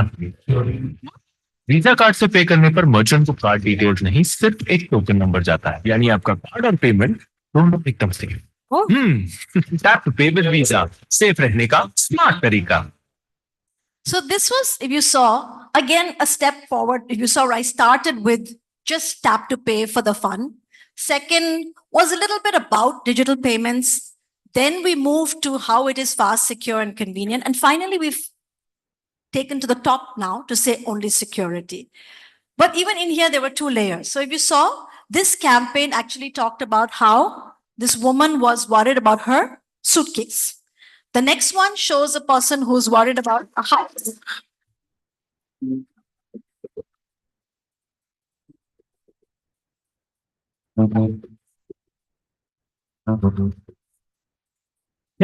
Safety की इतनी चिंता? हाँ, तो पेमेंट सिर्फ वीजा से ही करना।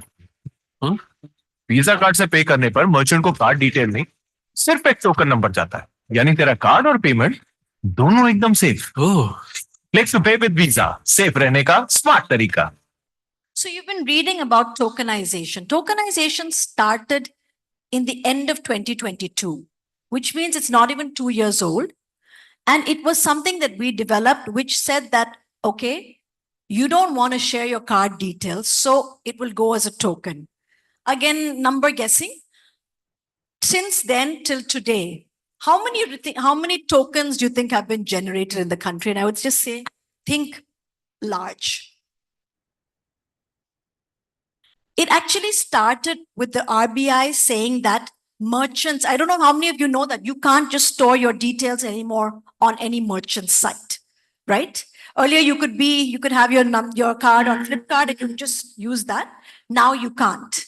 So this came in response to that as a quick way to do that. Any guesses? How many, let me tell you, how it's in excess of 1 million.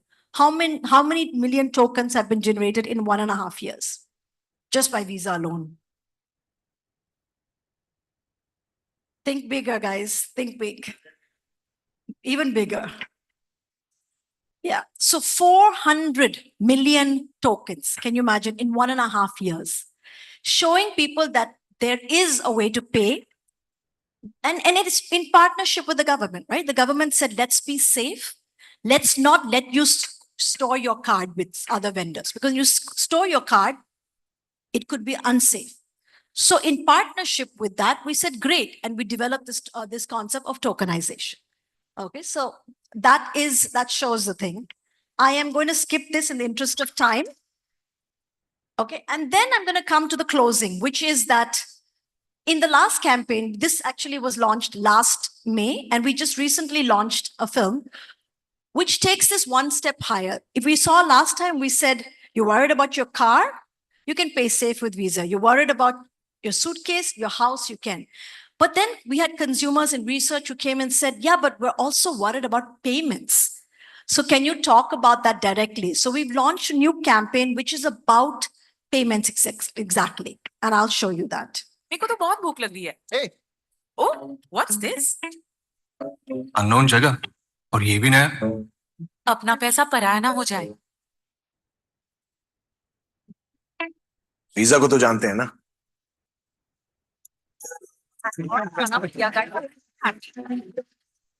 Small step से बनाओ बड़ी यादें. जब सिर्फ 2 seconds में 500 layer security के साथ visa बनाए हर ट्रांजैक्शन को एकदम से. Visa makes the best happen. So you saw it moved from a general security to actually a security issue. If I'm gone to this new place, what if it's not safe? I will just skip this again and I'll show you because I want to show that was face to face. This is online. Hi, good morning. Guys, आज boss का birthday है. नई website पे card save किया तो best boss best loss ना हो जाए.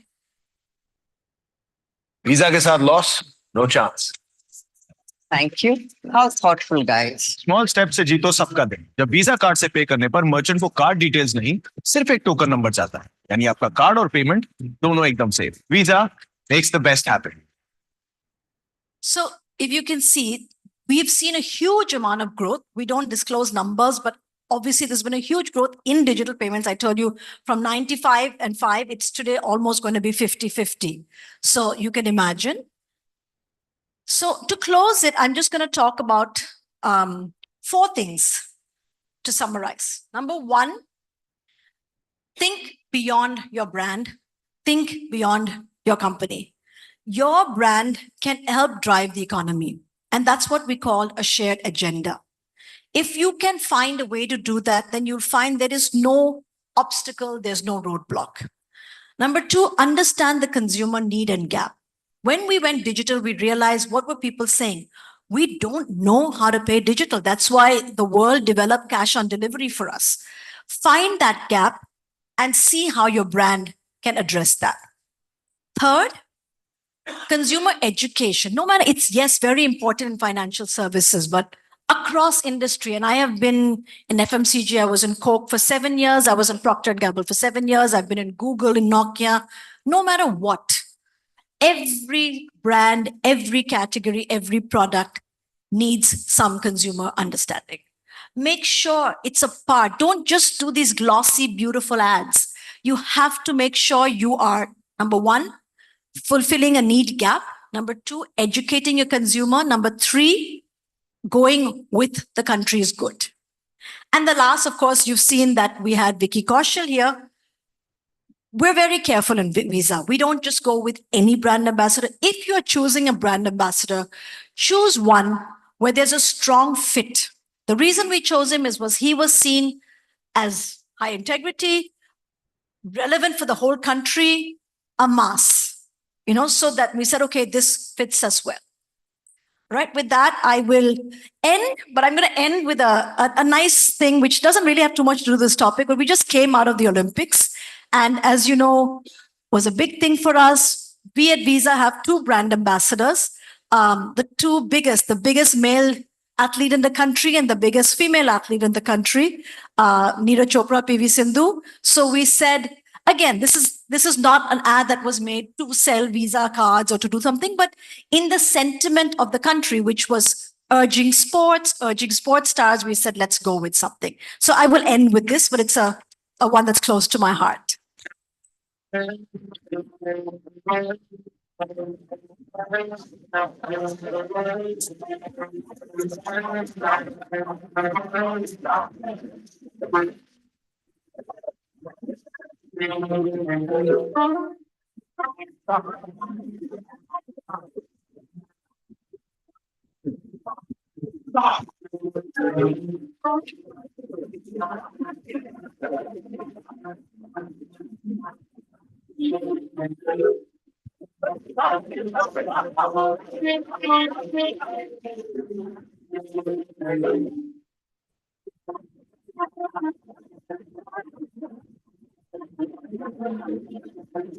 Sometimes small steps can inspire a billion to reach the impossible.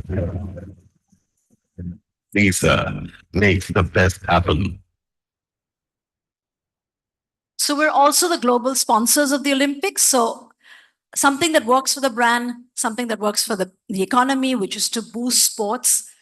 We did this. So that comes to the end of my talk, but I hope you enjoyed it and it was a pleasure being here. Thank you. Thank you so much, Sujata. That was quite a remarkable presentation indeed. Hats off to the lady here. Moving forward to our next segment now, which is on quite an interesting topic, which is going to be a panel on collective value creation. To do the honors, I would shortly be inviting our panelists once the stage is set.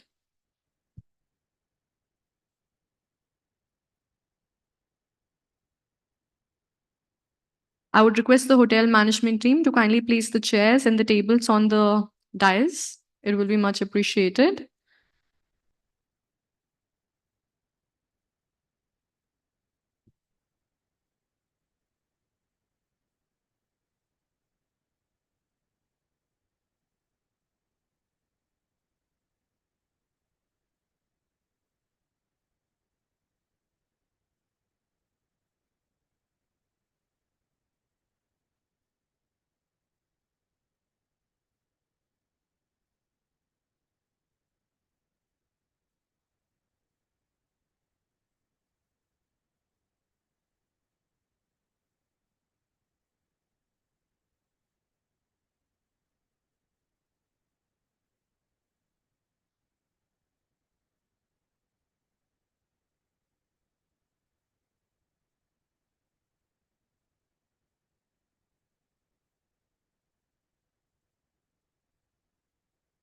Well, the moment is here where I would now be humbly requesting our panelists to kindly join us here on stage. For the panel on the topic collective value creation, let me call upon with our first panelist here today, Nikita Yadav, Marketing Manager, Tata Blue Scope Steel. Let's welcome the lady with a round of applause, please. Followed by Prerna Bhutani, Head Digital Marketing, General Manager, Godrej Properties. Let's welcome the lady as well with a huge round of applause. Thank you so much. Followed by our next panelist, Rahul Sharma, Vice President, Brand Marketing and PR, Reliance General Insurance. And of course, the session chair, Sahil Mohan Gupta, Editor, Tech and Auto, BW Business World. Most welcome, sir. Kindly take the lead on the session henceforth. I know it's been a long day for everyone, but this is going to be a fun session. So very excited to have Nikita, Prerna and Rahul here. And we have a very interesting topic here. So I'll just get straight to it. Collective value creation is an emerging trend, and it's like really broad ranging, and it impacts us all. So how do you guys perceive this in your collective sectors, and what are the primary opportunities and challenges that you foresee? Rahul, you can go first. Good evening, everyone. So Sahil, collective value creation is something which goes beyond transactional aspect. So when you say you're collectively creating value, you are partnering, you're collaborating with a lot of stakeholders across the ecosystem, and are trying to build that transparency. There is something kind of a equal opportunity or exploring the new market, which kind of drives the new innovation, newer engagements, and also kind of gives that credibility to the each brand and creates value for the everyone who is collaborating to create certain value or certain things out of it. So it builds a lot of the bigger brands, larger brands create such communities which are sustainable, And a brand like us, we also partner with lot of people in fintech and healthcare providers to create value, a seamless customer service and experience for our customers also. Nikita, in your field, how it impacts, because it's a very traditional, very conservative field. How do you coalesce everyone to work together and create value? So actually, that's the fun about traditional industry. Marketing and creating brands in traditional industry requires a lot of collaboration and co-ownerships. So that's one thing which is very, very important when it comes to BNC kind of industry. Involving the complete ecosystem, it can be vendors, it can be customers, your partners, employees, their trainings, the whole ecosystem, and the contextual community in itself it's very important at collaborate and create value for everyone in the value chain. So that's how we look at it. So that's, okay. Prerna, in real estate, marketing involves multiple stakeholders. How do you manage brand differentiation? Because it's a pretty commoditized thing for the average person. And how do you sort of enable that differentiation, because the trends keep changing, the tastes keep changing? Sure. So, thanks, Sahil. I think at Godrej Properties, we look at what does the mother brand stand for, which is the Godrej brand, and we inherit the trust and legacy from the mother brand. Secondly, we are now trying to establish in the consumer's mind what the real estate division of Godrej stands for. And we are going horizontal by collaborating with our sister company, that's Godrej Capital, to ensure that, together we are able to not only give a house, but also a very, very cost-effective home loan to our customers. Thirdly, when we are launching really big products, we have multiple segments of consumers in a particular township itself. So you'll have an affordable house, you'll have a retailer, you'll have various segments of customers in the same township. So now we're also kind of getting one level deeper and saying that, okay, what does my brand represent for this particular segment? And that's how we are aiming to structure the differentiation using two axes. One is the mother brand, Godrej Properties, and the third is the segments of customers within Godrej Properties. So Rahul, we were just discussing this before we came on stage.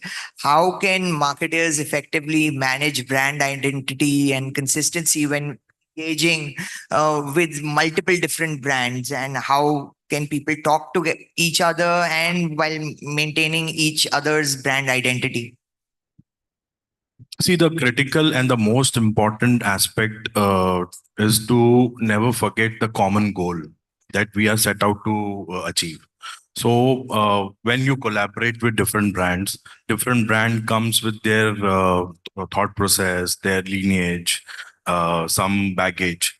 But when the collaboration happens, the most critical and the most important thing, as I said, is the common set of goal that we all are set out to achieve that. And obviously, we have to keep our individual brand identities separate and work towards to achieve that common goal.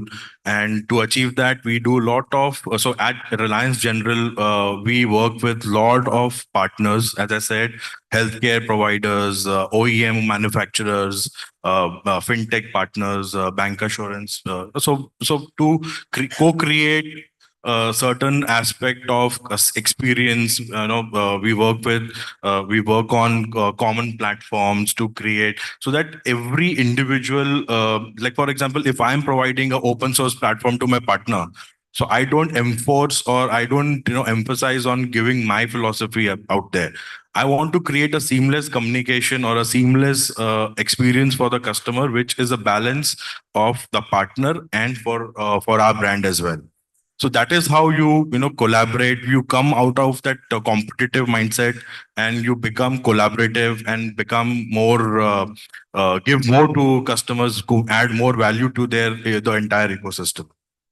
Right now, would some of these principles be applicable even in your field? Can you reframe the question for me? I mean, when like in the real estate space, are there a lot of collaborations with different brands? Does that even happen there? And if it happens, how do you sort of tackle it? So, like I was sharing earlier, that we can look at collaborations in multiple lenses. One is from the consumer offering point of view. Can we look at a capital to give a home loan? Can we look at an interior to give home decor? So the entire consumer value proposition can have multiple brands that collaborate with each other. The other way to look at it is, can I bring in transparency in the data of real estate transactions that happen today? So hence, can I collaborate with a 99 acres or any other property aggregator to see how we can bring in transparency in the real estate sector? Because that's something that's a pressing need of the sector. So we do have such collaborations coming into play as well. And there are a ton of prop tech firms that are kind of riding on this wave on the background or on the back of such collaborations. So there would be different needs which necessitate collaborations, but the sector is up for a lot of it, because if you look at the way real estate happens internationally, a lot of it is consumer first, which means the developers are forced to come together and ensure that their offerings are made available in a standard format to the customer, and the data is available in a transparent standard format, which is probably where the Indian sector will go to. And that cannot happen without cross collaboration. Nikita, do you want to add more on this? Actually agree with Rahul and Prerna. Transparency is the key. Transparency is something which is very, very important. And it is very important to have your objectives in place with all the brands that you're working upon with. The clear objective definition and clear guidelines for everyone, all the partners who are coming together is extremely important when we collaborate. And by the end, it is also very important that all the brands should have a backup plan when anything goes to, because collaboration is not as easy as it sounds. You know, the objectives for my brand and your brand might be different, but it is important that everything is on the table, transparent, and clear metrics and objectives are defined. So that is how I look at it. Well, these days, what kind of skills and competencies should marketers develop, while you are working in these different fields, and how you can sort of inculcate a very collaborative workspace? Rahul? In terms of talent or marketing skills, I don't think so there is any specific requirement, but yeah, the foundation basics is something that has to be taken care. You have to be more empathetic towards community building. You have to genuinely do something which will create value for the customers, and take the brand and the collaborate, and all the brands that are working to collaborate and do certain good, build sustainability for the consumers, has to be coming from the top down approach. And so that's what we have to be true to our sense, and not and use a lot of so like, for example, I'll give you some example from our industry only, that we effectively use a lot of voice bots, chat bot to create customer experience. ML, we use a lot of ML to analyze satellite images to assess risk for flood prone areas well before we kind of get into insurance agreements with our collaborators, partners, so we use our skill sets effectively to create value, and it's not that we restrict it to only ourselves. So we give it, we open it for the entire community. We do a lot of data sharing initiatives. We do so because we are in a risk mitigation industry. We do a lot of collaborative initiatives to create awareness about products, about claim processes, seamless claim processes through digital touch points.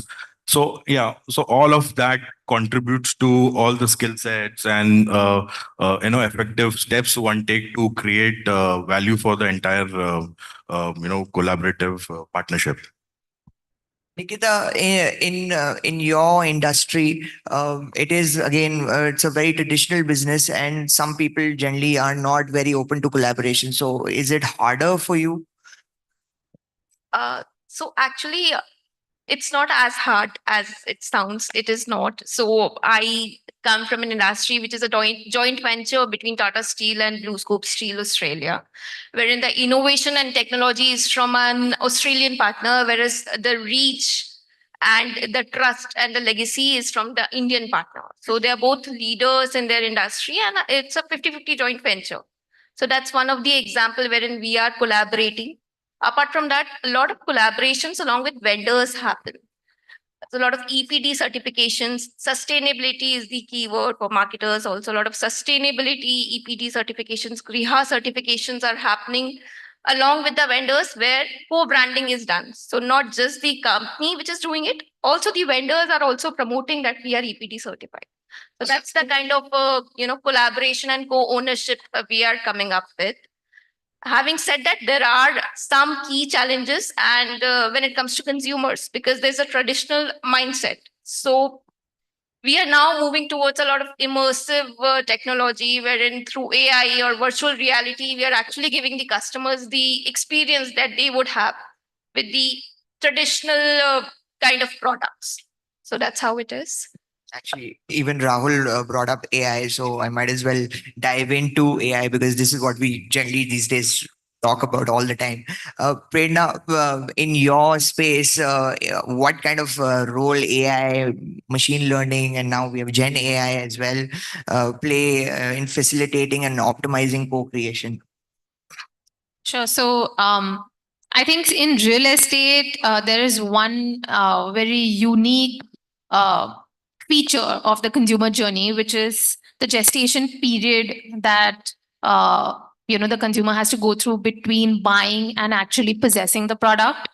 I think it would be the longest gestation period for any product in the market. So from that perspective, we've seen that consumers aren't able to effectively imagine what life would be 4 years hence. And there is a fall in our NPS scores when you buy a product when you're 24 and you move in at 28. When you're 24, you're a bachelor living a studio kind of life, and you invest in a property thinking that this is suitable for me right now. But when you move in, your life stage has changed. You're now married, and you're not happy with the product. And how do we bring in some kind of visualization for the consumer to foresee what his or her life would be 4 years from now? And kind of base your decision on that. That's one use case that we're greatly dabbling with, because we believe that it will actually elevate consumers' experience of real estate on the whole. The other bit is around data.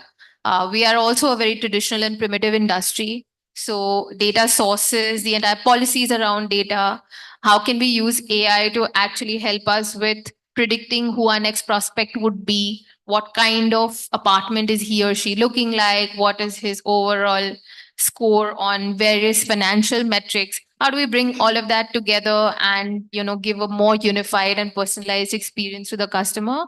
I think these would be a couple of use cases that we are currently dabbling with.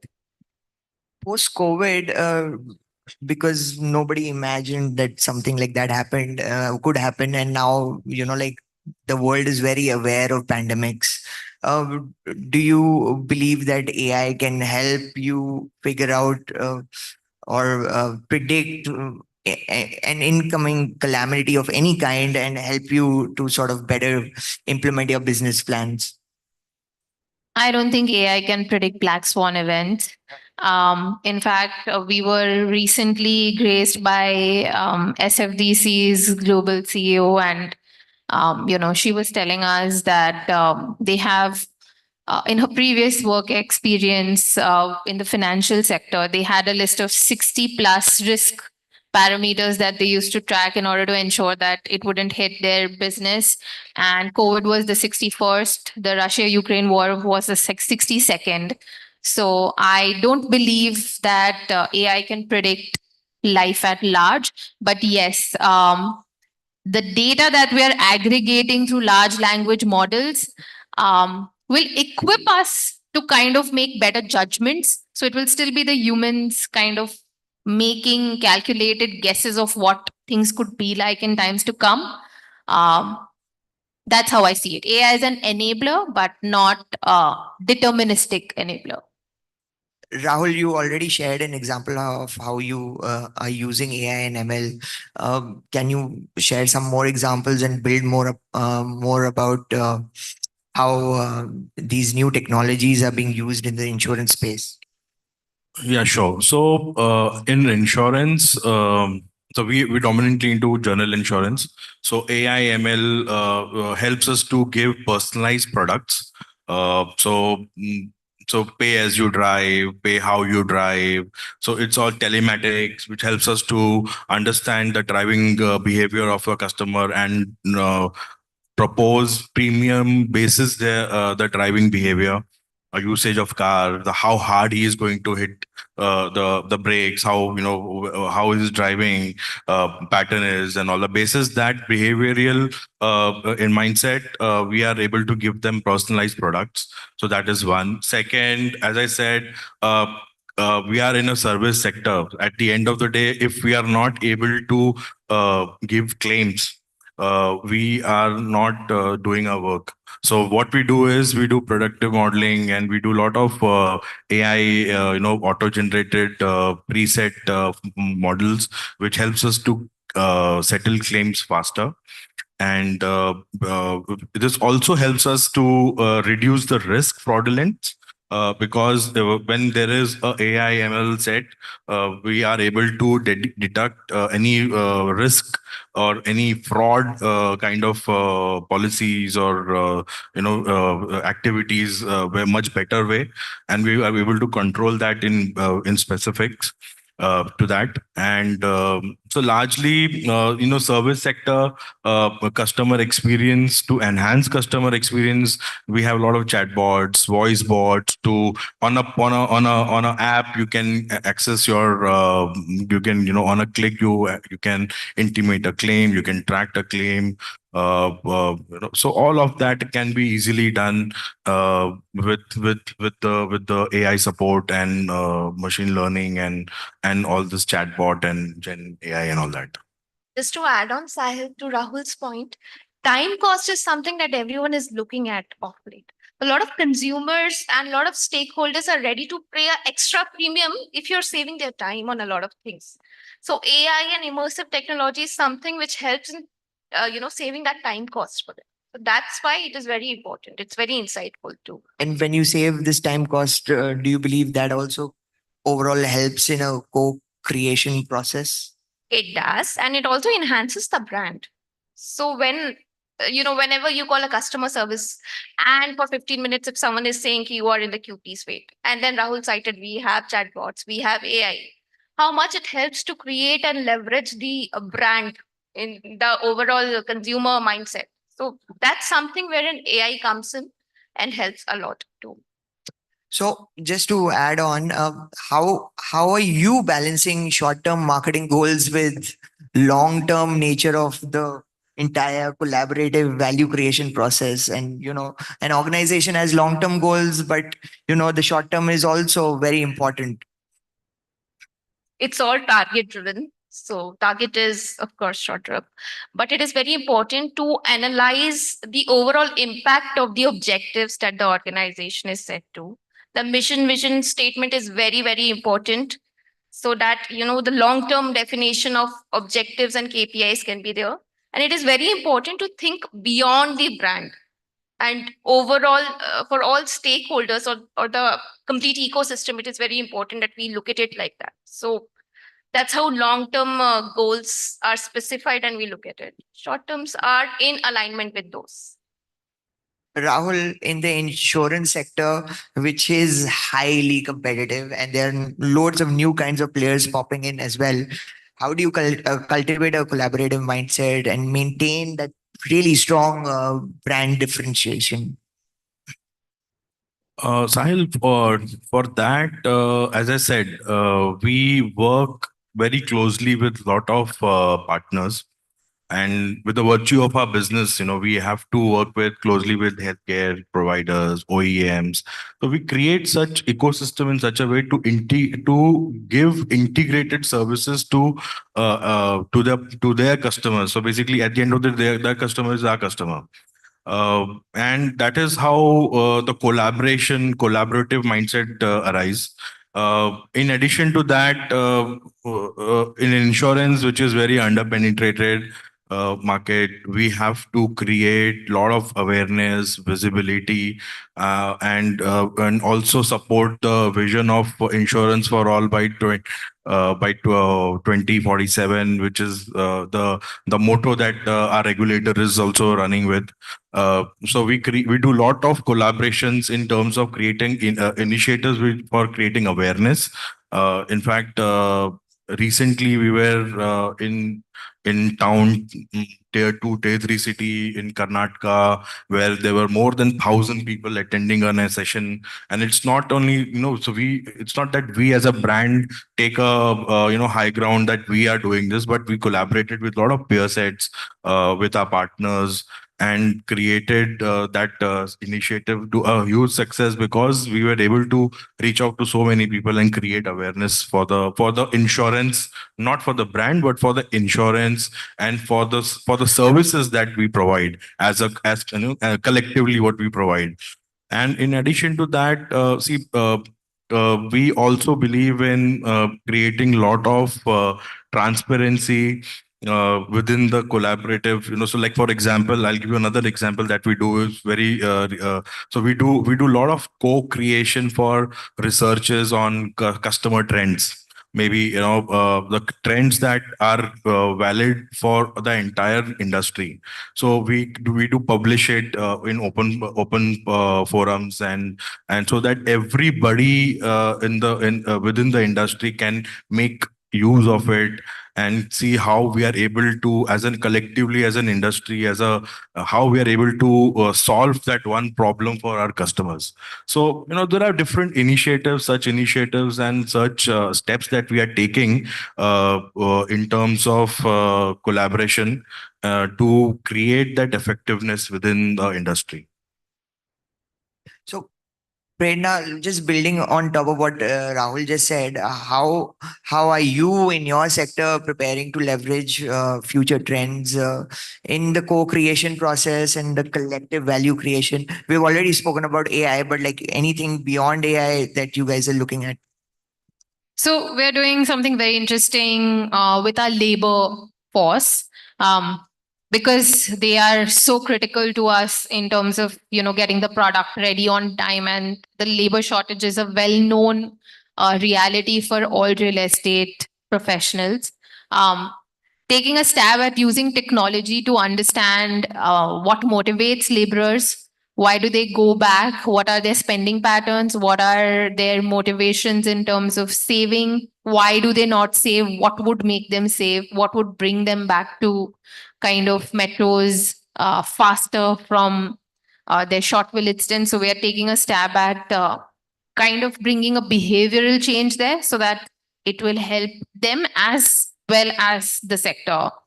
So they have a kind of a bit of a short-lived approach where money is concerned. So we're trying to bring about a bit of a shift there using technology.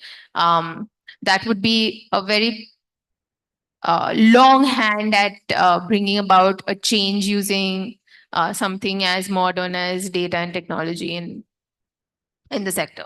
Nikita, do you have something to build upon this? So I would say personalization is something that a lot of industries and companies are going towards. So hyper personalization is actually making when the efforts are towards collaboration, it is very important that personalization is there for the consumer so that they understand your objectives. So that is one of the latest trend which is coming into industry, even in BNC.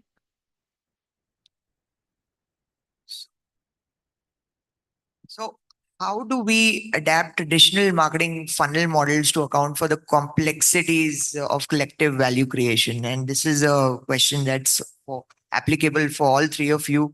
It cuts across industries. Rahul, if you could. Okay. So, in collective approach, I feel it's not only a top of the funnel or a mid funnel or a bottom funnel approach. It's a effort which goes across the funnels.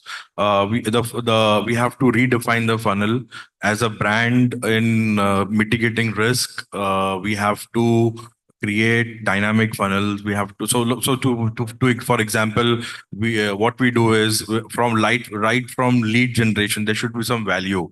So like we are not putting out our offerings like transactional way. So there's a clear value creation for him to come and put his lead, and when we are able to approach him through our various channels, we are giving him a promise. We are not just pushing a product. We are giving him a personalized product, a product that he actually needs and he really wants for him and his family. We are not only doing this with our customers, but also we are a very partner-led community. So we work with a lot of partners. B2B is an important aspect for us.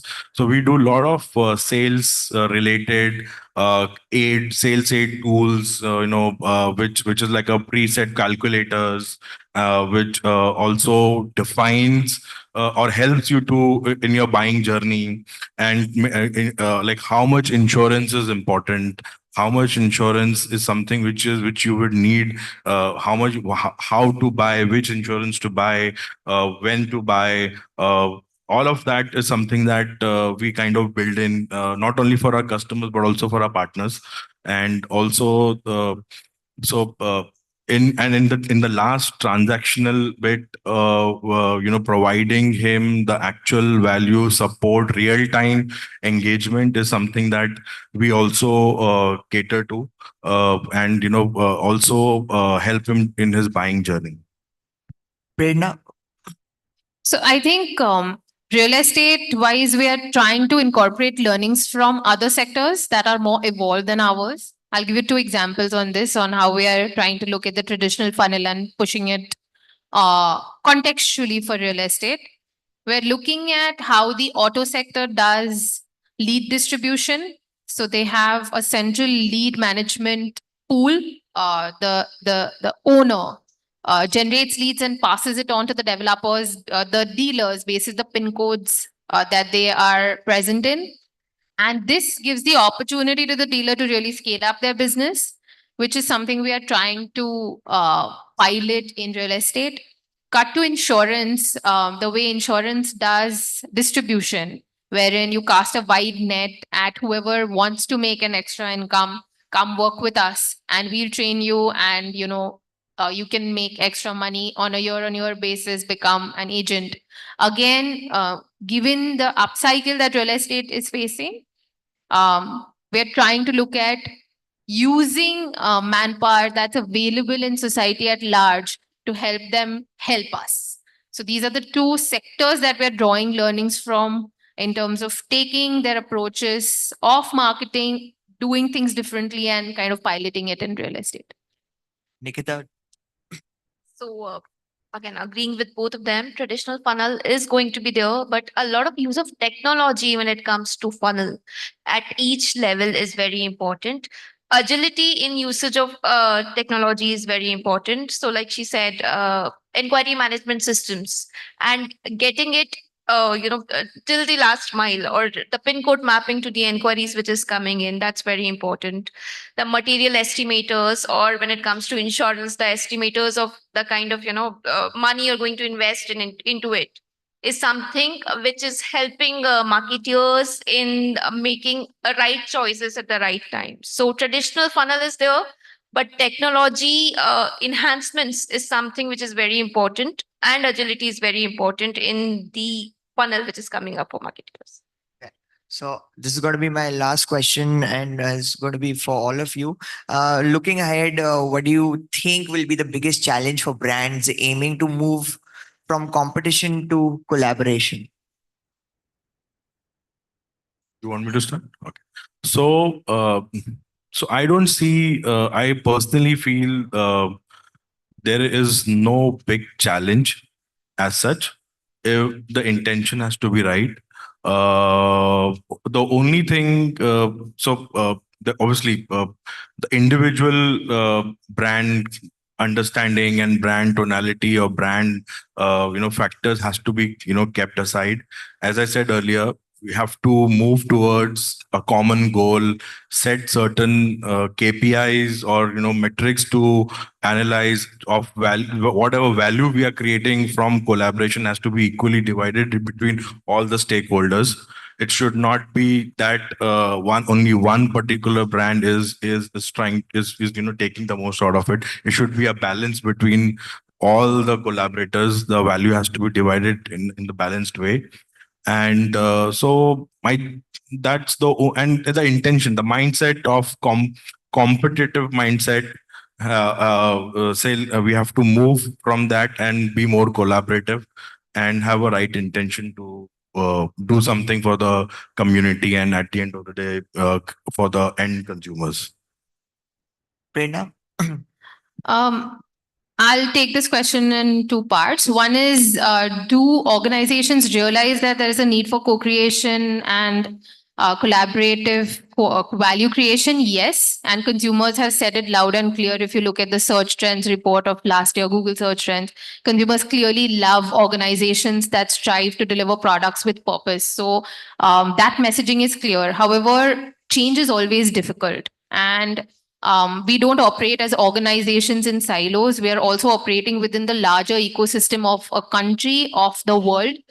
If you look at the way the world order is moving, there is also some instability over there, right? And in 1991, we went from liberalization to globalization. Now we are re-questioning globalization, and you have forums like ORFs, which are bringing thought leaders together to say, okay, hey, what will be the institutions which will kind of strive for the global values of peace, etc. So there is a certain amount of kind of upheaval over there. I think that change becomes even more difficult when upheavals are there outside as well. That's something that I think organizations will kind of struggle with when you have a central force kind of supporting the wave. It becomes easier for everyone to ride it, but there's something else going on somewhere, and here you are trying to bring about another change. I think that's where the complexities will increase. Nikita, final thoughts? There would be 2-3 things I would say would be challenging. Some are governance related, IPR related, also conflict of interest. When two parties come together or a lot of stakeholders come together, there are conflicting interests which comes in. So that needs to be defined and clearly understood. That is something. And lastly, quantifying the impact for all the stakeholders is something which would be challenging too when it comes to collaborating and co-ownerships. So, yeah. Thank you all. It's been a really insightful conversation, and it's a very broad ranging topic. So thanks a lot. Thank you so Thanks so much for having us. What an amazing session was that. Can we have a round of applause for our panelists as well as for the moderator for diligently curating the session so well? Kindly please step forward for a group photo op.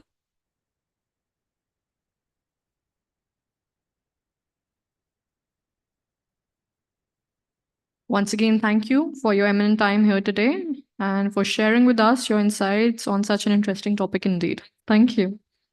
Moving forward to our next segment, which is an insight. Had I known a year ago?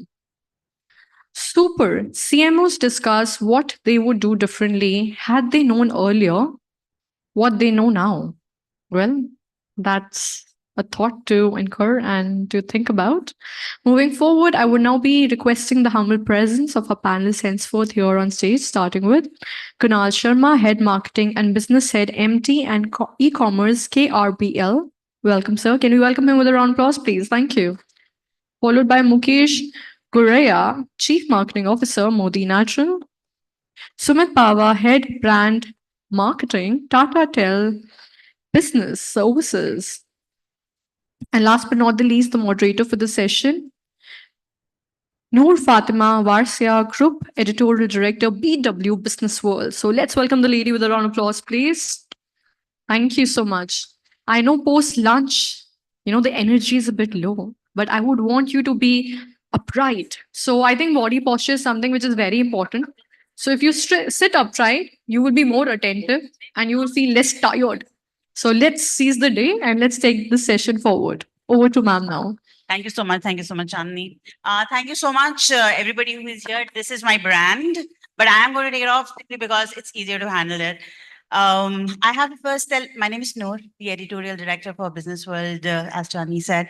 I have to first tell everybody that I have not let them prepare. I did not let them. So whatever you're going to hear from them today, it's more like the spot examinations, and I think it's going to be fun. The background was that we did our research. What are the things that people are talking about? And there have been some interesting, for want of a better word, upsets in the last year. Now, what did that mean for marketers? And that's why we are here. So I don't know how to start this, but shall we just directly get into this? Or shall we first just take a look, agree or disagree that the year had its surprises? How many of you agree? Look at this one gentleman, he doesn't agree. It's good that we have surprises, otherwise it would be boring. Great. Now they agree that we have surprises, right? So tell me, and this we will, anybody can take it from the panel. One thing, one piece of advice or one piece of information or insight, which if you had a year ago, you would have done something differently in your marketing decisions this year. Who wants to go first? Any piece of insight or information that if you had a year ago, it would have impacted either the budget allocation, or it would have impacted the way you're hiring people, maybe anything. Okay, so let me go first then. Thank you, everyone. Thank you, Business World, for the opportunity.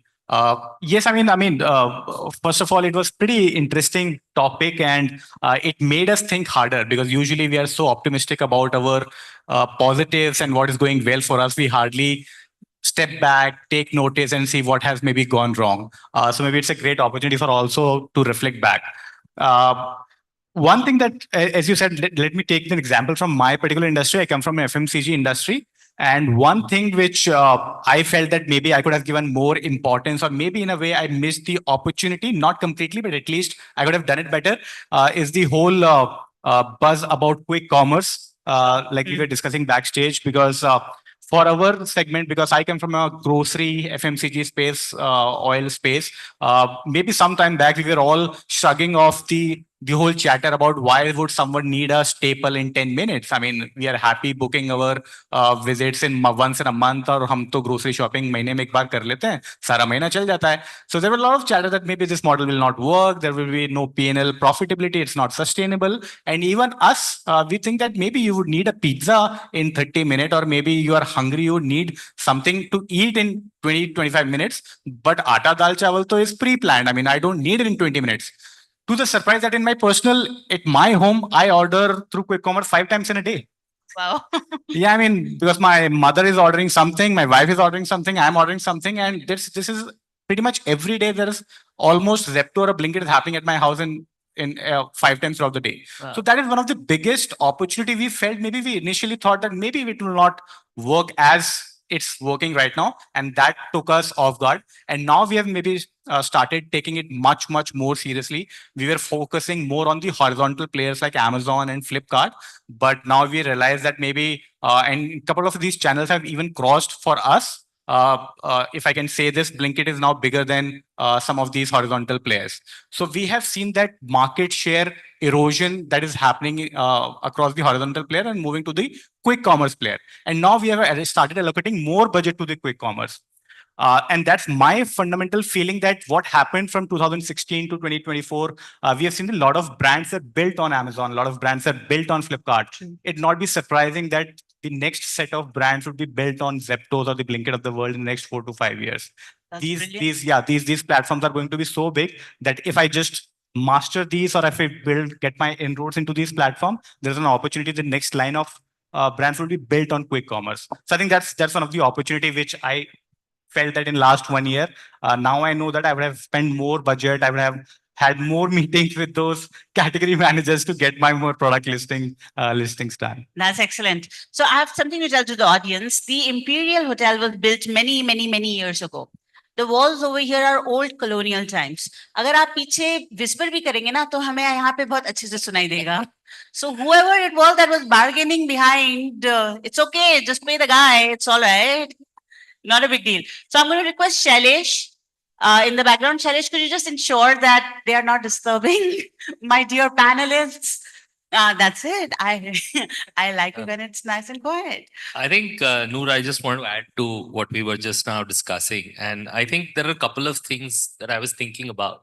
One, obviously, I'm picking up from quick commerce in terms of an avenue of building a brand, right? And today, and a year back, we never thought of the kind of capabilities that quick commerce would bring to the table, not only from a brand revenue perspective, but from the kind of dimensions it can give to a brand, from the kind of targeted sampling opportunities that quick commerce offers to marketeers today for a new product launch.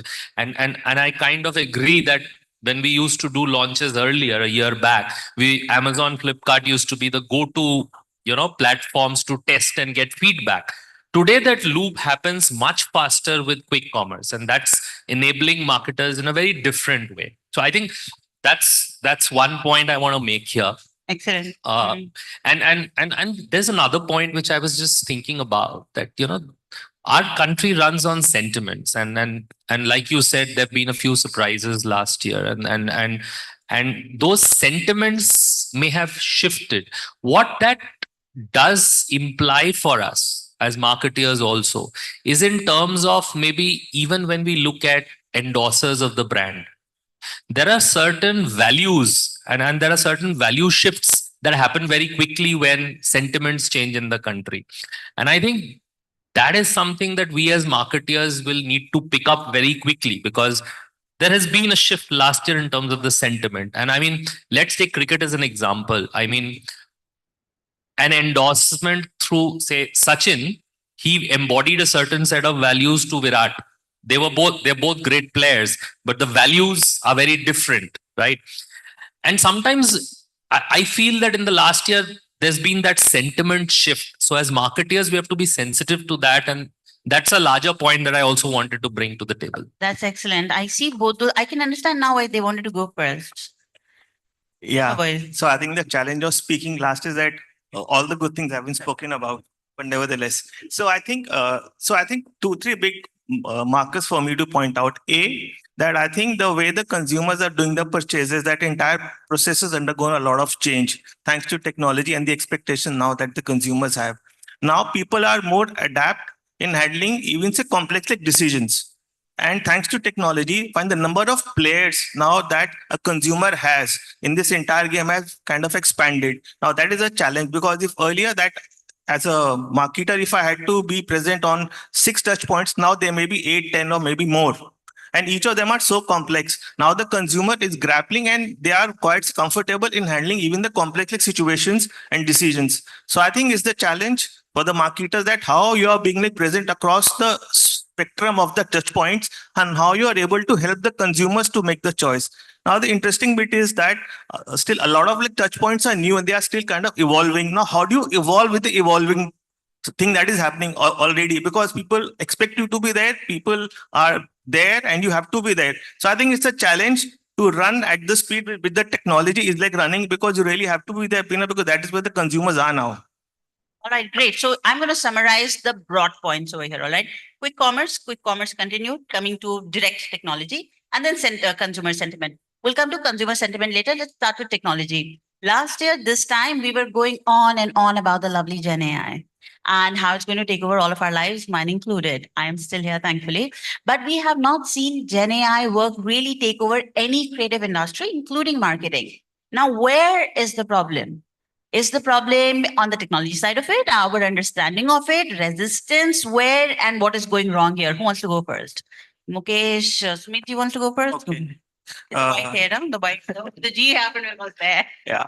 No, I think, I think AI is here to stay, right? And I think, fine, like I said, that is still kind of evolving, right? So I think till the time it kind of reaches a stage of maturity. So people really have to learn to find to live with it. For example, for ourselves, I can speak about that the chatbot that we have on our website. Now it's a conversational tool of AI. Now the thing is that we are like training it to answer like a human expert on technology, right? And that is what people are now kind of more adapted to using it, right? So I think that that we have like green shoots. There are like baby steps that have been taken, and I think for our industry, the whole bit of the information, the knowledge, how you are able to like distill it, that's meaningful for the consumers. Fine. So we at least use a lot of AI tools internally, and for the consumer like connect. Fine. So I think like for us, it's like it's a journey, and it's just like started, and I think it has I think it's got a long way to go. It's a marathon. That's a lovely answer because इन्होंने वक्त पे डाल दिया. The problem is the time. We don't have enough time. Anybody wanted to add to that? Anything? All right, let's look at it. 1 year from today, will I still be asking you, where the hell is Gen AI?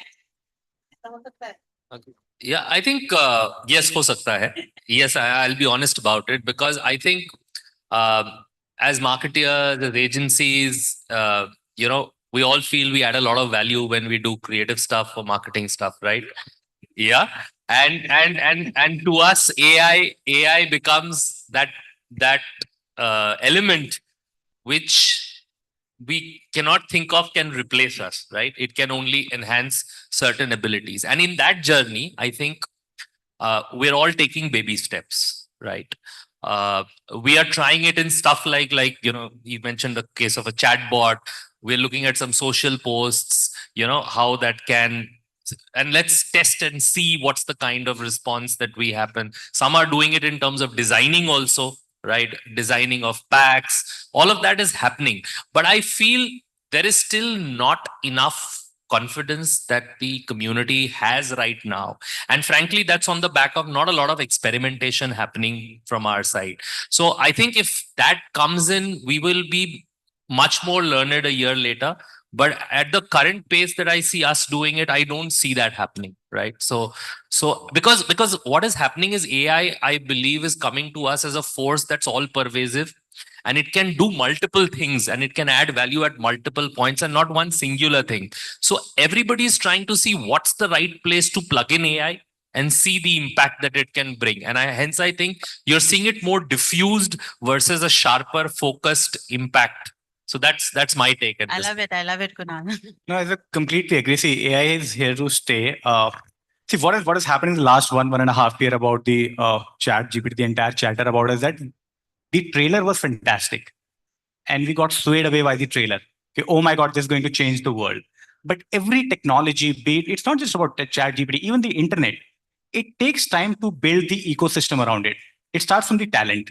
So because it's such a short duration, we don't have intrinsically, it's not taught in engineering schools. While we are learning Java or .NET or HTML, it's not taught. So there is no talent pool available. It has to be self-learned. So that will take some time for the talent to come in. Second is the application. So while it broadly showed that, okay, these are 2, 3, 4 points which it can touch. Now, for various industries, they're trying to figure out how can it impact my industry? How can marketing be impacted? How can customer service be impacted? How can my consumer experiences can be evolved using that ChatGPT? So that needs to be figured out, and it usually takes some time. It's like getting a new product. You need to first get the R&D 100% sure, and then you release the product.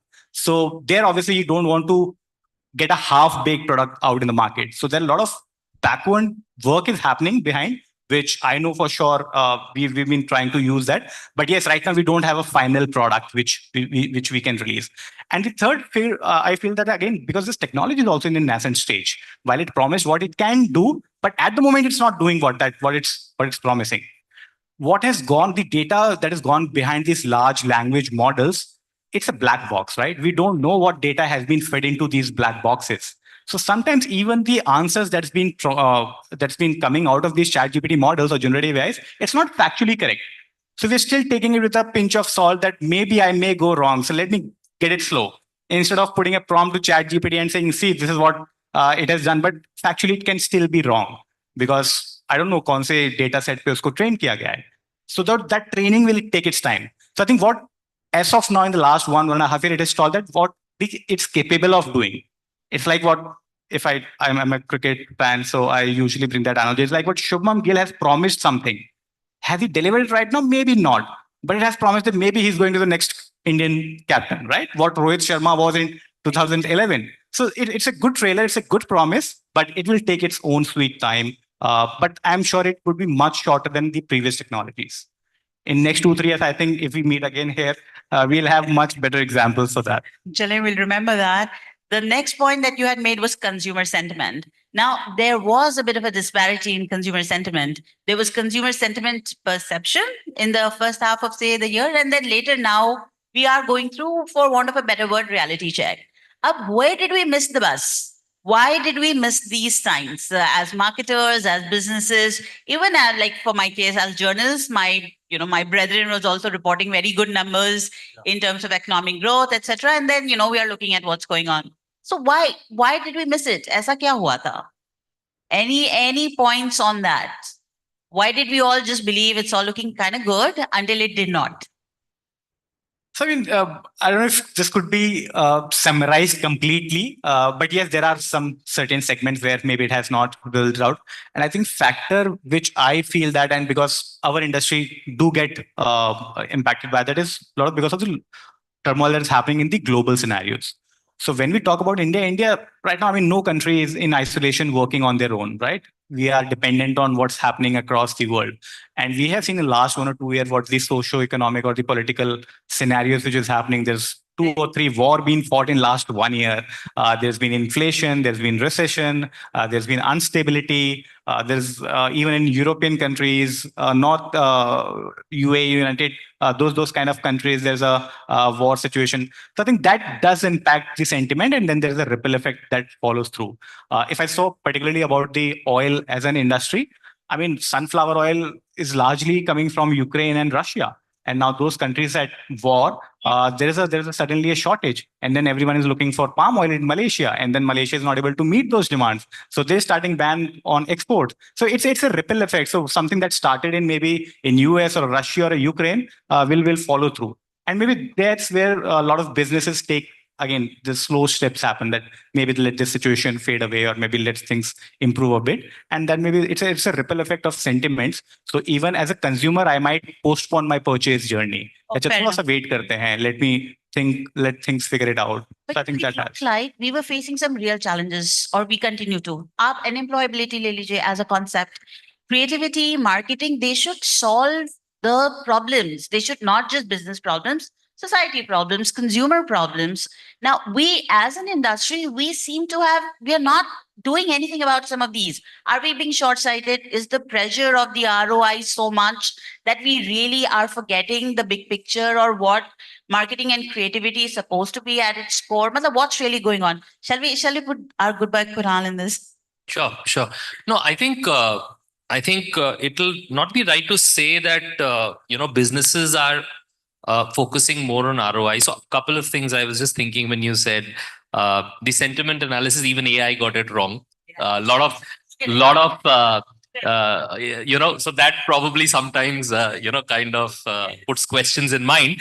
But having said that, I think it's important for brands to play a role, or I would say to understand the sentiment and play a positive role in that, right? As brands, I don't think anything is good or bad. Sentiment is the reality, right? As brands, we look at it that way. Our role should be to fuel, basis the sentiment, more positive messaging in our consumers' lives. And I think when I look at it from a consumer lens, that's how we should see it, right? And I'm saying all of us got it wrong in terms of the sentiment. The markets reacted in a certain way the day that happened, because that's definitely something that was not expected. But having said that, there is a recoil, and you saw India is a resilient nation. So India comes, I mean, the markets reacted and came back. So I think resilience remains at the core. And I believe that whatever be the sentiment, the core fabric of society remains broadly protected. And as brands, we should look at it from that long term, while we do a lot of social listening to understand undercurrents. Let me give you an example.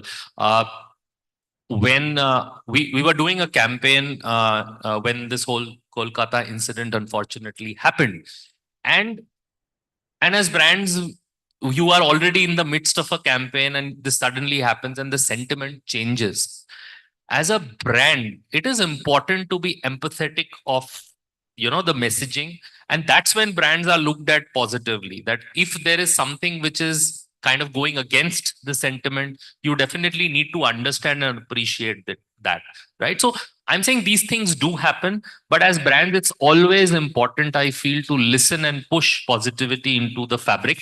That definitely in the long run helps brands and businesses. I mean, that's my few cents on this. The silver linings from the point of it, that it paints a positive picture. I like that. No, I think that the consumers are like cautious now, right? And there's a whole lot of like noise also around, because information, there's so much of information overload. So you hear a lot of like noise also. So I think it's important to like dissect the noise and to stay focused on the core. Now, as a brand, you will always have still a purpose for a brand. And it's always like rooted in the consumer and in the society. So as long as you're being a Puritan, what a follower to your like brand purpose, fine. So I think there's very little chance that you can be wrong. Because it's a reflection, and as an ongoing thing, you would always be evaluating on an ongoing basis and reflecting the changes that you may need to do to your brand. So as long as you stay true to the brand purpose, and your brand purpose can change with times and with culture. So I think then it's fine, because that is the whole purpose, to serve the consumers and in turn the society. Right, excellent. I like that. Noor, I just wanted to take one add-on point on this. I mean, this is how, it's playing out. You look at our Olympics performance this year. What was the headline? The headline said that, oh, are we not doing enough to get more medals? But at the end of the day, if you look at the one medal we missed because of what happened, we did as well as we did last year, the year before. So the sentiment reflects in the kind of read that society is giving back, or that's the kind of conversation that's happening. Oh, we're not doing well enough. But at the end of the day, there's a sustenance also that's happening. It was as good a performance as the last Olympic. I'm still trying to give the silver lining, but those are things which I kind of see, and then I see, oh, this is where the sentiment has moved a little bit. The expectation probably, we set a certain expectation, and then it's the last leg of our conversation, and it's about advice. Advice that you would have given to your 1 year younger self. Or it could be advice that you want to give to yourself right now, so that the next time we're having this conversation, we can say, Ki, kuch to gadbad nahi kari thi. Last year, I had a perfect year. So who wants to go first on this? I would like all of you on the last 4 minutes. I didn't realize that. So if he can answer anything, Kunal, just go to the mic. I just got a thought, so I said I may as well.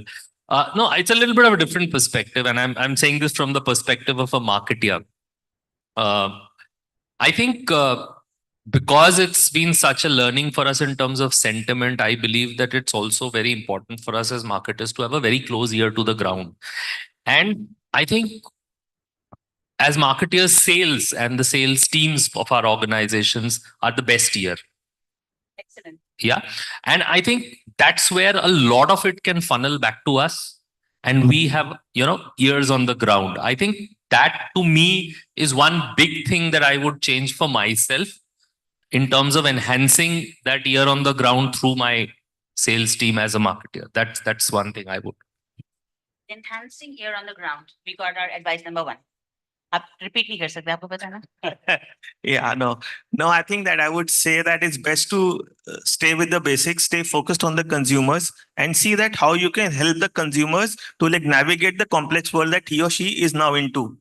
As long as you're able to kind of like do that and help your consumers to navigate the challenges they have, the needs they have. So I think that we should be home. I love that answer. Our theme this year is ABC, authenticity, basics, and the collective. So, Samiti, we are getting along. You are up, Mukesh. Yes, I mean, one advice, first and foremost, I think every year we should give ourselves some advice. We should not continue to not look back. That moment has to be it a good year or bad year. It will always teach us something. So we should always give something, learn and give ourselves advice. I think one thing is that what increasingly is happening in the entire digital ecosystem, which all of us are product of. From a marketing lens, I would say I or maybe many more people should stop thinking that sales and marketing is different.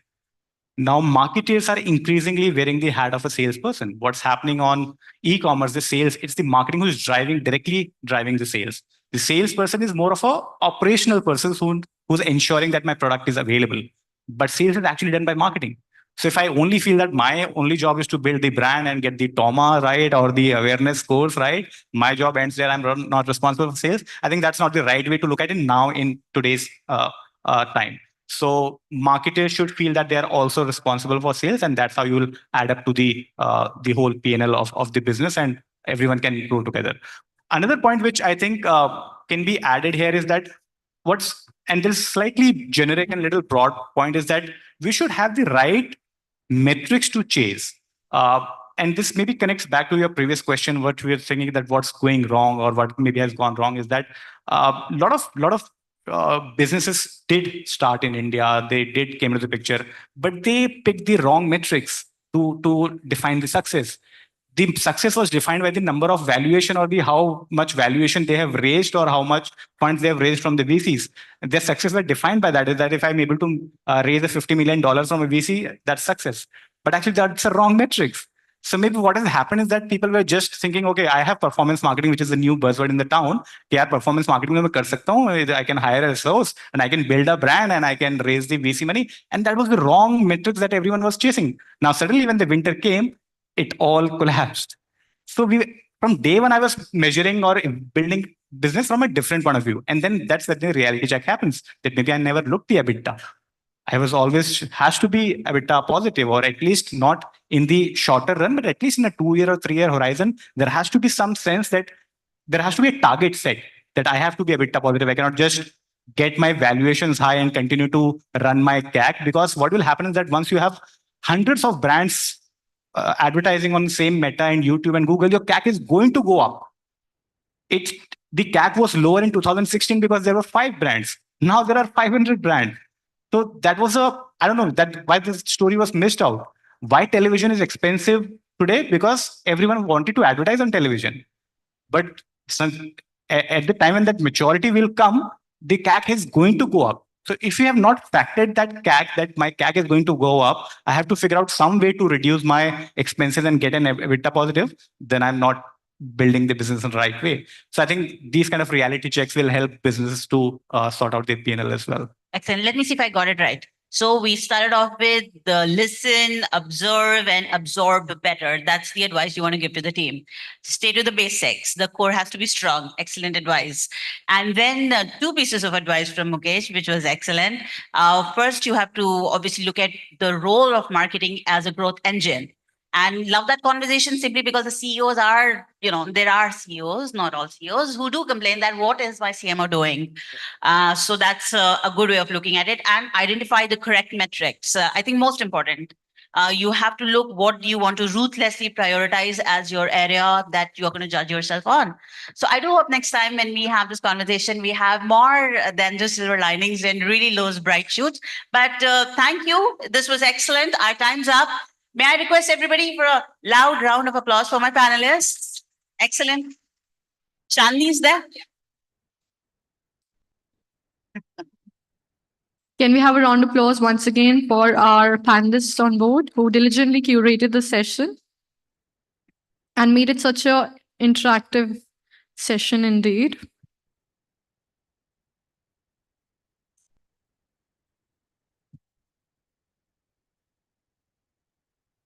Thank you so much once again. Moving forward to our next session, which is a panel, of course, on the topic, the new rules of marketing in the eco wars. How the constant exchange between brands, businesses, and consumers, medias, investors, communities, and technology is changing the game. So please get ready for another interactive session indeed. And now we would be calling upon our panelists one by one.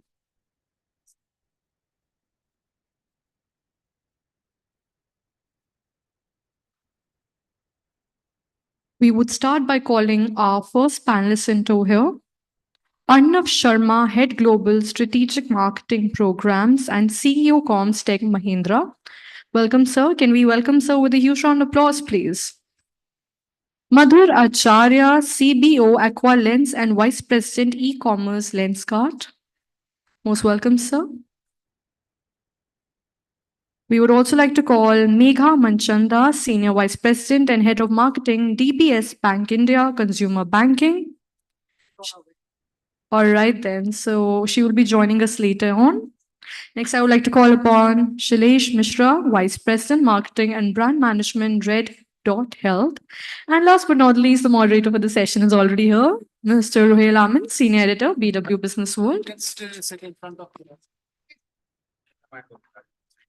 All right, then I think we're all set for the last panel of the day. So I would request you all to please pay 100% attention here. Thank you. And these two chairs, they'll be filled, they're on the way. So in the interest of time, we will start our discussion.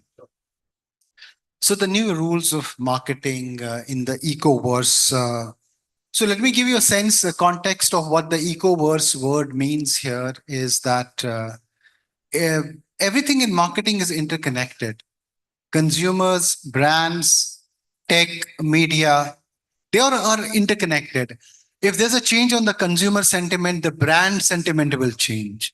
If there's a change in the tech sentiment, the brand sentiment, the consumer sentiment will change, So this is an interconnected space that we are operating in. So I have my experts with me who understand this business very well, and I think they will have more things to talk about. Let me start with you, Arnav.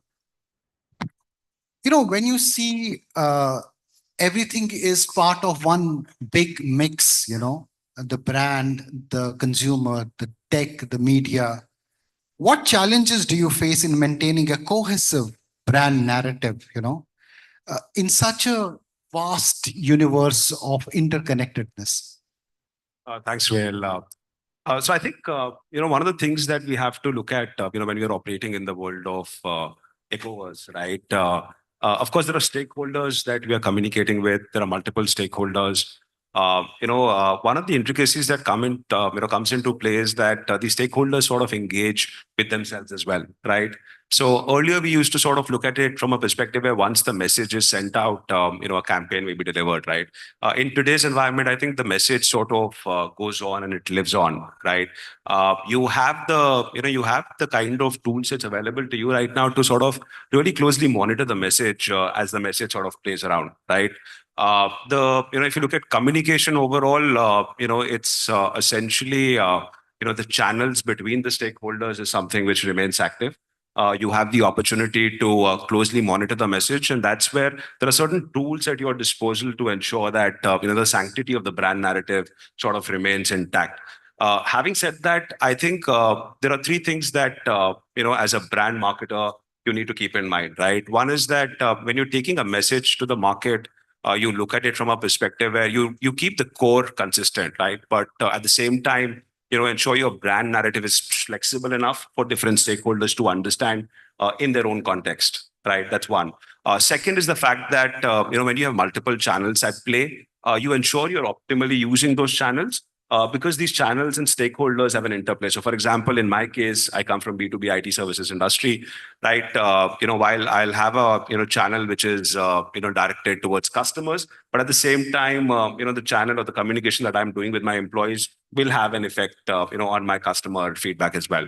And third, and the most important one is where your stakeholders in this environment really become, the co-creators and the co-owners of the message, right? So how can you innovatively sort of, get the consumers and the stakeholders to become part of defining that message themselves that they want to hear? I think these are, some of the intricacies when we sort of operate in the ecoverse. Right. Shailesh, consumers, there was a panel earlier and listening word came up time and again, and brands are listening to consumers and readjusting their strategies. So in an era where consumers have a very strong voice, how do you balance between meeting their demands and staying true to your brand values? Is there any example wherein a consumer feedback led to any change in the brand strategy? I think what you mentioned is what we are living in today, and D2C is one of the largest example that exists in today's world, where consumers have built the brand, right? And the feedback that we get as a healthcare organization is about the efficiency, the trust, the safety of people.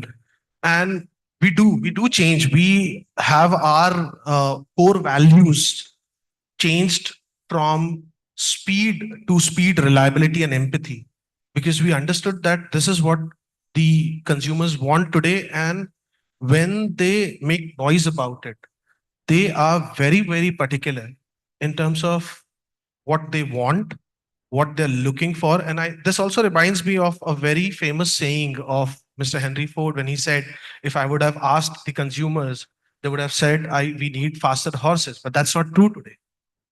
The truth today is that consumers will exactly tell what they need. And one consumer will just start the spark. And I'm seeing that multiple consumer layers and multiple strata of people, economical or social, will actually echo it if they see a value in what is being expected out of a brand. So sometimes it is difficult. I would be lying if I say that it's not difficult to manage or to keep up to the speed of what is expected out by the customers, by the consumers. But the consumers are not just people who are using the product. Consumers are also people who have put in or trusted in us with their money, that is investors. And investors in today's time are also showing a lot of inclination towards that their voice is heard. There was a time when consumers were heard, but investors were just part of the board meetings. In today's time, investors are actively participating in adding new product lines, adding new service lines to any brand, and also defining what a brand should look like. Great. Arnav, you have a B2B facing business. Have you faced a situation where a feedback, because, unless you listen, unless you are open to the ideas, the the word will not make sense, How does that listening part happen wherein you are influenced back, the feedback is absorbed? Is there any example you can cite where a feedback changed, made you rethink that we need to shift our strategy? Any such example in your mind? Plenty. I think it's a very valid point. So, we're in the business of relationships, right? When it comes to B2B, right? At the end of the day, I think one of the most, one of the misconceptions that are there is that, you start sort of equating awareness, with preference, right? And that's where, you become complacent, right? And at the end of the day, on the B2B IT services side, we're in the business of continuity. We're in the business of long-term relationships, right? And one of the most important factors there is to keep your eyes and ears open in terms of what the customer wants, right?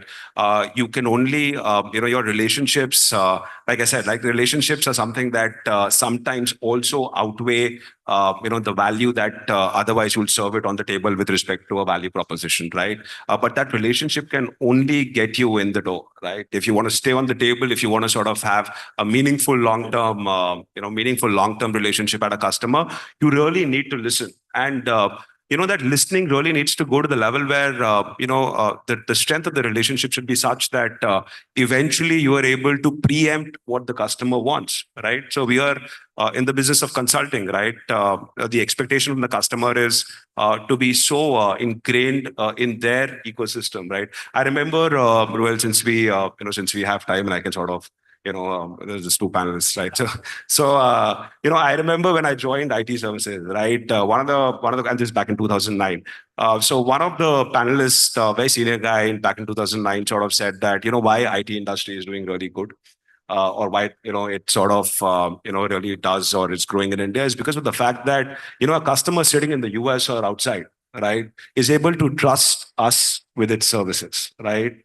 And that's where that doesn't happen if you don't listen, right? That doesn't happen if you're not really thinking the way the customer wants you to think and deliver on that value. You essentially become, a part of the customer organization, and that doesn't happen with, without listening. One important thing which you mentioned is the human part in the entire marketing mix. I think we talk of tech, we talk of consumers. Of course, we see them as data points and not as human beings. But sometimes the interconnectedness if a person is close to you, the relationship part of it, I think that changes the narrative also. For example, maybe if you know somebody really well, you may not look at their numbers and actually go with them with the trust. How important is the human element in this marketing decisions? You know, say you have a client and they don't have the numbers, but you trust them. Do you go with the human belief part of it at times and overlook the numbers? Does that happen in marketing conversations? 100% true. That's what we do. Even if AI is in the town today, the human element is always there. And in fact, what we are using the entire Gen AI to understand from thousands and millions of brains what humans can think of. So AI is not counterproductive. It is basically telling us that, hey, this guy can think like this, but imagine a cohort of 1 million people thinking the same way, and then millions of such cohorts, right? So in marketing, I would say we are not yet to every individual, but we are there for every cohort.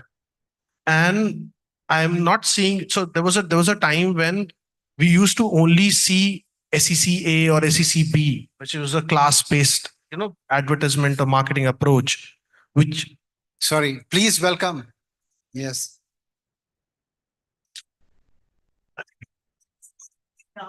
This is the flight from Gurgaon. Unfortunately, not a flight. I'm just kidding. That's all right. It's okay. That's all right. I can recognize. All right.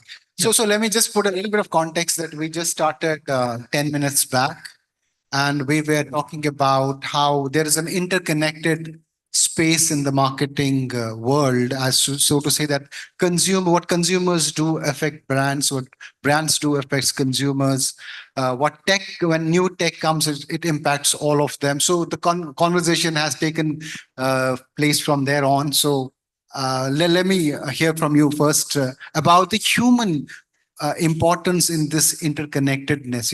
He just responding, and then I come to you. Yeah, so I was basically telling that how the end users of any technology that we have used till date and will be using in future are based on how the user behaves with that technology, and the technology changes around. This is one thing that has been changing the marketing paradigm for last at least a decade. Because if I remember my early days, marketing campaigns were all around advertisements. Marketing campaigns today is all around user behaviors. Marketing campaigns is all around creating those cohorts. Marketing campaigns in today's time is all about listening to the user through ORM. So the early days of listening to users was media. You used to listen about any product or any service to what the media puts out. Then came these review systems. And in today's time, consumers are talking to consumers. There are places like Discord where consumers are talking about a particular product and a product becomes famous overnight. So I think technology is working hand in hand, and the end of these technological developments will always happen as we move towards future with how the user interacts with that technology. Great. Let me bring Madhur in this conversation here. So essentially, we are looking at how one end of the change will impact the other end. For example, if consumers are giving you feedback, how do you balance that with your brand values at times? I mean, the feedback may be completely different from what you had thought. How do you integrate that into your offerings? Is there any example you can cite where in this interconnectedness, a consumer feedback was taken and the brand was rolled out in a different way? Sure. So first of all, so sorry everyone on the stage and off the stage. Interconnection was not available for us from Gurgaon to Noida. So we underestimated. Interconnect. Yes, absolutely. I started at 4 actually, and I was telling this the same thing that wish could have done some startup which helps us this way also. But anyways, your question wasn't about technology, and I think that's the favorite topic our company has in terms of the every meeting starts with that, what we can do. I think the biggest we don't wait first of all for the feedback. We keep on looking for the feedback by ourselves. If we don't get it, we get panicked that why we are not getting any complaints as of now. How can everything will be so smooth? So yeah, there are certain processes. I think one metrics is obviously which is NPS, which keeps on always grounded.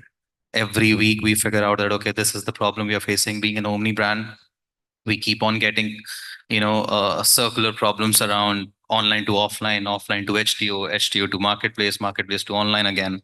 So definitely another thing is how tech helps us to evolve and work around it is the execution part. It helps us move fast. How do we solve a very normal problem? For example, we figured out a feedback was that what makes you different from any other competition or any other players you have.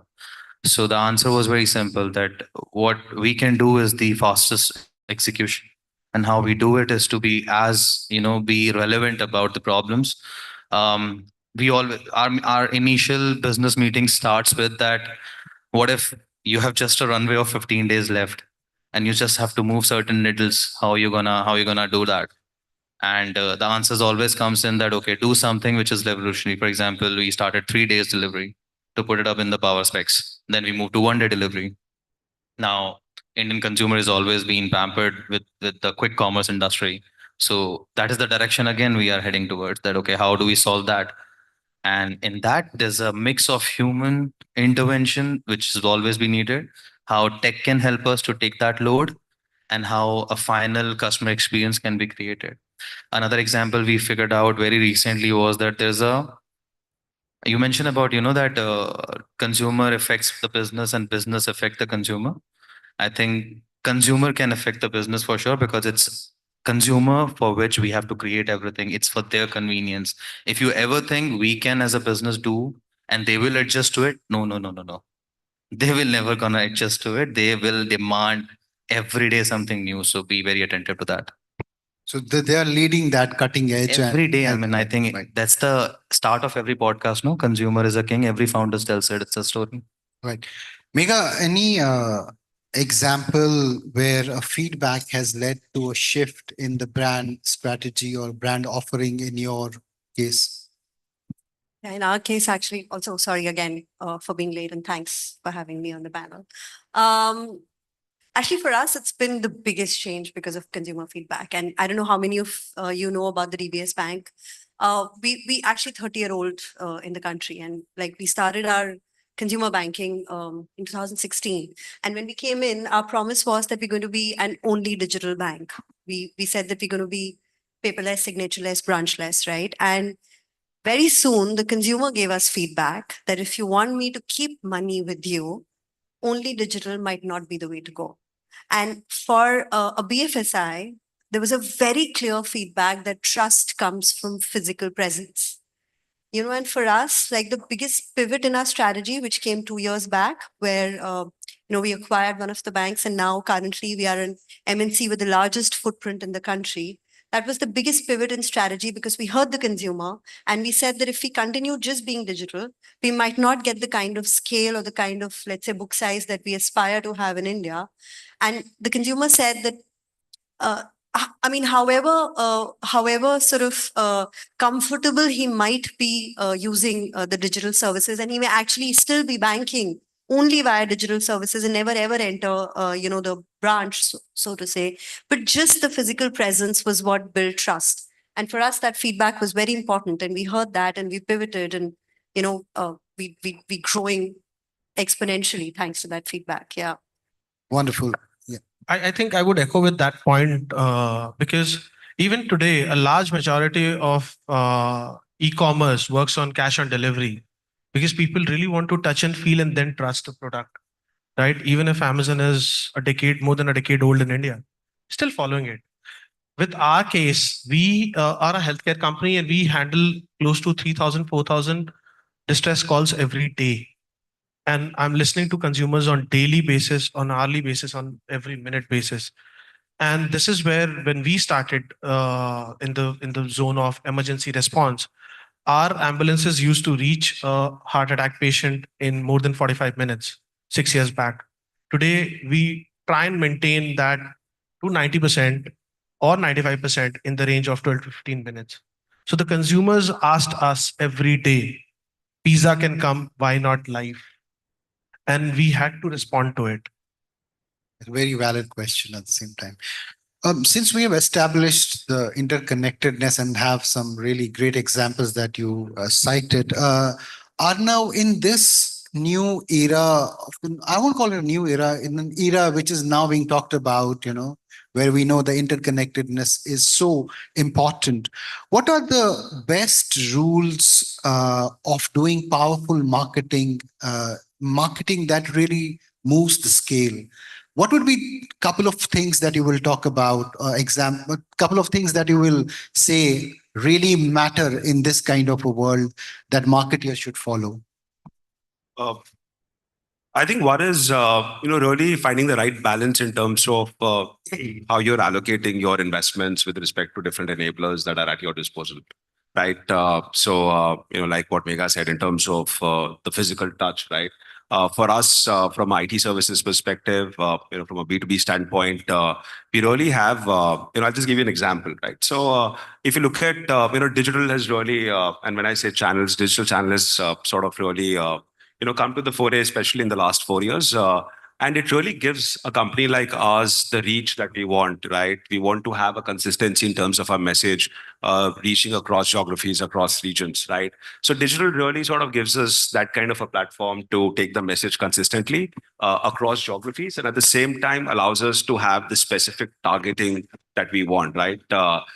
In IT services specifically, we are targeting different customers. So it's not a standard service that's being delivered, to all customers, right? You have to customize the narrative with respect to the different industries that you look at, right? And channels and technology right now can sort of really help us target those individuals with the message that we want, right? And of course, leaving aside the linguistic kind of capabilities that it gets.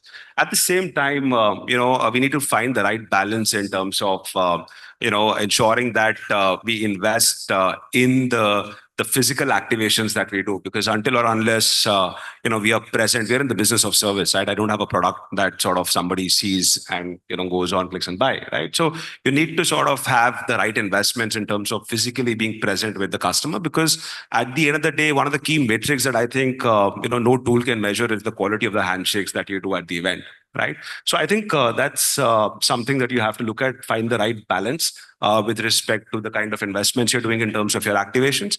And the second thing you need to do is, what Madhu said, right? In terms of the message lives on, you need to sort of ensure that you're doing the right sort of listening, right? And in our case, and when I say our case, I'm saying, from an IT industry perspective, you have to understand that we're not just looking at customers, but we're looking at an employee base which runs into lakhs, right? For some of the industry leaders, it's about 500,000, right? So you need to sort of keep your brand sort of at the end of the day gets played out in the market through a brand ambassador. So you need to sort of keep listening, not just to your customers, but different stakeholders, investors, and I think more importantly, employees as well.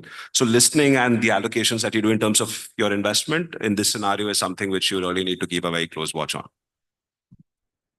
Madhur, this is not only interconnected, but it's also hyper-connected, So what is effective marketing in this hyper-connected world, according to you?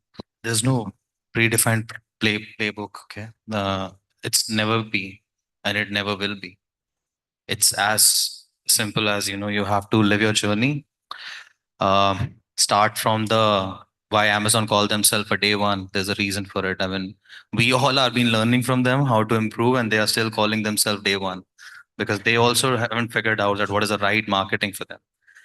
I remember one of the marketing lessons we got in one of the seminar was that when Apple was been trying to make a product, they designed only two products, that okay, Pro and the basic one. I just want two products. That's going to be my differentiator from rest of the world. So whenever someone asks me that what is the right marketing, there is no right marketing, because one person is any being example where what you can, maybe it's of course an ever changing scene, but anything that you can lay your pulse on that has really delivered in these hyper connected times?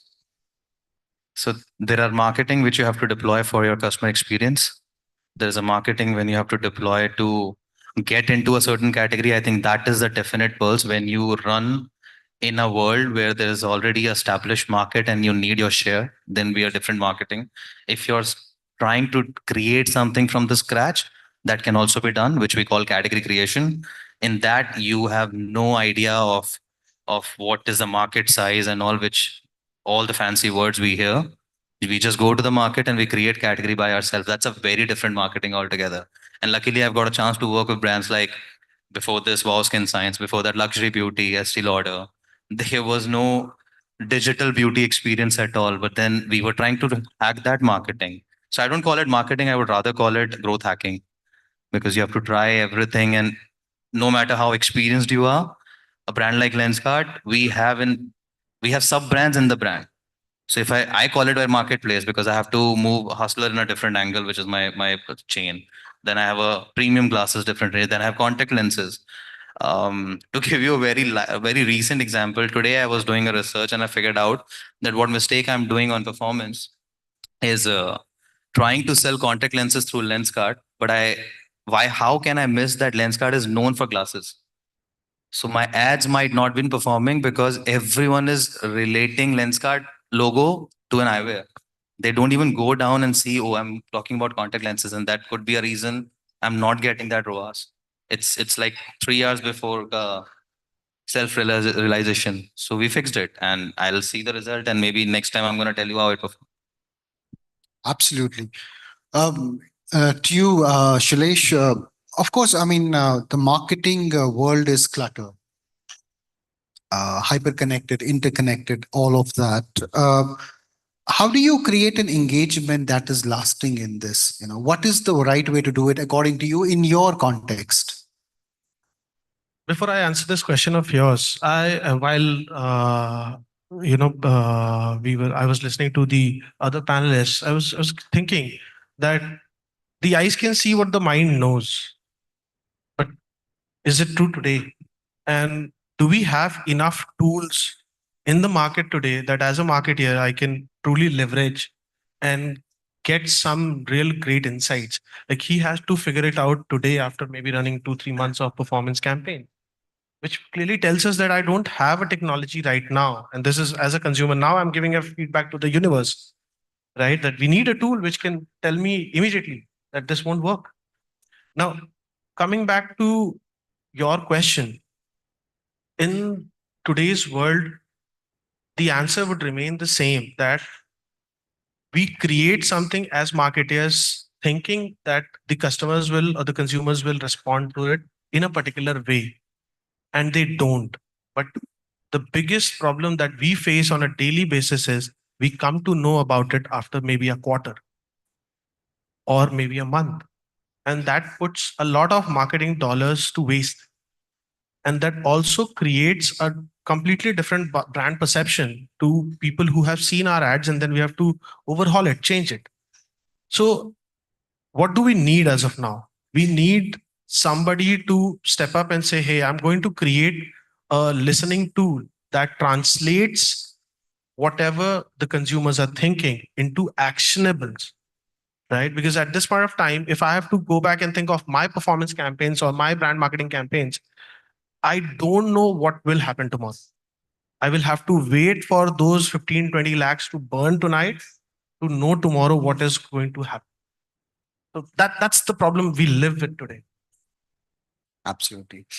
Megha, to you, of course, marketing is also a science somewhere. I mean, some things remain permanent. You cannot alter them. But of course, the pulse changes very fast, as Madhur said. In this dichotomy, what is the right way marketing can be effective, according to you? What is your take on building an effective marketing campaign in today's times? You know, as simple as this. So one thing that I mean love to say, and digital or not, some of the fundamentals of marketing don't change. I think that's something that we would all sort of on the panel, and some of the other marketers here would agree, right? And yes, marketing is a science. I agree. And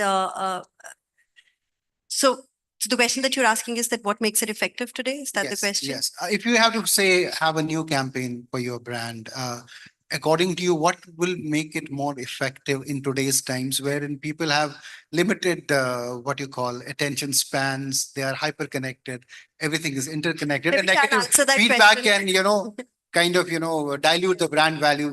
How do you, in this mix, what is the most effective way of building a campaign? Actually, let me try and answer that question a little differently, right? While I said fundamentals haven't changed, but one of the most long-standing beliefs of marketers, and I think somebody said that in the panel earlier, is that advertising can solve all our problems. Like advertising is what builds brands. I think to be really effective today, and what we may think, so actually advertising is not the answer to all the problems. Advertising does not alone build brands. Build brands. It's the Right. product, it's the experience, it's how well you're listening to the consumers, it's the data that you have on them, the qualitative research that you're doing. Everything comes together to be effective today, right? Right. And I think, we use these words, which is about hyperconnectivity, or the fact that, this sort of omni-channel, and there's lots happening. Lot of jargon around. Essentially, Yeah. essentially what we're saying is that I think, in fact, what technology has finally made us realize that we're talking to a human, and that human is actually interacting in many different ways. It's not just that 30-second commercial that he's going to watch. He's not going to work on your guidelines, right? So the whole thing is challenged now, which is, and especially for a service, sort of sector, there is nothing hard to touch and feel. It's really, when I do my marketing, what I'm also looking at, how is the service at my branch level, right? Like, what is the kind of feedback that my relationship manager is getting, or what is it that my last event left in the minds as a, sort of stamp in the minds of the consumer? Also, what my last social media campaign did, right? So it's actually, the answer lies in what the question is, which is, to be effective, you really have to do well in every part of that journey, which includes the product, includes the service. Brands are built through all that, those exactly. efforts, and not just advertising. Anna wants to add, but Anna, let me also add one small point to it. Have we jargonized marketing, over jargonized it? And actually, it's not that complicated. No, I think we have. Okay, so why I'll say that is, so I think two things. You said, what really impacts. I think one is the fact that, and I used to wear the brand head earlier. So, you have to be true to your values at the end of the day, right? Your brands will resonate really well if you're really not trying to be what you are not, right? So don't chase into something that you're not. Look at the foundation of the company, of the organization, of the values. The brands that I've worked with have done phenomenally well because of the fact that they're true to their values, right? Second is the fact that there's no bigger campaign than, or an outcome than holding true to your brand promise. So I think these are the two things, fundamentals. But I think these are the basics that you have to sort of live with, right? Your each campaign, sometimes we become, we chase, the virality of a campaign, right? I mean, that's something which is, if it sort of goes against your values, why would you do that? Right. So I think these are the two basic principles that if you keep, and again, like, what the fellow panelists said, right? You just go back to the basics, right? And they don't change, right? Technology can certainly, help us be an augmenter, but the human ingenuity in terms of, what you, the angle. So I've always believed, Ruel, that your outcomes are as good as the brief that you give, right? So technology will always be an augmenter, but I think the human angle, the basics will always remain the same. Yeah. Okay. So, two things. While I was traveling and researching on the topic, and I was reading the Harvard Business Review, which closely talks about the same Ecoverse thing, I could remember one example, which is, none of us would remember which brand nail cutter we use. Right. So if tomorrow an entrepreneur or a founder thinks that, okay, let me build a brand out of it, the product is still there. What I'm trying to say is that even if there are thousands of products in the market today that don't carry a brand and they're still successful. So it's the product, it's the consumer usability first, and then of course you can label it with whatever name you want to put it. Okay, right. Madhur, same question to you. Do marketeers get swayed by the jargons that do around, that are in the play, for example, right now? I couldn't have able to figure out what is the definition of marketing really. I feel it's a mix of storytelling and brand building. That's So what have I've you been over doing. made it complex by over Sir, jargonizing? I don't know. I mean, honestly, I'm not really sure that if I can be the one who vouch for it, that yes, marketing is over jargon. Every day I go, I have a problem to solve. I solve it. And we keep on improvising on that. We keep on improving on ourselves. That's what we do.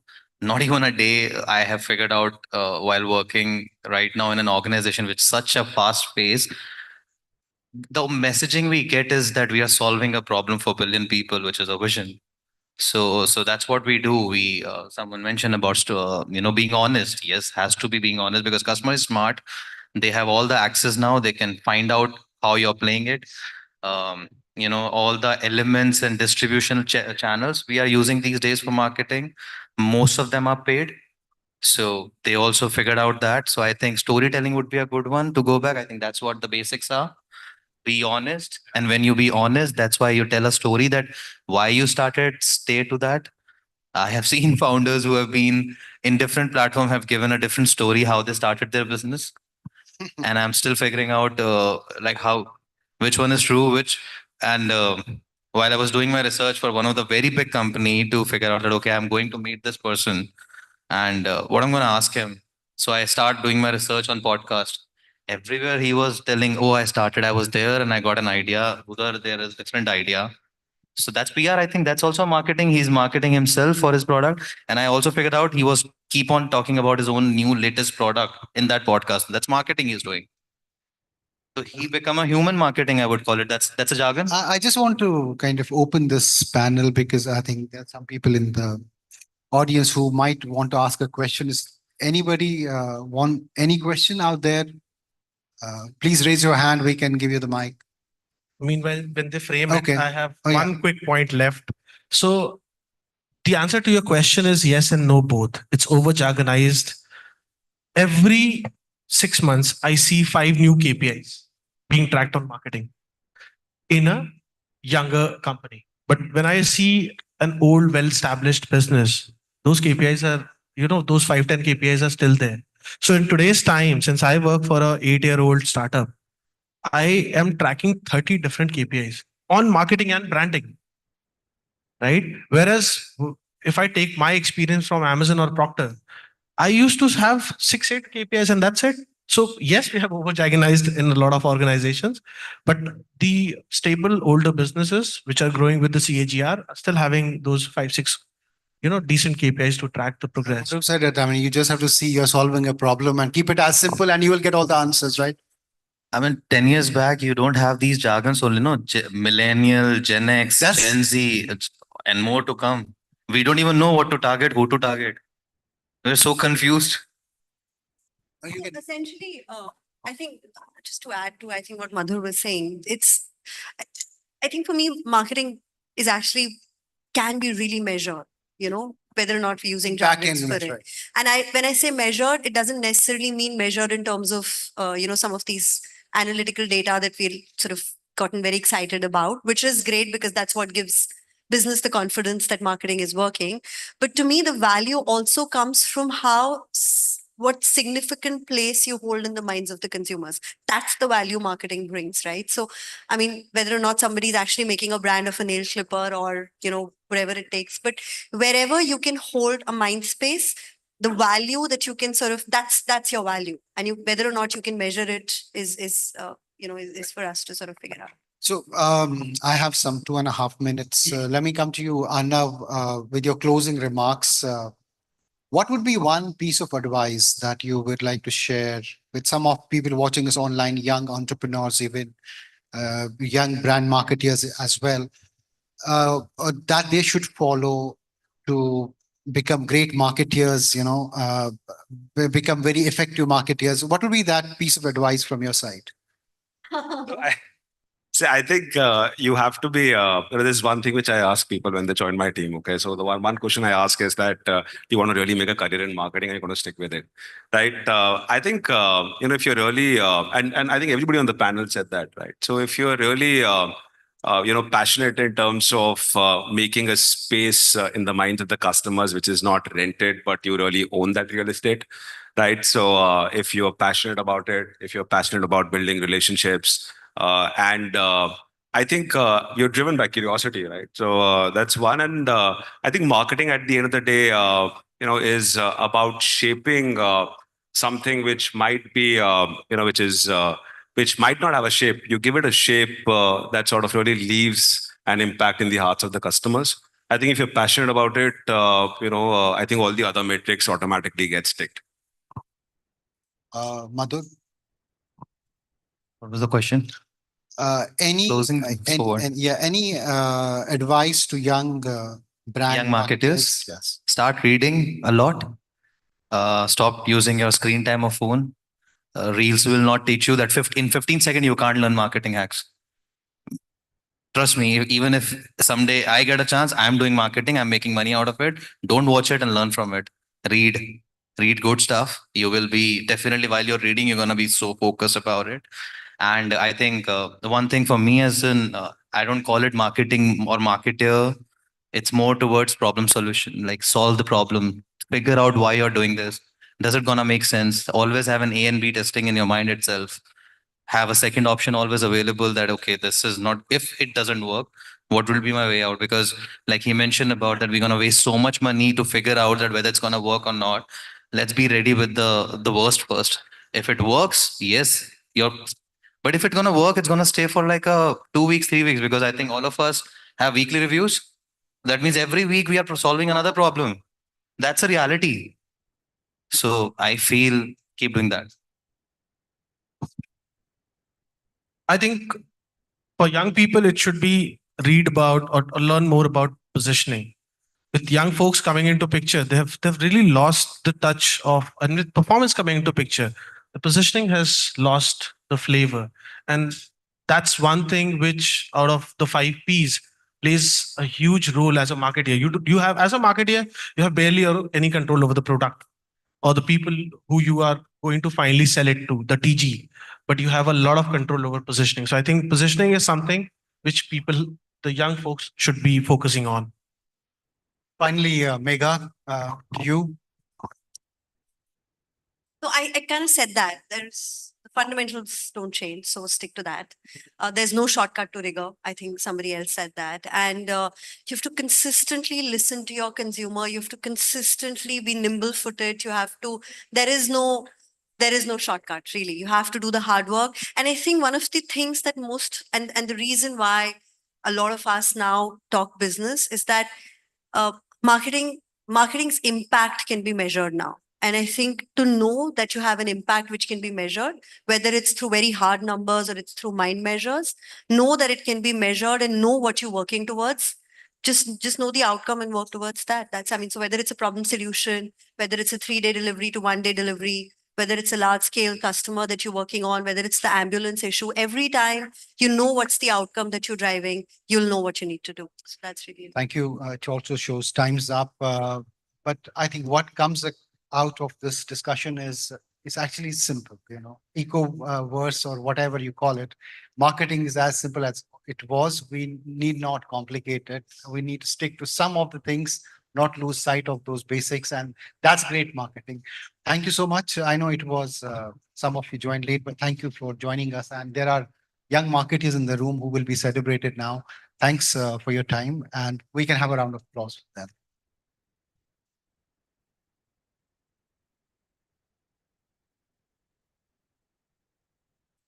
What an amazing, remarkable discussion was that. Can we have a round of applause once again for our panelists and our session chair here?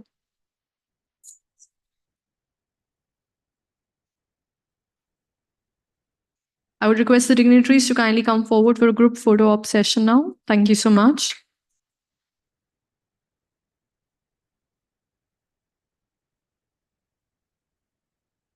Thank you. Kindly take a seat. This brings us to the closure of our panel sessions, but the evening is still about to happen and we do have something marvelous coming up. We will soon be starting with the rewards and recognition segment of our event here today, and I hope you all are as excited as I am. We're just waiting for a few more of our guests and the stage to be set, and soon we are going to commence forward with the awards now. Thank you so much.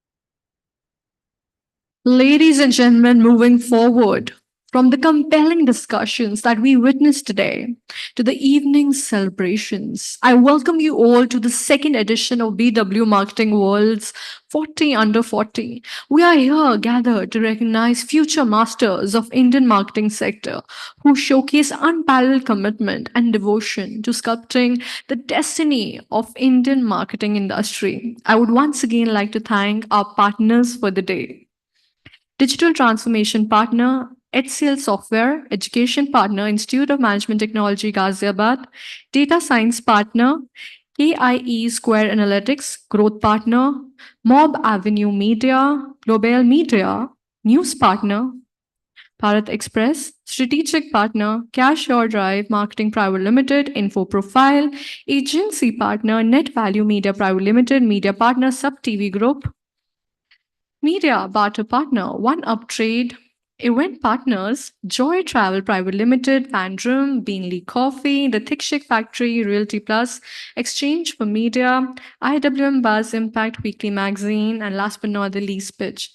I would request the team to kindly play the partner AV for your viewing. Just a humble request to all our guests here, kindly place your eyes onto the LED screen in front of you.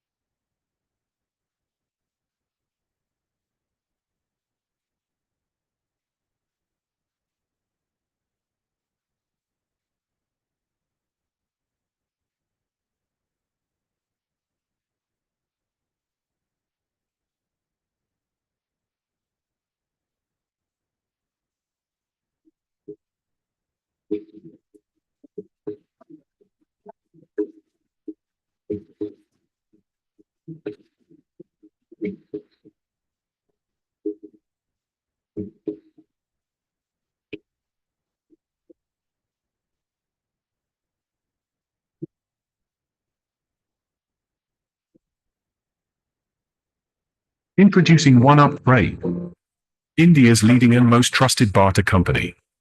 Since we started in 2007, we've proudly served over 2,000 clients and have crossed an aggregate turnover of 1,000 crores. Over these years, we've built a credible and organized platform, ensuring that your barter experience is consistently fruitful. Get in touch and fully explore the benefits of barter with OneUp Trade, your go-to barter experts. In 2008, we began as pioneers, leading the way in transit advertising. We stitched our vision into every campaign. From in-house creation to making advertising accessible for all, we grew by thinking big and acting bold. We evolved, embracing sustainability, introducing EV buses that double as moving billboards, and creating Charge Car, where charging convenience meets clean advertising. Today, we stand at the intersection of environment, sustainability, and growth. Our mission: to elevate your brand while lowering our carbon footprint. Sub-network broadcasting bouquet boasts of the undisputed, unchallenged, Masti, India's #1 music and youth channel. Hi, मैं हूँ Akshay Kumar. Hi, मैं हूँ सलमान खान. और आप देख रहे हैं देश का #1 म्यूजिक और यूथ चैनल. मस्ती मस्ती मस्ती मस्ती. Bhojpuri Entertainment Channel. आणि तुम्ही पाहताय महाराष्ट्राचं #1 चॅनल माय बोली. माय बोली. माय बोली.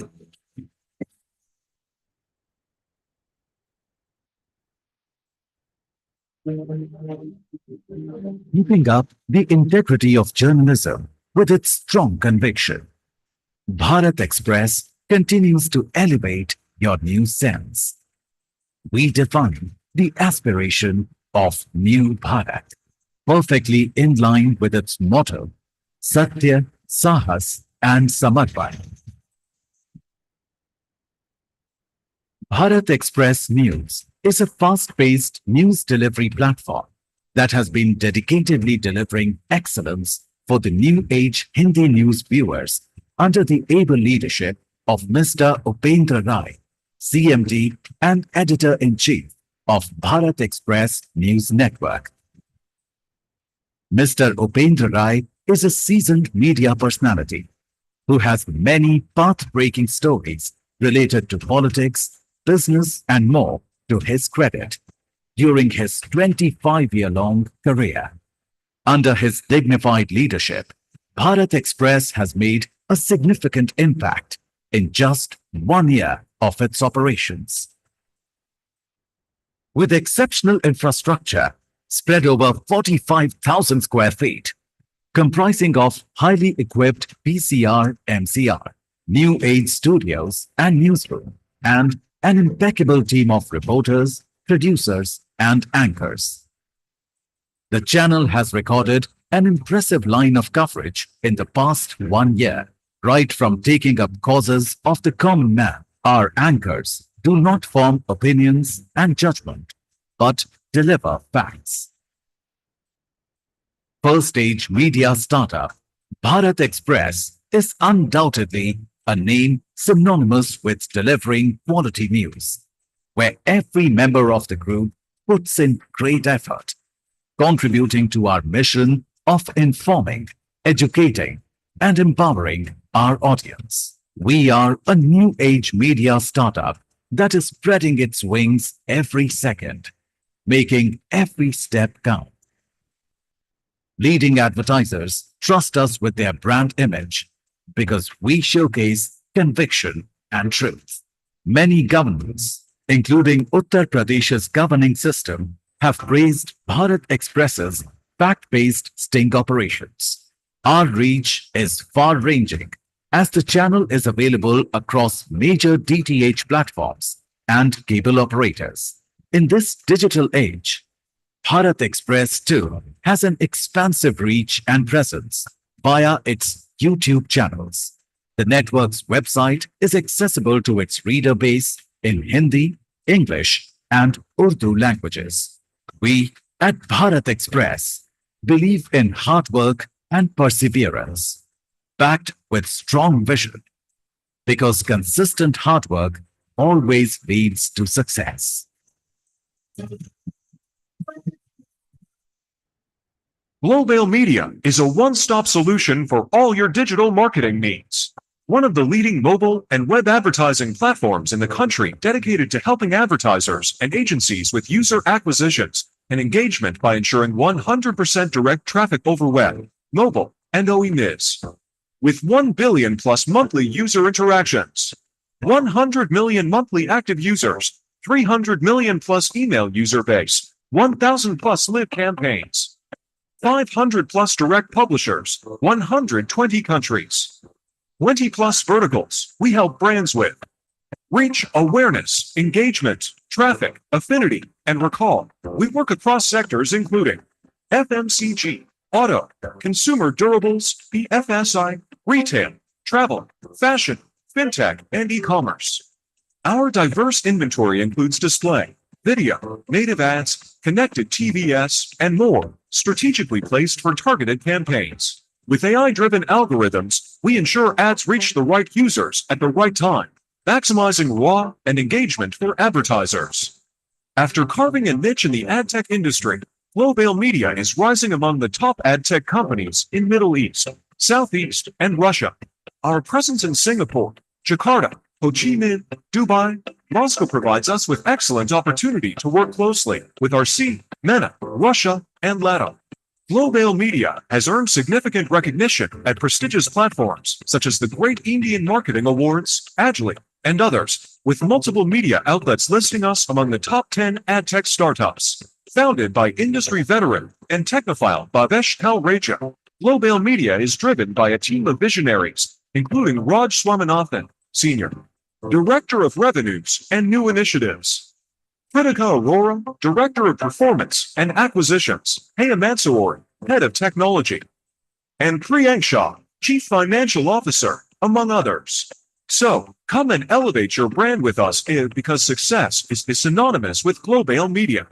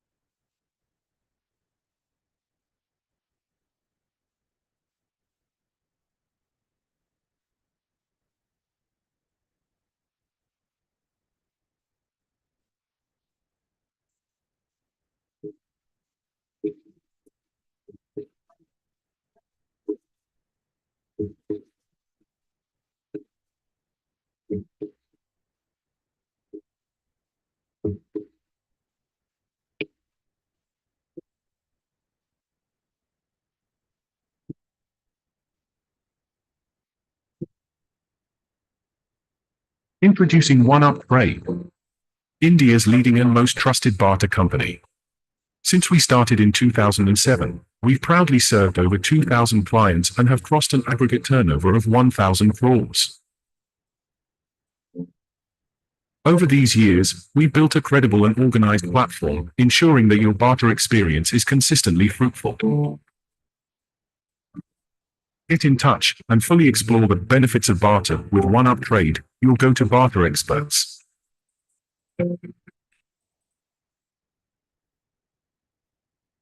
In 2008, we began as pioneers, leading the way in transit advertising. We stitched our vision into every campaign.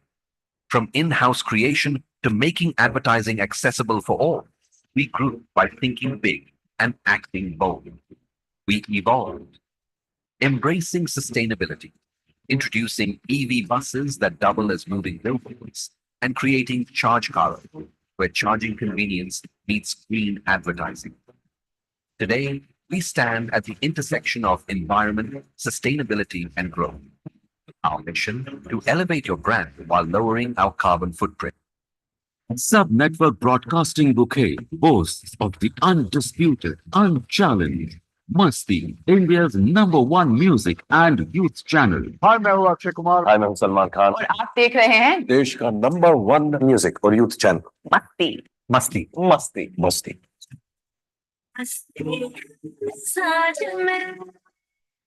Uttar Pradesh and Bihar, the land that offers peace of mind. Sub-network explored and offered. Dabang, Bhojpuri Entertainment Channel. My Boli, Marathi Entertainment Channel. जमायला सगळंच लय भारी. नमस्कार, मी सुबोध भावे. नमस्कार, मी अमृता खानवेलकर. नमस्कार, मी उपेंद्र लिमये. आणि तुम्ही पाहताय महाराष्ट्राचं #1 चॅनल माय बोली. माय बोली. माय बोली.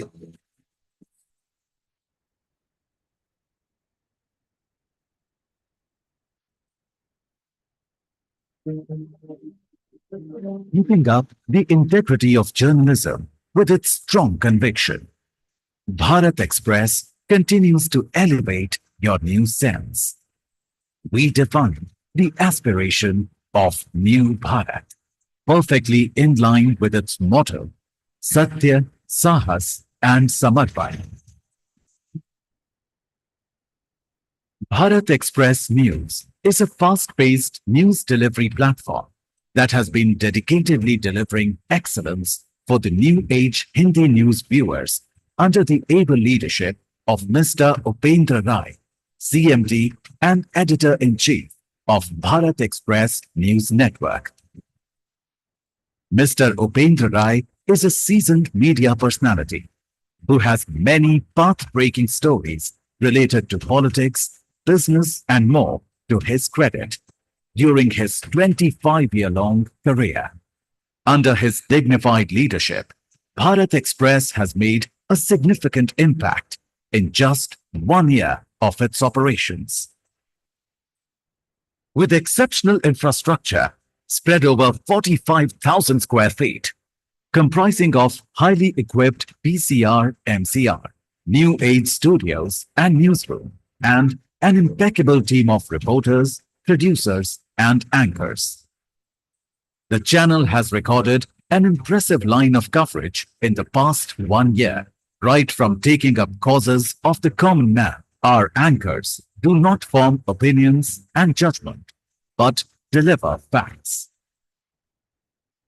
First-stage media startup, Bharat Express is undoubtedly a name synonymous with delivering quality news, where every member of the group puts in great effort, contributing to our mission of informing, educating, and empowering our audience. We are a new age media startup that is spreading its wings every second, making every step count. Leading advertisers trust us with their brand image because we showcase conviction and truth. Many governments, including Uttar Pradesh's governing system, have praised Bharat Express's fact-based sting operations. Our reach is far-ranging as the channel is available across major DTH platforms and cable operators. In this digital age, Bharat Express too has an expansive reach and presence via its YouTube channels. The network's website is accessible to its reader base in Hindi, English, and Urdu languages. We at Bharat Express believe in hard work and perseverance, backed with strong vision, because consistent hard work always leads to success.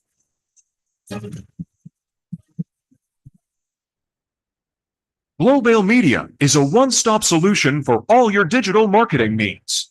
One of the leading mobile and web advertising platforms in the country dedicated to helping advertisers and agencies with user acquisitions and engagement by ensuring 100% direct traffic over web, mobile, and OEMIS. With 1 billion plus monthly user interactions, 100 million monthly active users, 300 million plus email user base, 1,000 plus live campaigns, 500 plus direct publishers, 120 countries, 20 plus verticals we help brands with.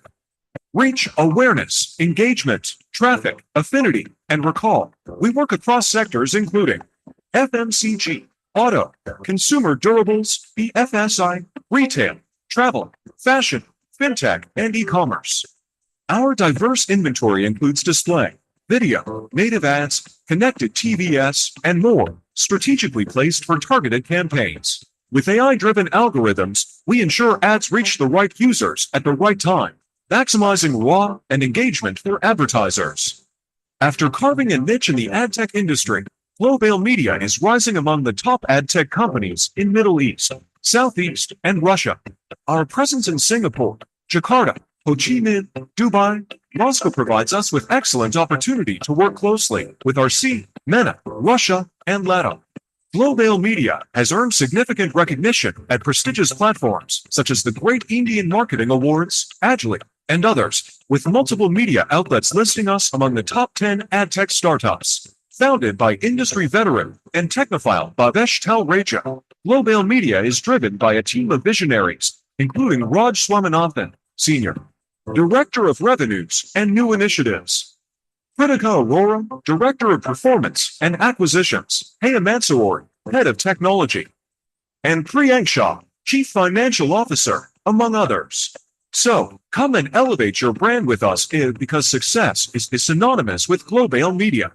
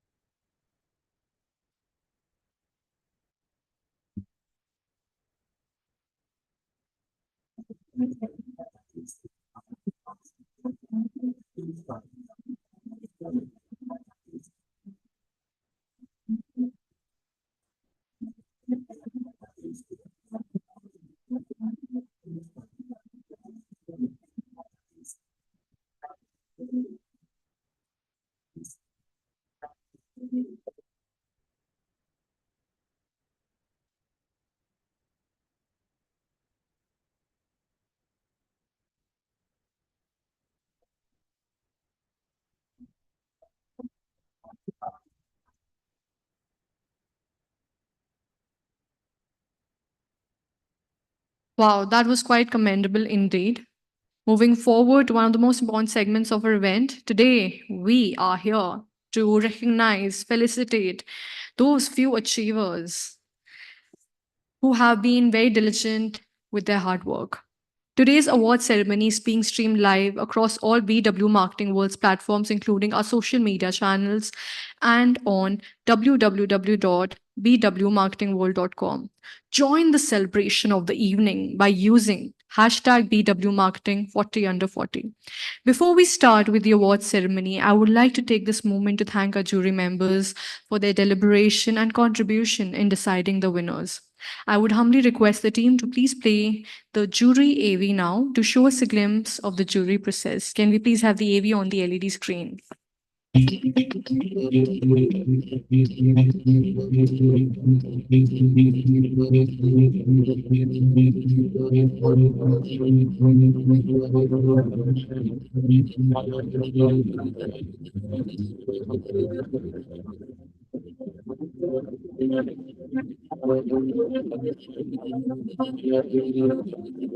I'm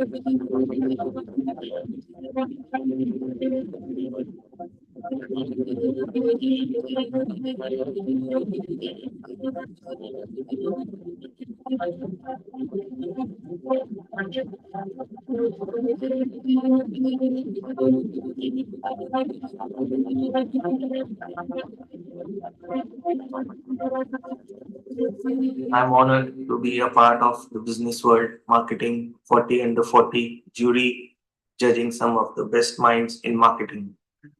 The strategic thinking, creativity, and innovation that we saw during the process was outstanding.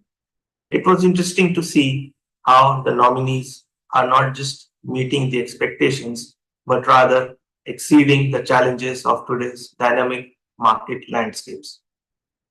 The experience reaffirms my belief in the power of marketing to drive business growth and to make real meaningful impact. Best wishes and good luck to all the nominees. And I would like to thank Business World for creating such a platform that seeks to recognize the talent that exists in the marketing landscape. These past few weeks have been personally very, very inspiring for me to see the young minds to go through their journeys and look at all their achievements. All the very, very best to our participants. I had a fantastic time judging the entries of BW marketers 40 under 40. We had diverse entries from different agencies, top-notch companies, and there were really fantastic entries. And I wish all the winners the very best and congratulations on winning the awards. I want to extend my sincere gratitude for the opportunity to serve as a jury member for this year's BW 40 Under 40 Awards. It was an enriching and an inspiring experience to review the incredible achievements of such talented young professionals.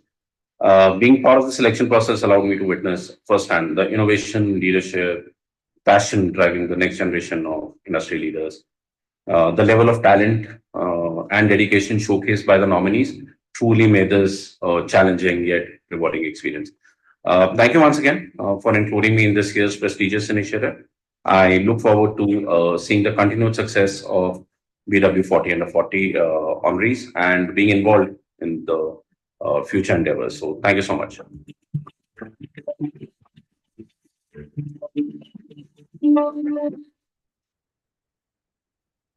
Once again, I would like to thank our jury members for diligently being part of the awards today. I would like to just say that success isn't always about greatness. It's about consistency, and consistent hard work leads to success, and greatness will come. I would now request humbly Dr. Anurag Batra Sir, Editor-in-Chief, BW Business World and Founder, Exchange for Media, to please join us on stage for the opening address of the inaugural edition of BW Marketing World 40 Under 40 Awards. Thank you, Chandni. Good evening. The marketing communication community is a community that I have some familiarity with, having founded Exchange for Media. But in Business World, which is a B2C editorial platform, we built many B2C and B2B communities, 24 in various sectors. Ruhel and my other colleagues, can I request you to sit down?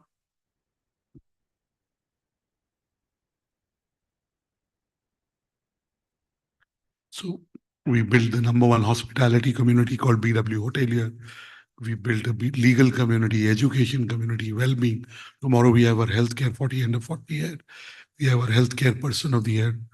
So we are building many communities. I don't want, but the CMO community is a very important and a very integral part of my life over the last 2.5 decades.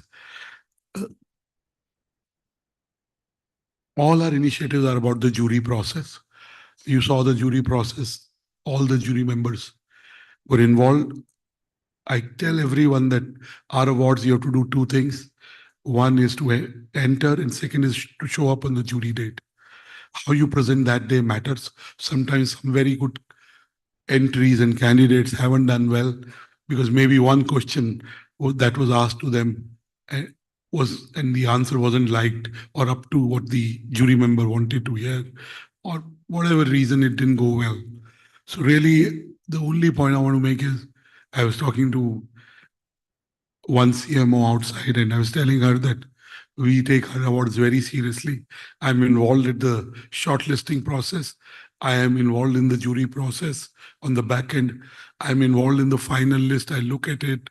I have a point of view, and that point of view is reflected through the jury process. So, only thing I want to say, in a world where there are all kinds of awards, our awards are done through a process and have high integrity. That's the only thing I want to say, because everything else doesn't matter. So please give a big round of applause to Chetan and his team. So all the 40 winners, 36 of them are here, have been chosen through a process. I have a presentation on where is marketing headed, but I know some of you have flights, so I won't use but I just want to, Chandni talked about consistency, the power of compounding. I'll only talk about the three things that I've been talking in the last 6 months. One is quality of sleep. My throat is like this because for 2 nights I've slept later than I normally sleep, and I've slept a little lesser than I normally sleep. So whatever you do, your young adults, your families, sleep more. It will make you better at work. It will help you live longer. It will help you lose weight. It'll help in every aspect. It help you to be mindful. I keep my phone away when I sleep. It helps. I love OTT companies. I love food delivery companies and quick commerce companies. Our latest cover on Business World is on Q-commerce. But the fact is, you can binge watch in the night, or you can order food in the night, can help you take away from your sleep. Second is kindness. All of you, I know some of you, you're extremely kind to me, you're kind people, and I'm talking to myself.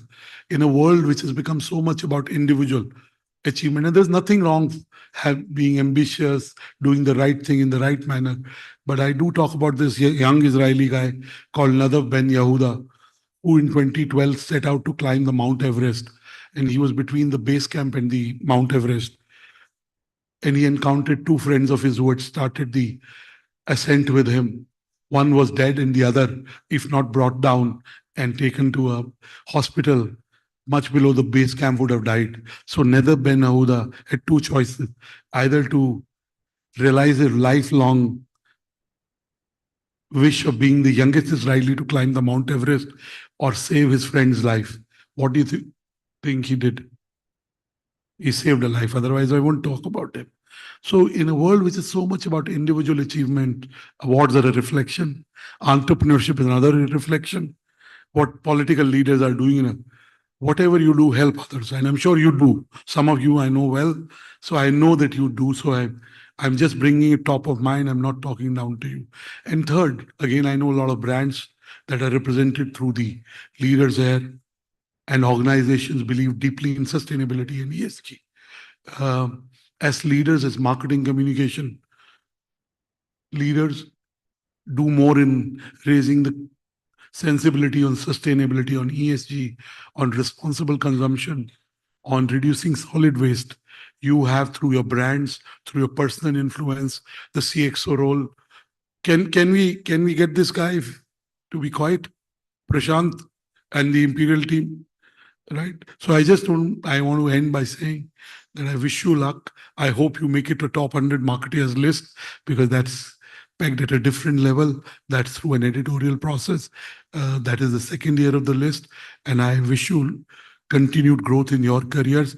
Yesterday, I know somebody who's winning today. I know he got promoted yesterday and he got his letter. Nothing to do with our awards. Wouldn't give our awards that much credit. It's because of the consistent hard work that Chandni talked of. But at all such awards where young people, you're much younger than me, I say that do away with the 3 C's. The first C being comparison. We all compare. I am on a weight loss journey, so I look at my weight every morning, and that's for a good reason. But comparison is the thief of joy. Don't compare. Everyone's journey is unique. Second, don't criticize. We in the media have a license and a role, in some cases legitimately the right role. But sometimes we criticize organizations, individuals, ideas without knowing too much about them or having a nuanced point of view. And third is, which I feel is I also do, I can't say I'm at zero, is crib. we shouldn't crib that much. If we are alive after COVID, we are doing well, all of you. My parents are doing okay. My kids are doing okay. We are doing okay. I think I have lots of gratitude. So whatever you do, don't compare, don't criticize, and don't complain or crib, the three C's. The three H's that I would encourage you to embrace. One is hope. I wake up every day. I genuinely hoping today will be better than yesterday. Second is hard work. I'm old, but let me say hard work as focus. Whatever you focus on will grow. And last is humility. You're marketeers. Sometimes we in the media spoil you. You're the most pampered. I know every CXO community, CIOs, CDOs, CMOs, CFOs, chief legal officers, chief sustainability. The marketeers are a pampered lot. And a lot of you are humble. I mean, sometimes my friends in the media say that they don't return calls, but you get 100 unsolicited calls. It's not possible to return 50, 60 calls. So I don't think that is lack of humility. That is prioritization. But as you go up in life, be as more humble.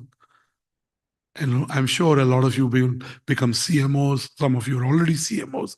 You'll become CEOs of the enterprises that you're part of or other organization. Humility and empathy will make you a CEO. So all the best. We celebrate your success. And I look forward to following your journey as an editorial product. Congratulations. All the best. Thank you, sir, for your words of wisdom, of course. I would just like to, before commencing the award ceremony forward, I would kindly request all the winners to get down from the left side of the stage for an individual photo. Additionally, I will urge all the winners to stay till the end for a group photograph. We appreciate your patience. We will now be announcing the winners of the inaugural edition of BW Marketing World's 40 Under 40 Awards. Before we begin onto the awards, I would just like to say that success seems to be connected with action. Successful people always keep moving. They make mistakes, but they still keep moving. They never ever quit. So, for all the successful people in this room, can we have a round of applause before we begin the awards? Thank you so much. Now, to felicitate our first set of winners, may I like to call upon on stage once again Dr. Anurag Batra, Sir, Chairman and Editor-in-Chief, BW Business World and Founder, Exchange for Media. And of course, Mr. Janardhan Pandey, founder, Net Value Media, to please join us in here as well. Can we have a round of applause for both our dignitaries? Finally, we are all set and ready to begin the awards. Just a humble request to the venerated guests in this room कि भाई तालियों की गड़गड़ाहट रुकनी नहीं चाहिए, थमनी नहीं चाहिए. The louder you all clap, the more of your good wishes and positive vibes are going to reach our winners here tonight. So our first winner here is Manan Kapoor, Senior Partner, Yap Digital. Can we have a round of applause for Sir here?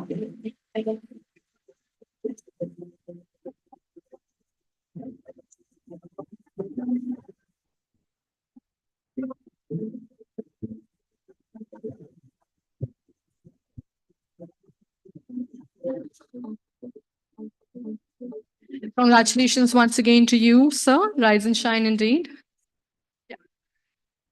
Thanks a lot, guys. Thank you for this award. It means a lot. And thanks a lot, BW Anurag, for hosting us. And great to see all the marketeers coming together to receive such an honorable award. Thank you once again. Thank you, Anurag. And this journey is just started. Thank you. Rise and shine indeed. Moving forward to our next awardee now. Let's welcome Preena Bhutani, Head Digital Marketing, General Manager, Godrej Properties. Let's welcome the lady with a huge round of applause, please.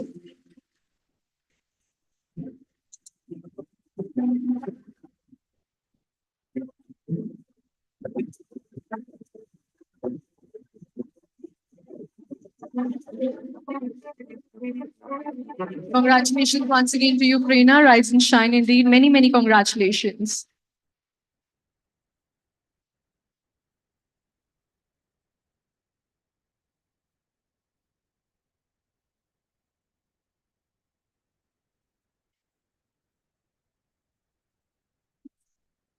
Thanks, everyone. It's a pleasure to be here, and a very, very proud moment goes out to the BW family, my Godrej family, and my very own family as well. A lot of people behind this. Humble thanks. Once again, many, many congratulations to you, Prerna. Moving forward to our next winner, and the next winner is on your screens.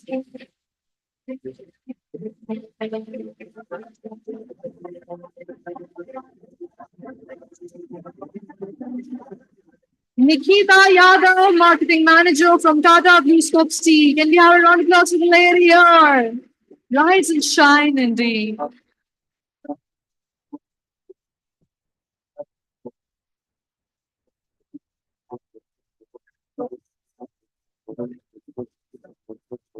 Nikita, please accept the small token of appreciation from our end. Rise and shine.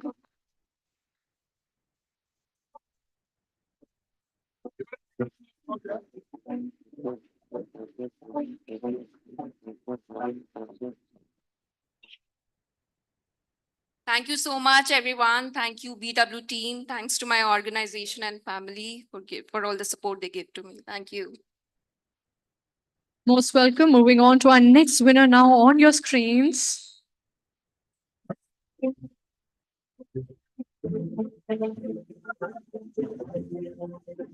And the winner is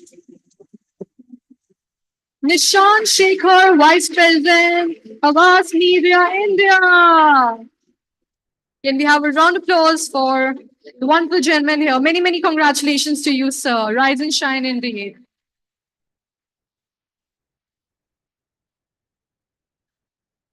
Please accept the small token of gratitude from our end.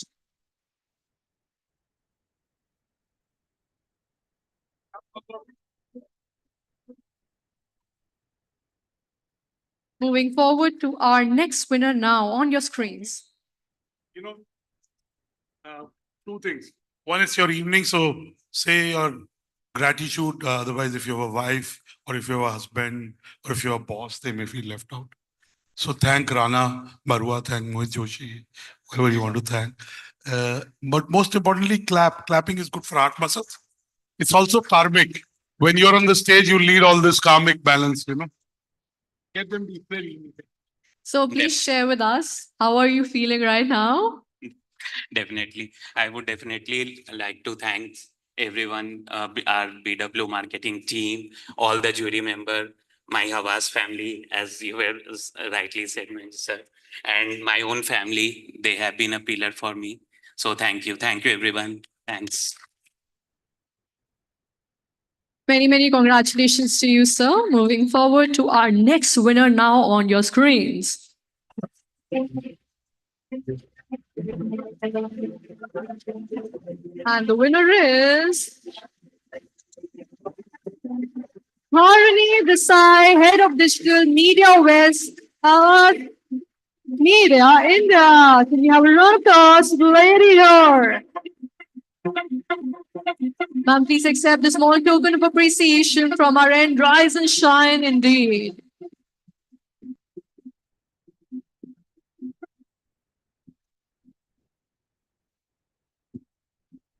Come on, everyone, louder. Let's cheer along for all the winners here tonight.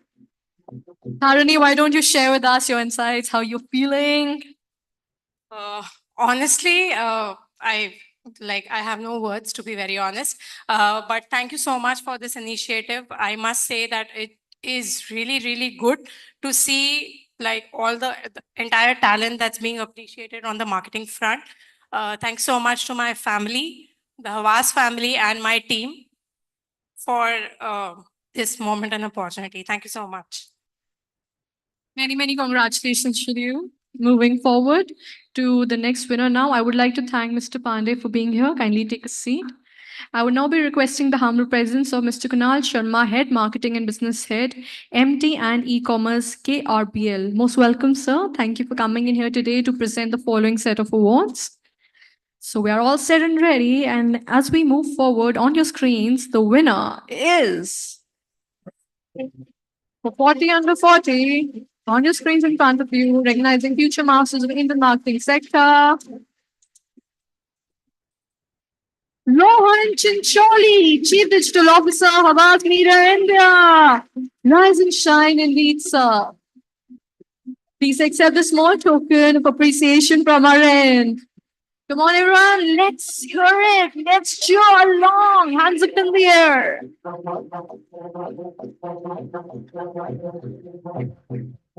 Rohan, please share with us how are you feeling right now? It's very exciting to be here. Thank you very much to the BW team. Obviously, the Havas family. I would take the names here to Rana sir, Mohit sir, Uday, all of you, and obviously to my entire team who have been helping me. And otherwise, this is not possible. Obviously, to family and friends, all the good wishes are here always. So thank you to the audience as well for patiently clapping for us. Thank you once again. Many, many congratulations once again. Moving forward to our next winner now. Onto your screens. Get ready.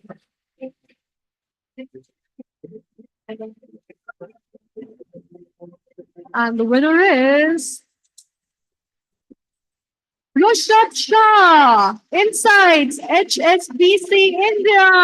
एक बार जोरदार तालियां हो जाए हमारे winner के लिए. Many, many congratulations to you, sir. Please come forward and accept a small token of appreciation from our end. Come on, everyone, let's cheer along. That's more like it.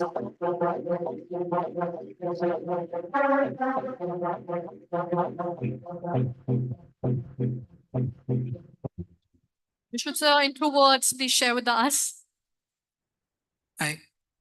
First of all, I would like to thank the BW family for taking this initiative, and I feel truly humbled to be part of this impressive and diverse winners. And I think it goes without saying that it wouldn't have been possible without the support from the team, from the agency partners, family, friends, and mentors. Thank you so much. Many, many congratulations to you, sir. Moving forward to our next winner now. On your screens. For 40 under 40, recognizing future masters in the marketing sector. And the winner is Nivesh Jain, Head Digital Marketing and Growth from Handle 9 Global. Congratulations to you, sir. Please accept a small token of appreciation from our end.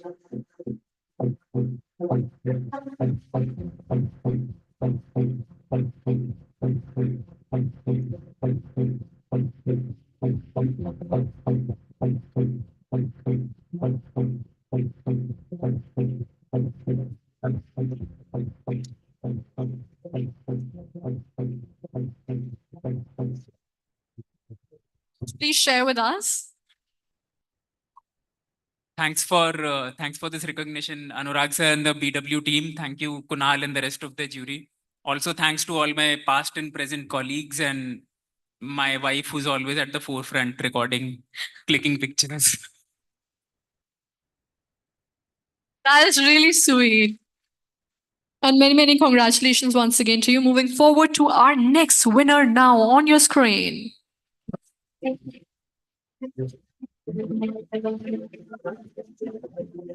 And the winner is Yashan Ramaswamy, Head Brand Social Content and Design, Air India Express.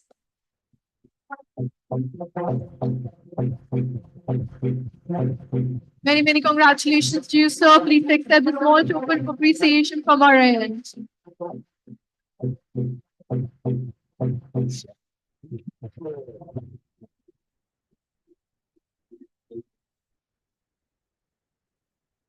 Many congratulations to you, sir. Please share with us. Thank you. It's been an honor. I want to thank Mr. Anurag and BW team for giving us such a big platform. And there is a lot of members of the team members who are responsible for this. So thank you for them as well. Congratulations once again to you. Moving forward to our next winner now on your screens.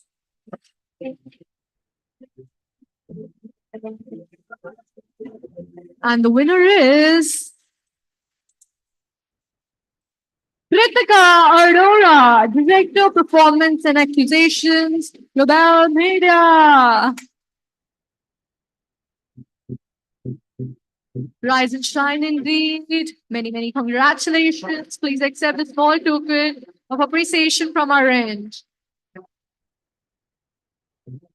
There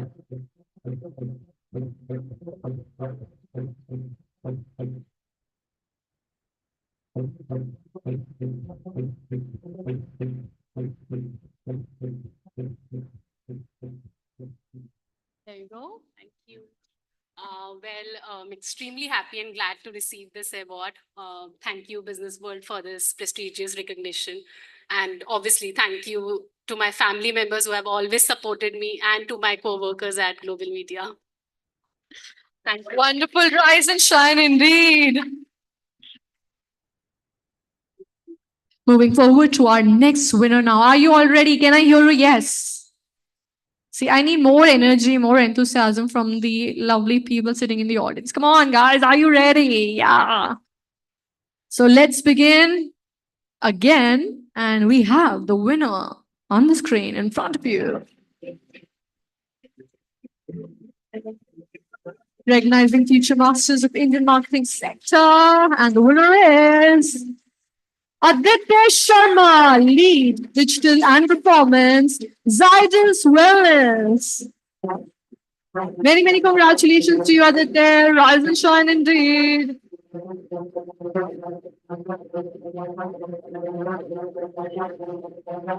Please accept a small token of appreciation from our end.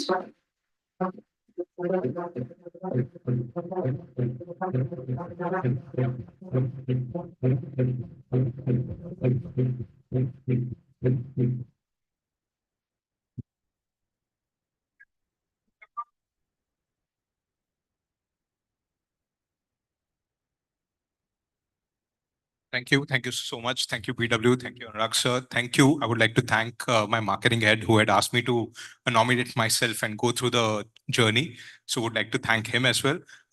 Thanks back at home, my wife, my kid. So yeah, this is for them. Yes, one of the recipients said thank you to my past colleagues, current colleagues. If you really want to be successful, you can also send my future colleagues. So just a tip. All right, then moving on to our next awardee now on your screens.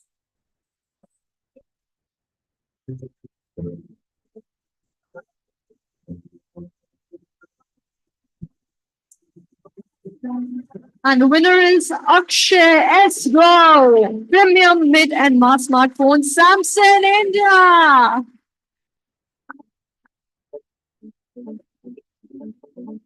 Congratulations, Akshay, please. Many, many congratulations to you and your team.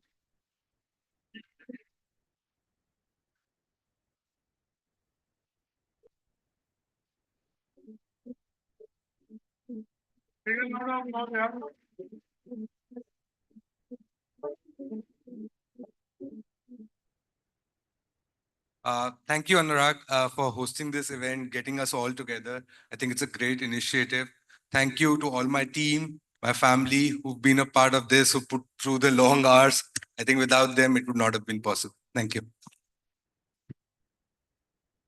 Congratulations once again. Moving forward to our next winner now on your screens. And the winner is Amit Bajaj, Inclusion India, Guardian Live, rise and shine indeed. Come on, people, hands up in the air, let's show on.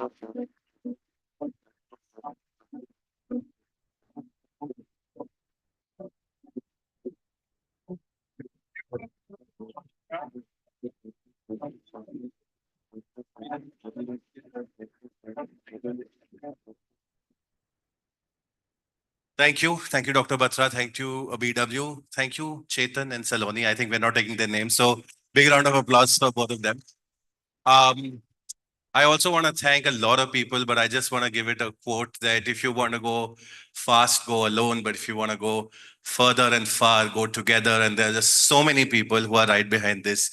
So it's not mine. It's actually everybody else who supported me and maybe prayed for me. So thank you so much. Wonderful indeed. Moving forward to our next winner here tonight on your screens. And the winner is Aniket Das, Senior Brand Manager, Eno. Rise and shine indeed, Aniket. Many, many congratulations to you and your team.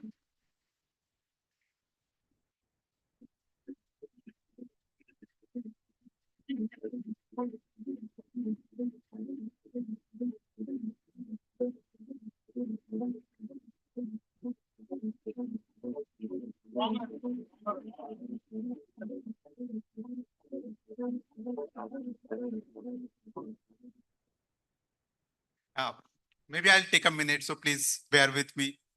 First of all, I'm really honored and humbled to be here on this to be part of this elite group. And definitely thanks Business World, Dr. Batra for this incredible award. I think he was mentioning in one of his speeches that awards like this actually help us stay motivated, reach further heights and learn new things, right? So that's what I'll try to do. And definitely this is not my achievement alone. This achievement has been possible because I have got the opportunity to work with my manager, my mentors, Mr. Kishle Sheth, Ms. Pratibha Chaya, and Ajay Singh Pariha. And also I'd like to extend my gratitude to my agency partner, Ogilvy Harkaran Gill, who is my partner in crime. And definitely my family, my loving wife, Payal. Last night, when I was like preparing, she quipped that this seems like an Oscar of marketing. So here to my little Oscar speech. Thanks, everyone. Wonderful. Moving forward to our next awardee now on your screens. Let's get ready.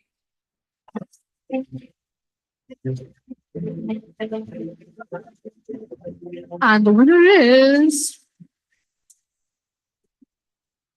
Arjun Batra, Head of Marketing, Global Spirits.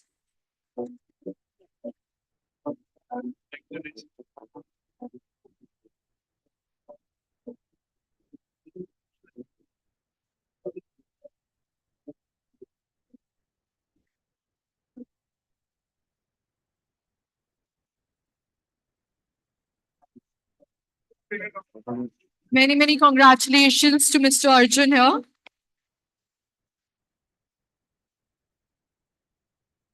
Good evening, ladies and gentlemen.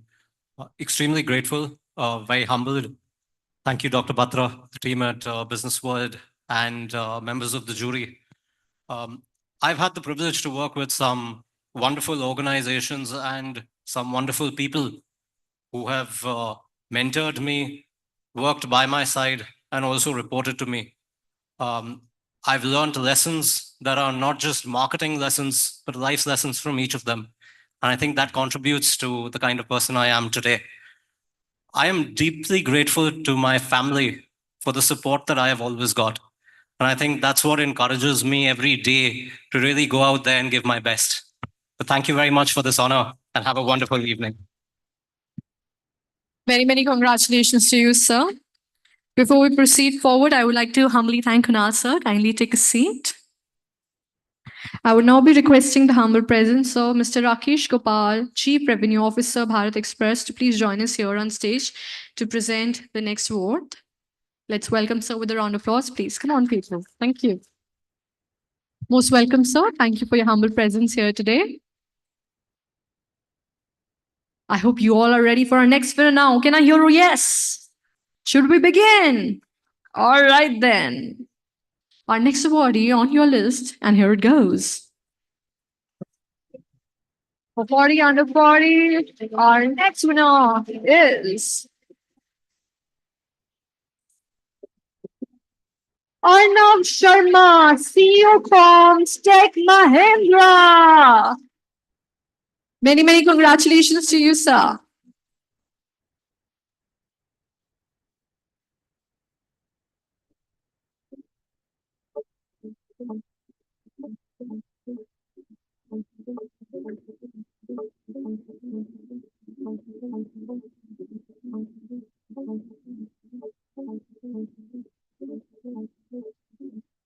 Congratulations, Arnav.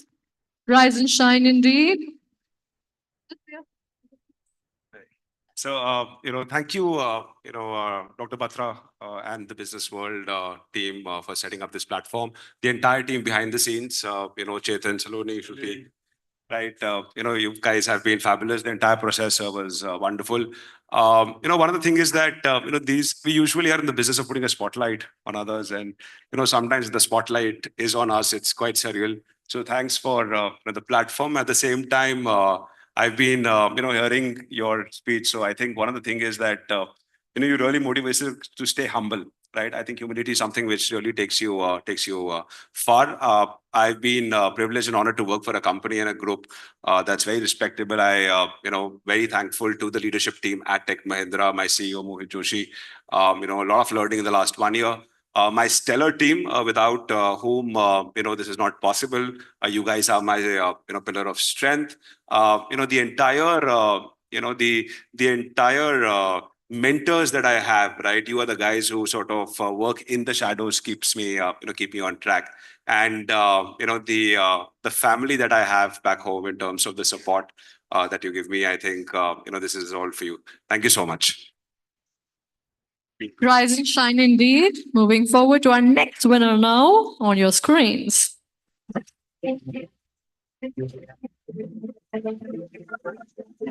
And our next winner is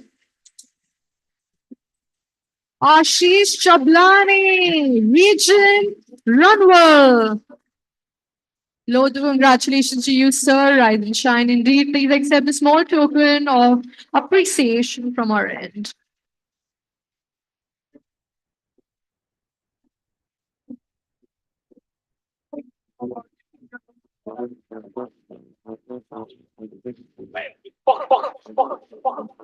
Ashish, please share with us. First of all, thank you so much, Dr. Batra, the BW marketing team, Saloni, Chetan, I think everybody. It's an honor and privilege where I'm standing. I think it's not less than an Oscar which I'm holding, which I believe it's truly, truly, truly amazing. We generally don't thank a lot of people, but I would like, from my 20 years of journey which I have in while working, I would like to thank every mentor of mine who has kind of trained me, every partner, every agency who I've worked with. I think all of them have contributed really well. I would like to thank Mr. Sandeep Runwal. He has been one of the most influencing factors in our life and in my life specifically. So big thank you to him and the entire team and entire my team of Runwal. Thank you. Once again, congratulations. Moving on to our next winner now on your screens.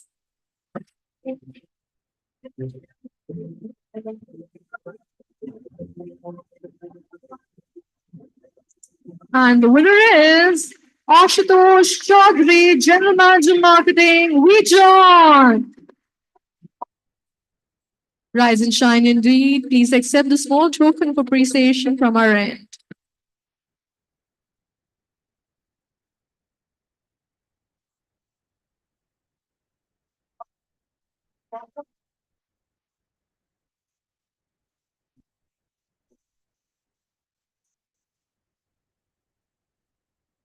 So thanks a lot. Great moment after having spent so many years in marketing to get such an award. And I think kudos to Dr. Batra and the entire BW team, because they have thought about this entire platform, which is great. And of course, credit to the entire team who has worked tirelessly behind this entire initiative. So great. I think today is also a time when I would like to think about what, from a marketing standpoint of view, has worked and also what has not worked. Because honestly, as marketers, we have high stakes in a lot of stuff which we do, and multiple times, a lot of things don't work. So when those things don't work, I think they all make us more wiser, make us realize what were the mistakes. And I think that basically is an evolutionary journey because of which we grow.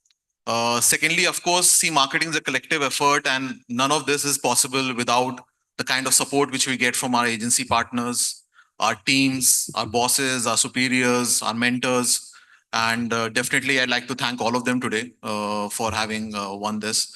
And finally, of course, family, who puts up with our quirky mindset of marketers of asking weird questions, spending time on weird presentations, and missing out a lot of family time because we have something to do which we feel are very important. So of course that credit goes to my entire family who has managed to support me in this entire journey. Thank you. Thanks a lot. See you. Many, many congratulations to you and your entire team. I would like to humbly thank Mr. Goel. Kindly take a seat.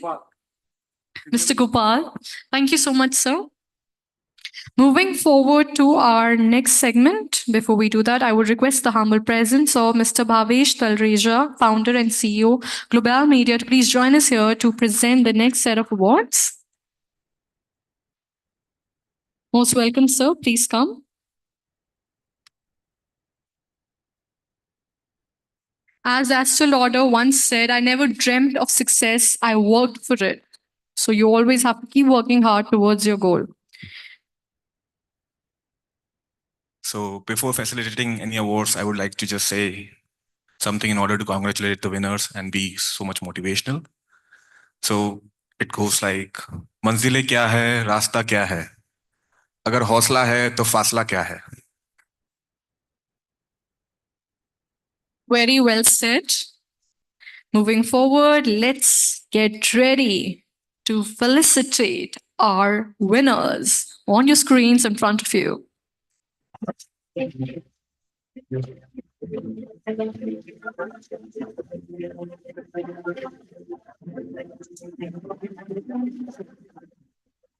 the winner is Avid Culture. Can you have a round of applause for the winner here from Tropicana, PepsiCo, India? Many, many congratulations to you, Avid. Rise and shine indeed.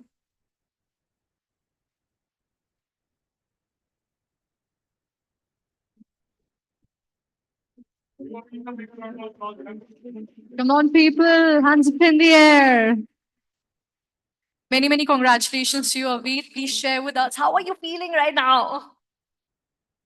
My trophy is there still, okay, but yeah. But I think I'm really excited and humbled to be here. Thank you, BW team. And there's a lot of effort that goes behind this. So thank you so much.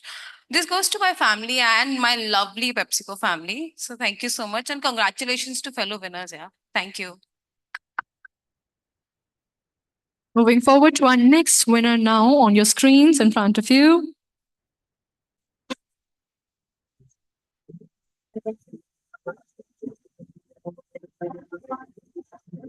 And our next winner here is Vineet Kumar, DGM Marketing Oral Care, Dabur, India.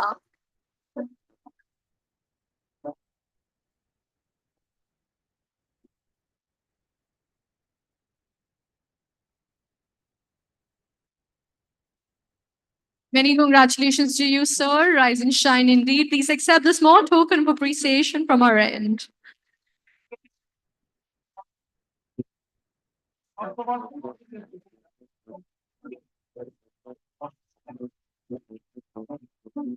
So please share with us how you're feeling tonight. So thank you so much, BW Marketing. I think it's a great honor to be here. I would like to thank for sure my family, my friends, my colleagues, my mentors, and my team members who has helped me achieve that. Thank you so much. Congratulations once again to you, sir. Moving forward to our next winner now on your screens. And our next winner here is Chris Cronin from Country Sports Marketing Manager, Red Bull. Rise and shine indeed.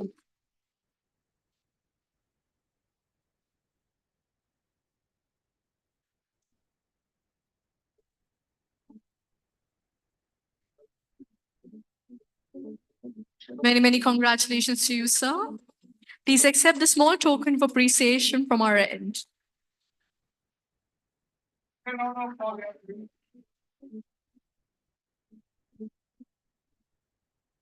Chris, this is your moment to share with us. I mean, I truly have to thank Red Bull because it's truly a organization that believes in giving wings to people and idea. And for those who know Avinash Pant, who believed in me and gave this role to me to lead the organization. Thank you, BW. This is just going to ensure that I work even harder and come up with even more stronger marketing ideas and initiatives in this country to drive sports marketing. Thank you.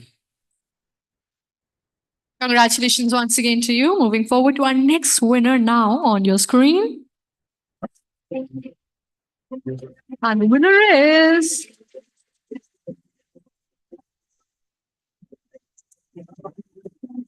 Dr. Komal Goswami, Chief of Party Plan International India Chapter. Rise and shine indeed. Please accept a small token of gratitude from our end.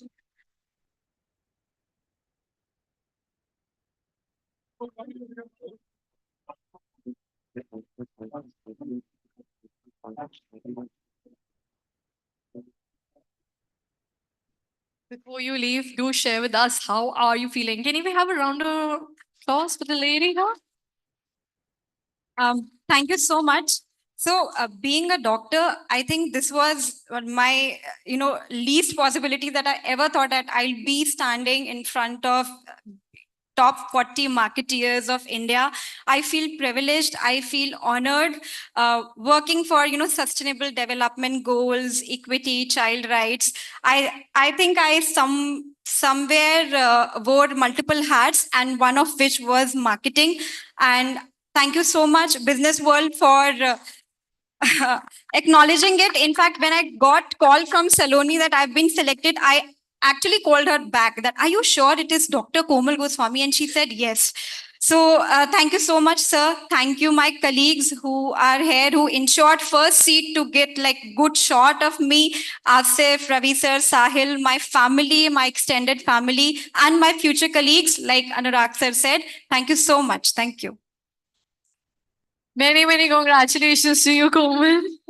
Moving forward to our next winner now on your screens.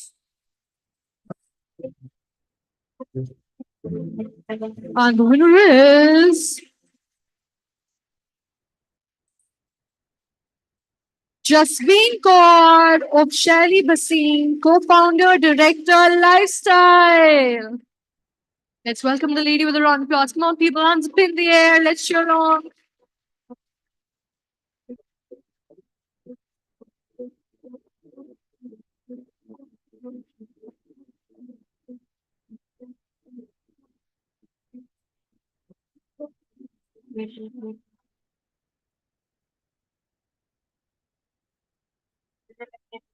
Congratulations to you. Please share with us.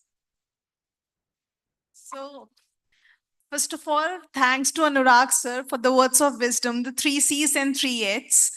They really mean a lot if you really want to be successful. Also, I would like to say that this award is for the customers who have believed in us. Special thanks to my lovely husband, who is also the founder of our company, my family, and the team who work tirelessly with us. Thank you so much. Many, many congratulations once again. Thank you, Mr. Bhavesh. Kindly take a seat. I would now request the humble presence of Mr. Rohil Amin, Senior Editor, BW Business World, to kindly join in to present the next set of awards.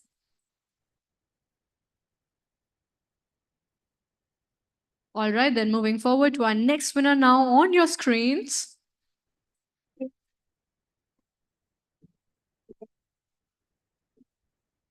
And the winner is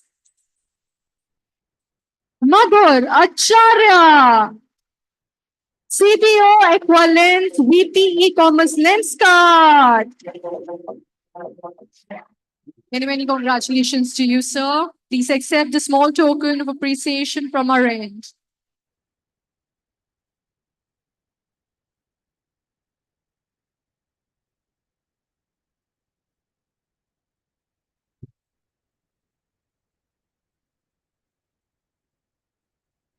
Please share with us what exactly is going through your mind.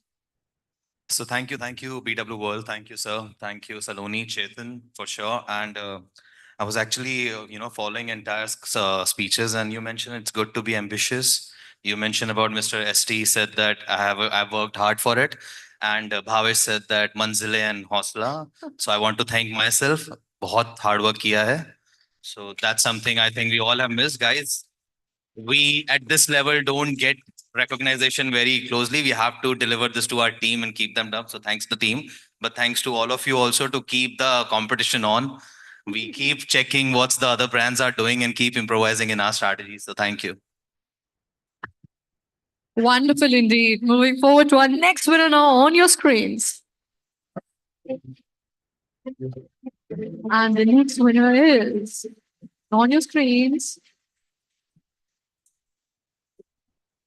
Meghna Chandani, Executive Vice President, Social Bait. Rise and shine indeed, ma'am.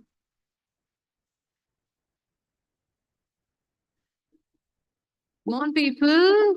Bit of more cheering and hooting will do. Thank you.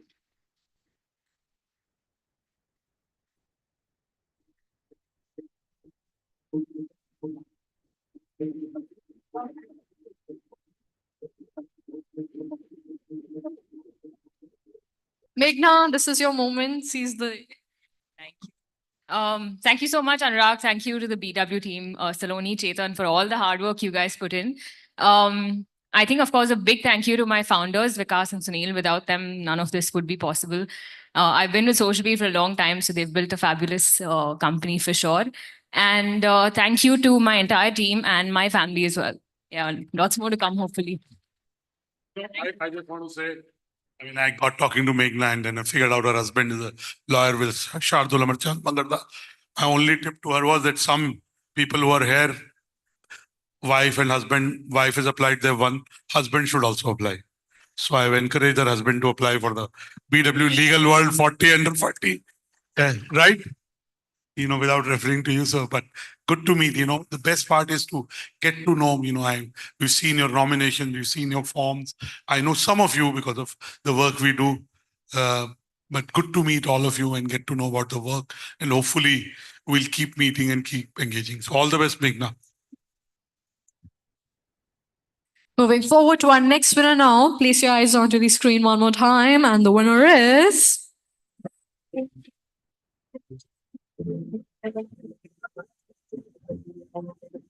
And the winner is... Nili Kapoor, Marketing Head, Personal Health, Philips India.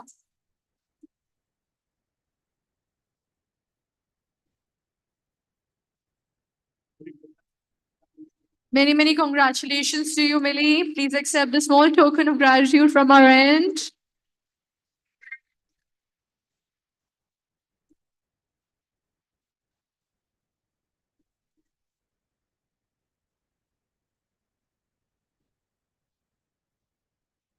So, Millie, this is your moment. Please share with us. How are you feeling?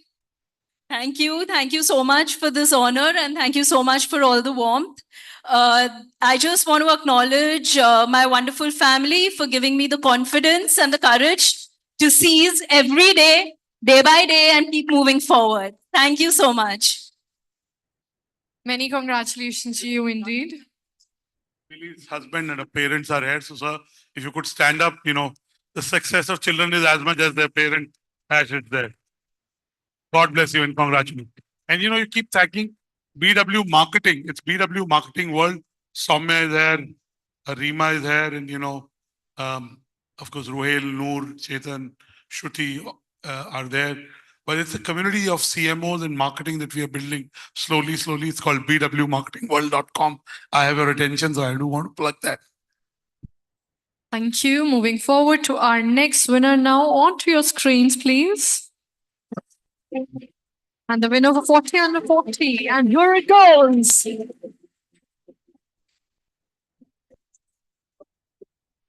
Neha Quiller, Head of Marketing, Kenstar.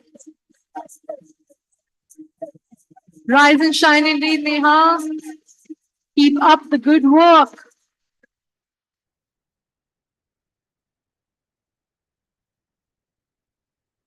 Please accept the small token of appreciation from our end.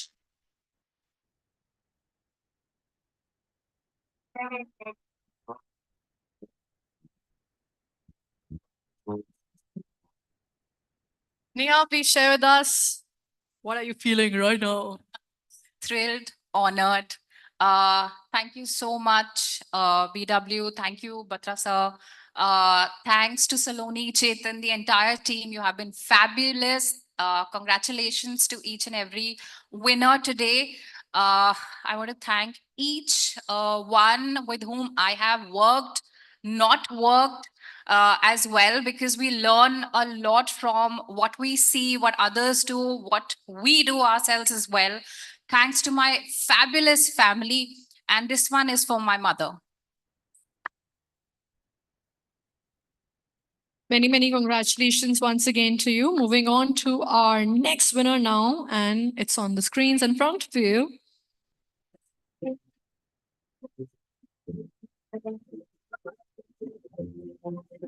And the winner is Pooja Ghosh Dastadar, Assistant Vice President Marketing, Max Life Insurance. Rise and shine indeed.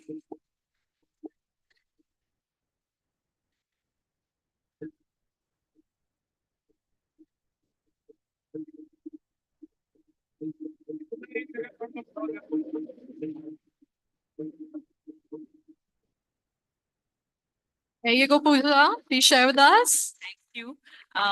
Thank you so much. It's an honor to be here today. Thank you, BW team, Dr. Batra, for this platform. Thank you to Max Life for all the opportunities, all my brilliant colleagues that I work with and learn from every day. And of course, last but not the least, my family, my mom who's here.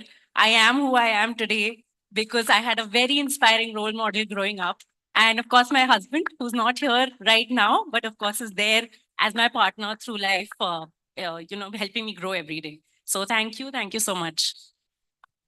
Many congratulations once again. Before we proceed forward, I would also request the humble presence of Mr. Ved Shukla, Advisor BW Retail World, to please join us to present the awards. Let's welcome Mr. Ved with a round of applause, please. Most welcome, sir. Please come. So I hope we all are ready for our next winner in tow now. Please place your eyes onto the LED screen in front of you as we go for the winner for 40 under 40. And the winner is Sai Krishna Yalapu, Director, Corporate Marketing, Sutherland Global.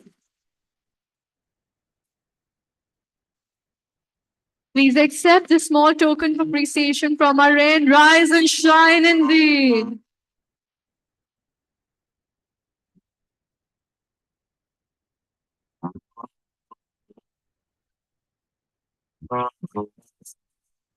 So please share with us your insights. What are you feeling right now? Are you excited?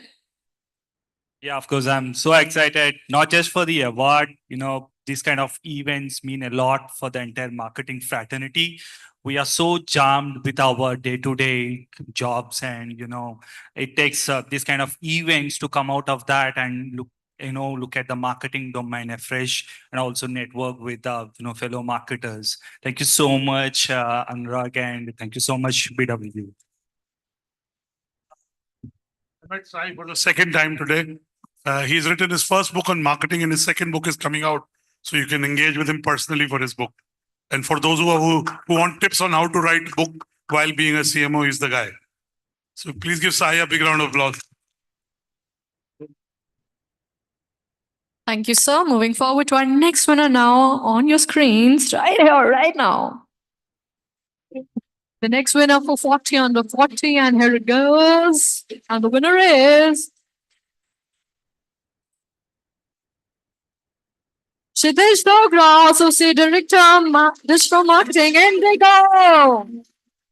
Let's welcome sir with a huge round of applause, please.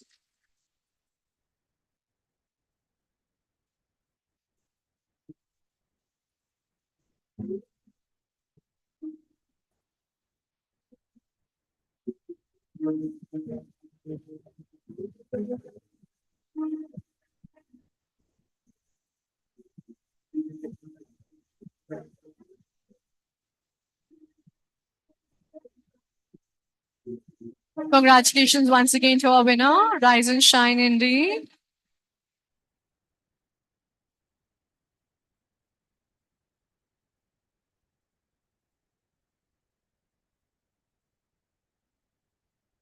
Everybody, can we have a round of applause? Come on, cheer along. Mr. Jogra, please share with us, how are you feeling here today? Thanks a lot. As Matthew McConaughey said in his Oscar speech, all right, all right, all right. The moment of truth is here. First of all, huge thanks to BW team, Anurag sir, the entire team working in the background, Chetan, Saloni, and sorry, your name? Chandni. Chandni. Please give a huge round of applause for Chandni. She has been very patient, and especially Anurag sir, he's the infectious energy in the room. He's the most charged up guy right now, and so it's going to take a while. I'd like to thank a lot of special people. First of all, my life partner Ipshita, who is sitting right here in front, trying to capture the moment for me. She's my best friend, chief advisor, doctor, coach, and chief Grammarly. Not a single post that goes out on LinkedIn goes without her approval. And apart from that, the entire team at Indigo, my ex-boss, Nikhil Thar, who hired me and gave me the faith to lead the entire digital marketing practice at Indigo. Secondly, my startup co-founders, Saikat, Manat, Rishabh, I've learned a lot from them. And we tried to do some great work way back in 2016 and 17. All my past mentors in my jobs with Honda, ONGC, Round Glass Partners, Indigo, and my future mentors to be, it means a lot. I'm standing here because of their collective efforts and their faith in me. And of course, it doesn't feel any less than an Oscar. Thanks a lot. You've been in a fantastic audience. And one last thing before I go, I'm a marketable profession, but I'm a writer at heart. I've also written a book. It's a Hindi poetry book called Ahmiyat. और इस moment की अहमियत मैं इससे ज़्यादा और नहीं समझ सकता. It's a great thing to be. And thanks a lot for being part of this special moment for me. Thank you so much, sir. Thank you. Many, many congratulations to you, sir. Rise and shine indeed. Moving forward to our next winner here on your screens.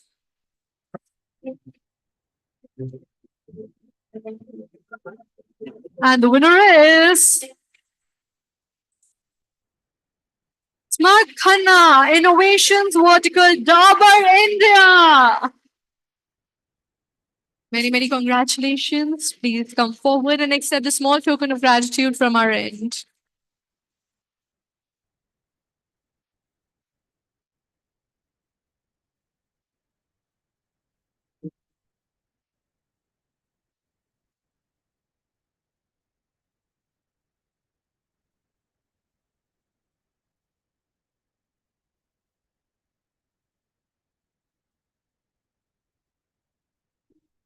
Many, many congratulations once again to you, sir. Please accept a small token of appreciation from our end.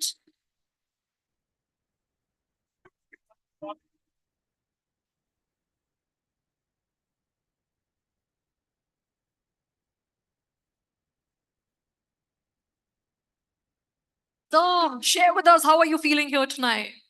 Very thrilled, very excited. I think it's a privilege and honor to get this.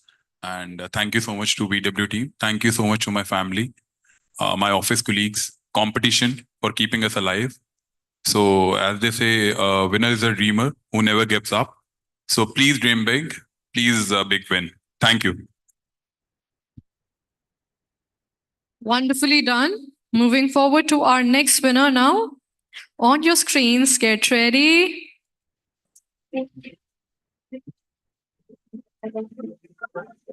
And the winner is Praveen Singh, CEO, MBD Acme. Unfortunately, the person is not here, but we do have Mr. Vikas Panvar collecting the award on his behalf. Come on, let's cheer along for the winner.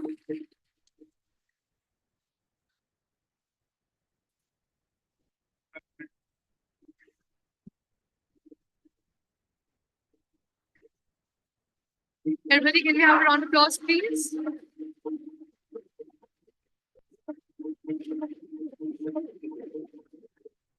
Moving forward to our next winner on the screens right here, right now, and it is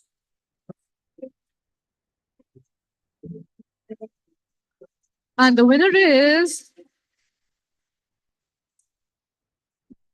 Sachin Vashishtha, Chief Marketing Officer, Pesa Bazaar. Mr. Harshit Goel will be collecting the award on his behalf.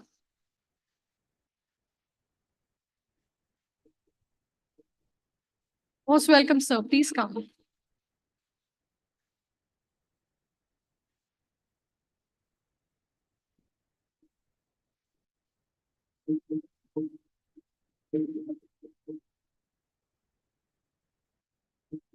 Many congratulations to you and your team, sir.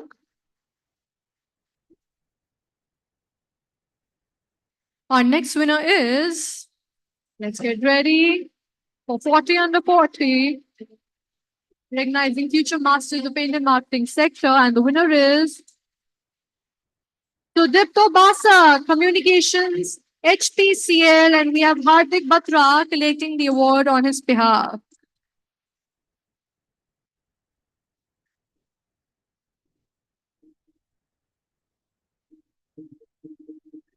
Many, many congratulations to the entire team.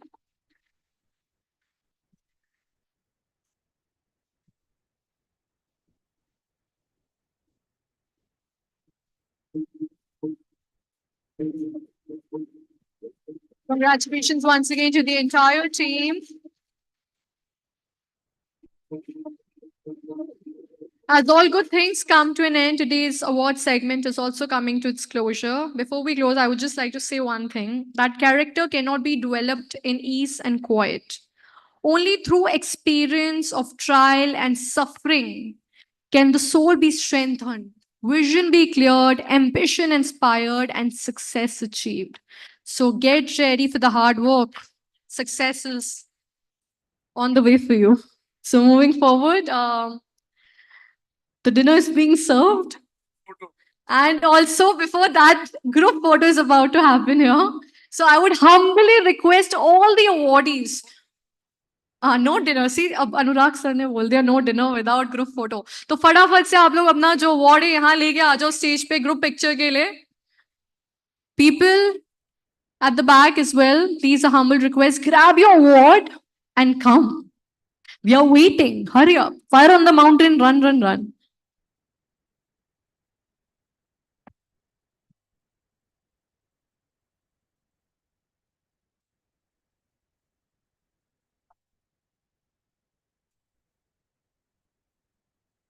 I would humbly request all the awardees who are present here to kindly get your awards in hand and get ready for one group picture as one big family right here, right now on the stage.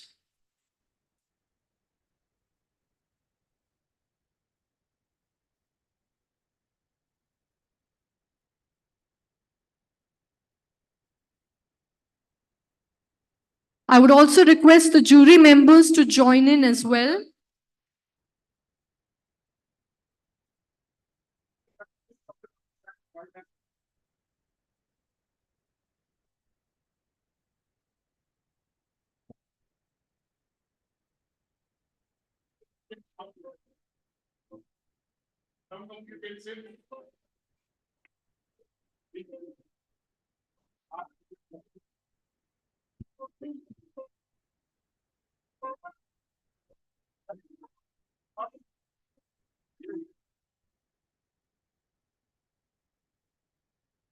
I would request all the awardees to step forward. जितनी भी जिनकी height छोटी छोटी वो आगे आ जाओ यार, आप पीछे मत खड़े रहो.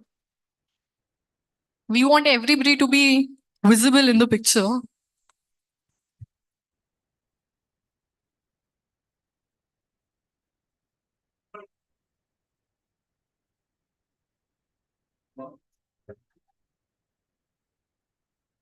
Guys, please don't spurse out. I would also like a picture with all of you. Just saying.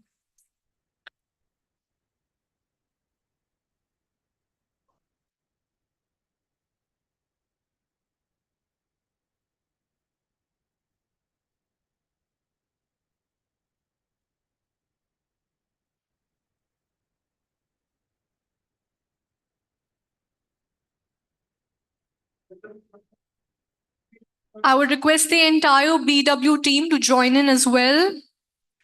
Hurry up, please come.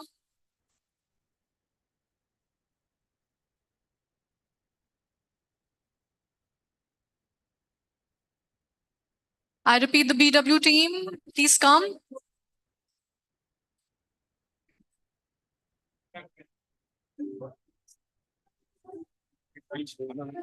Yeah, I don't know what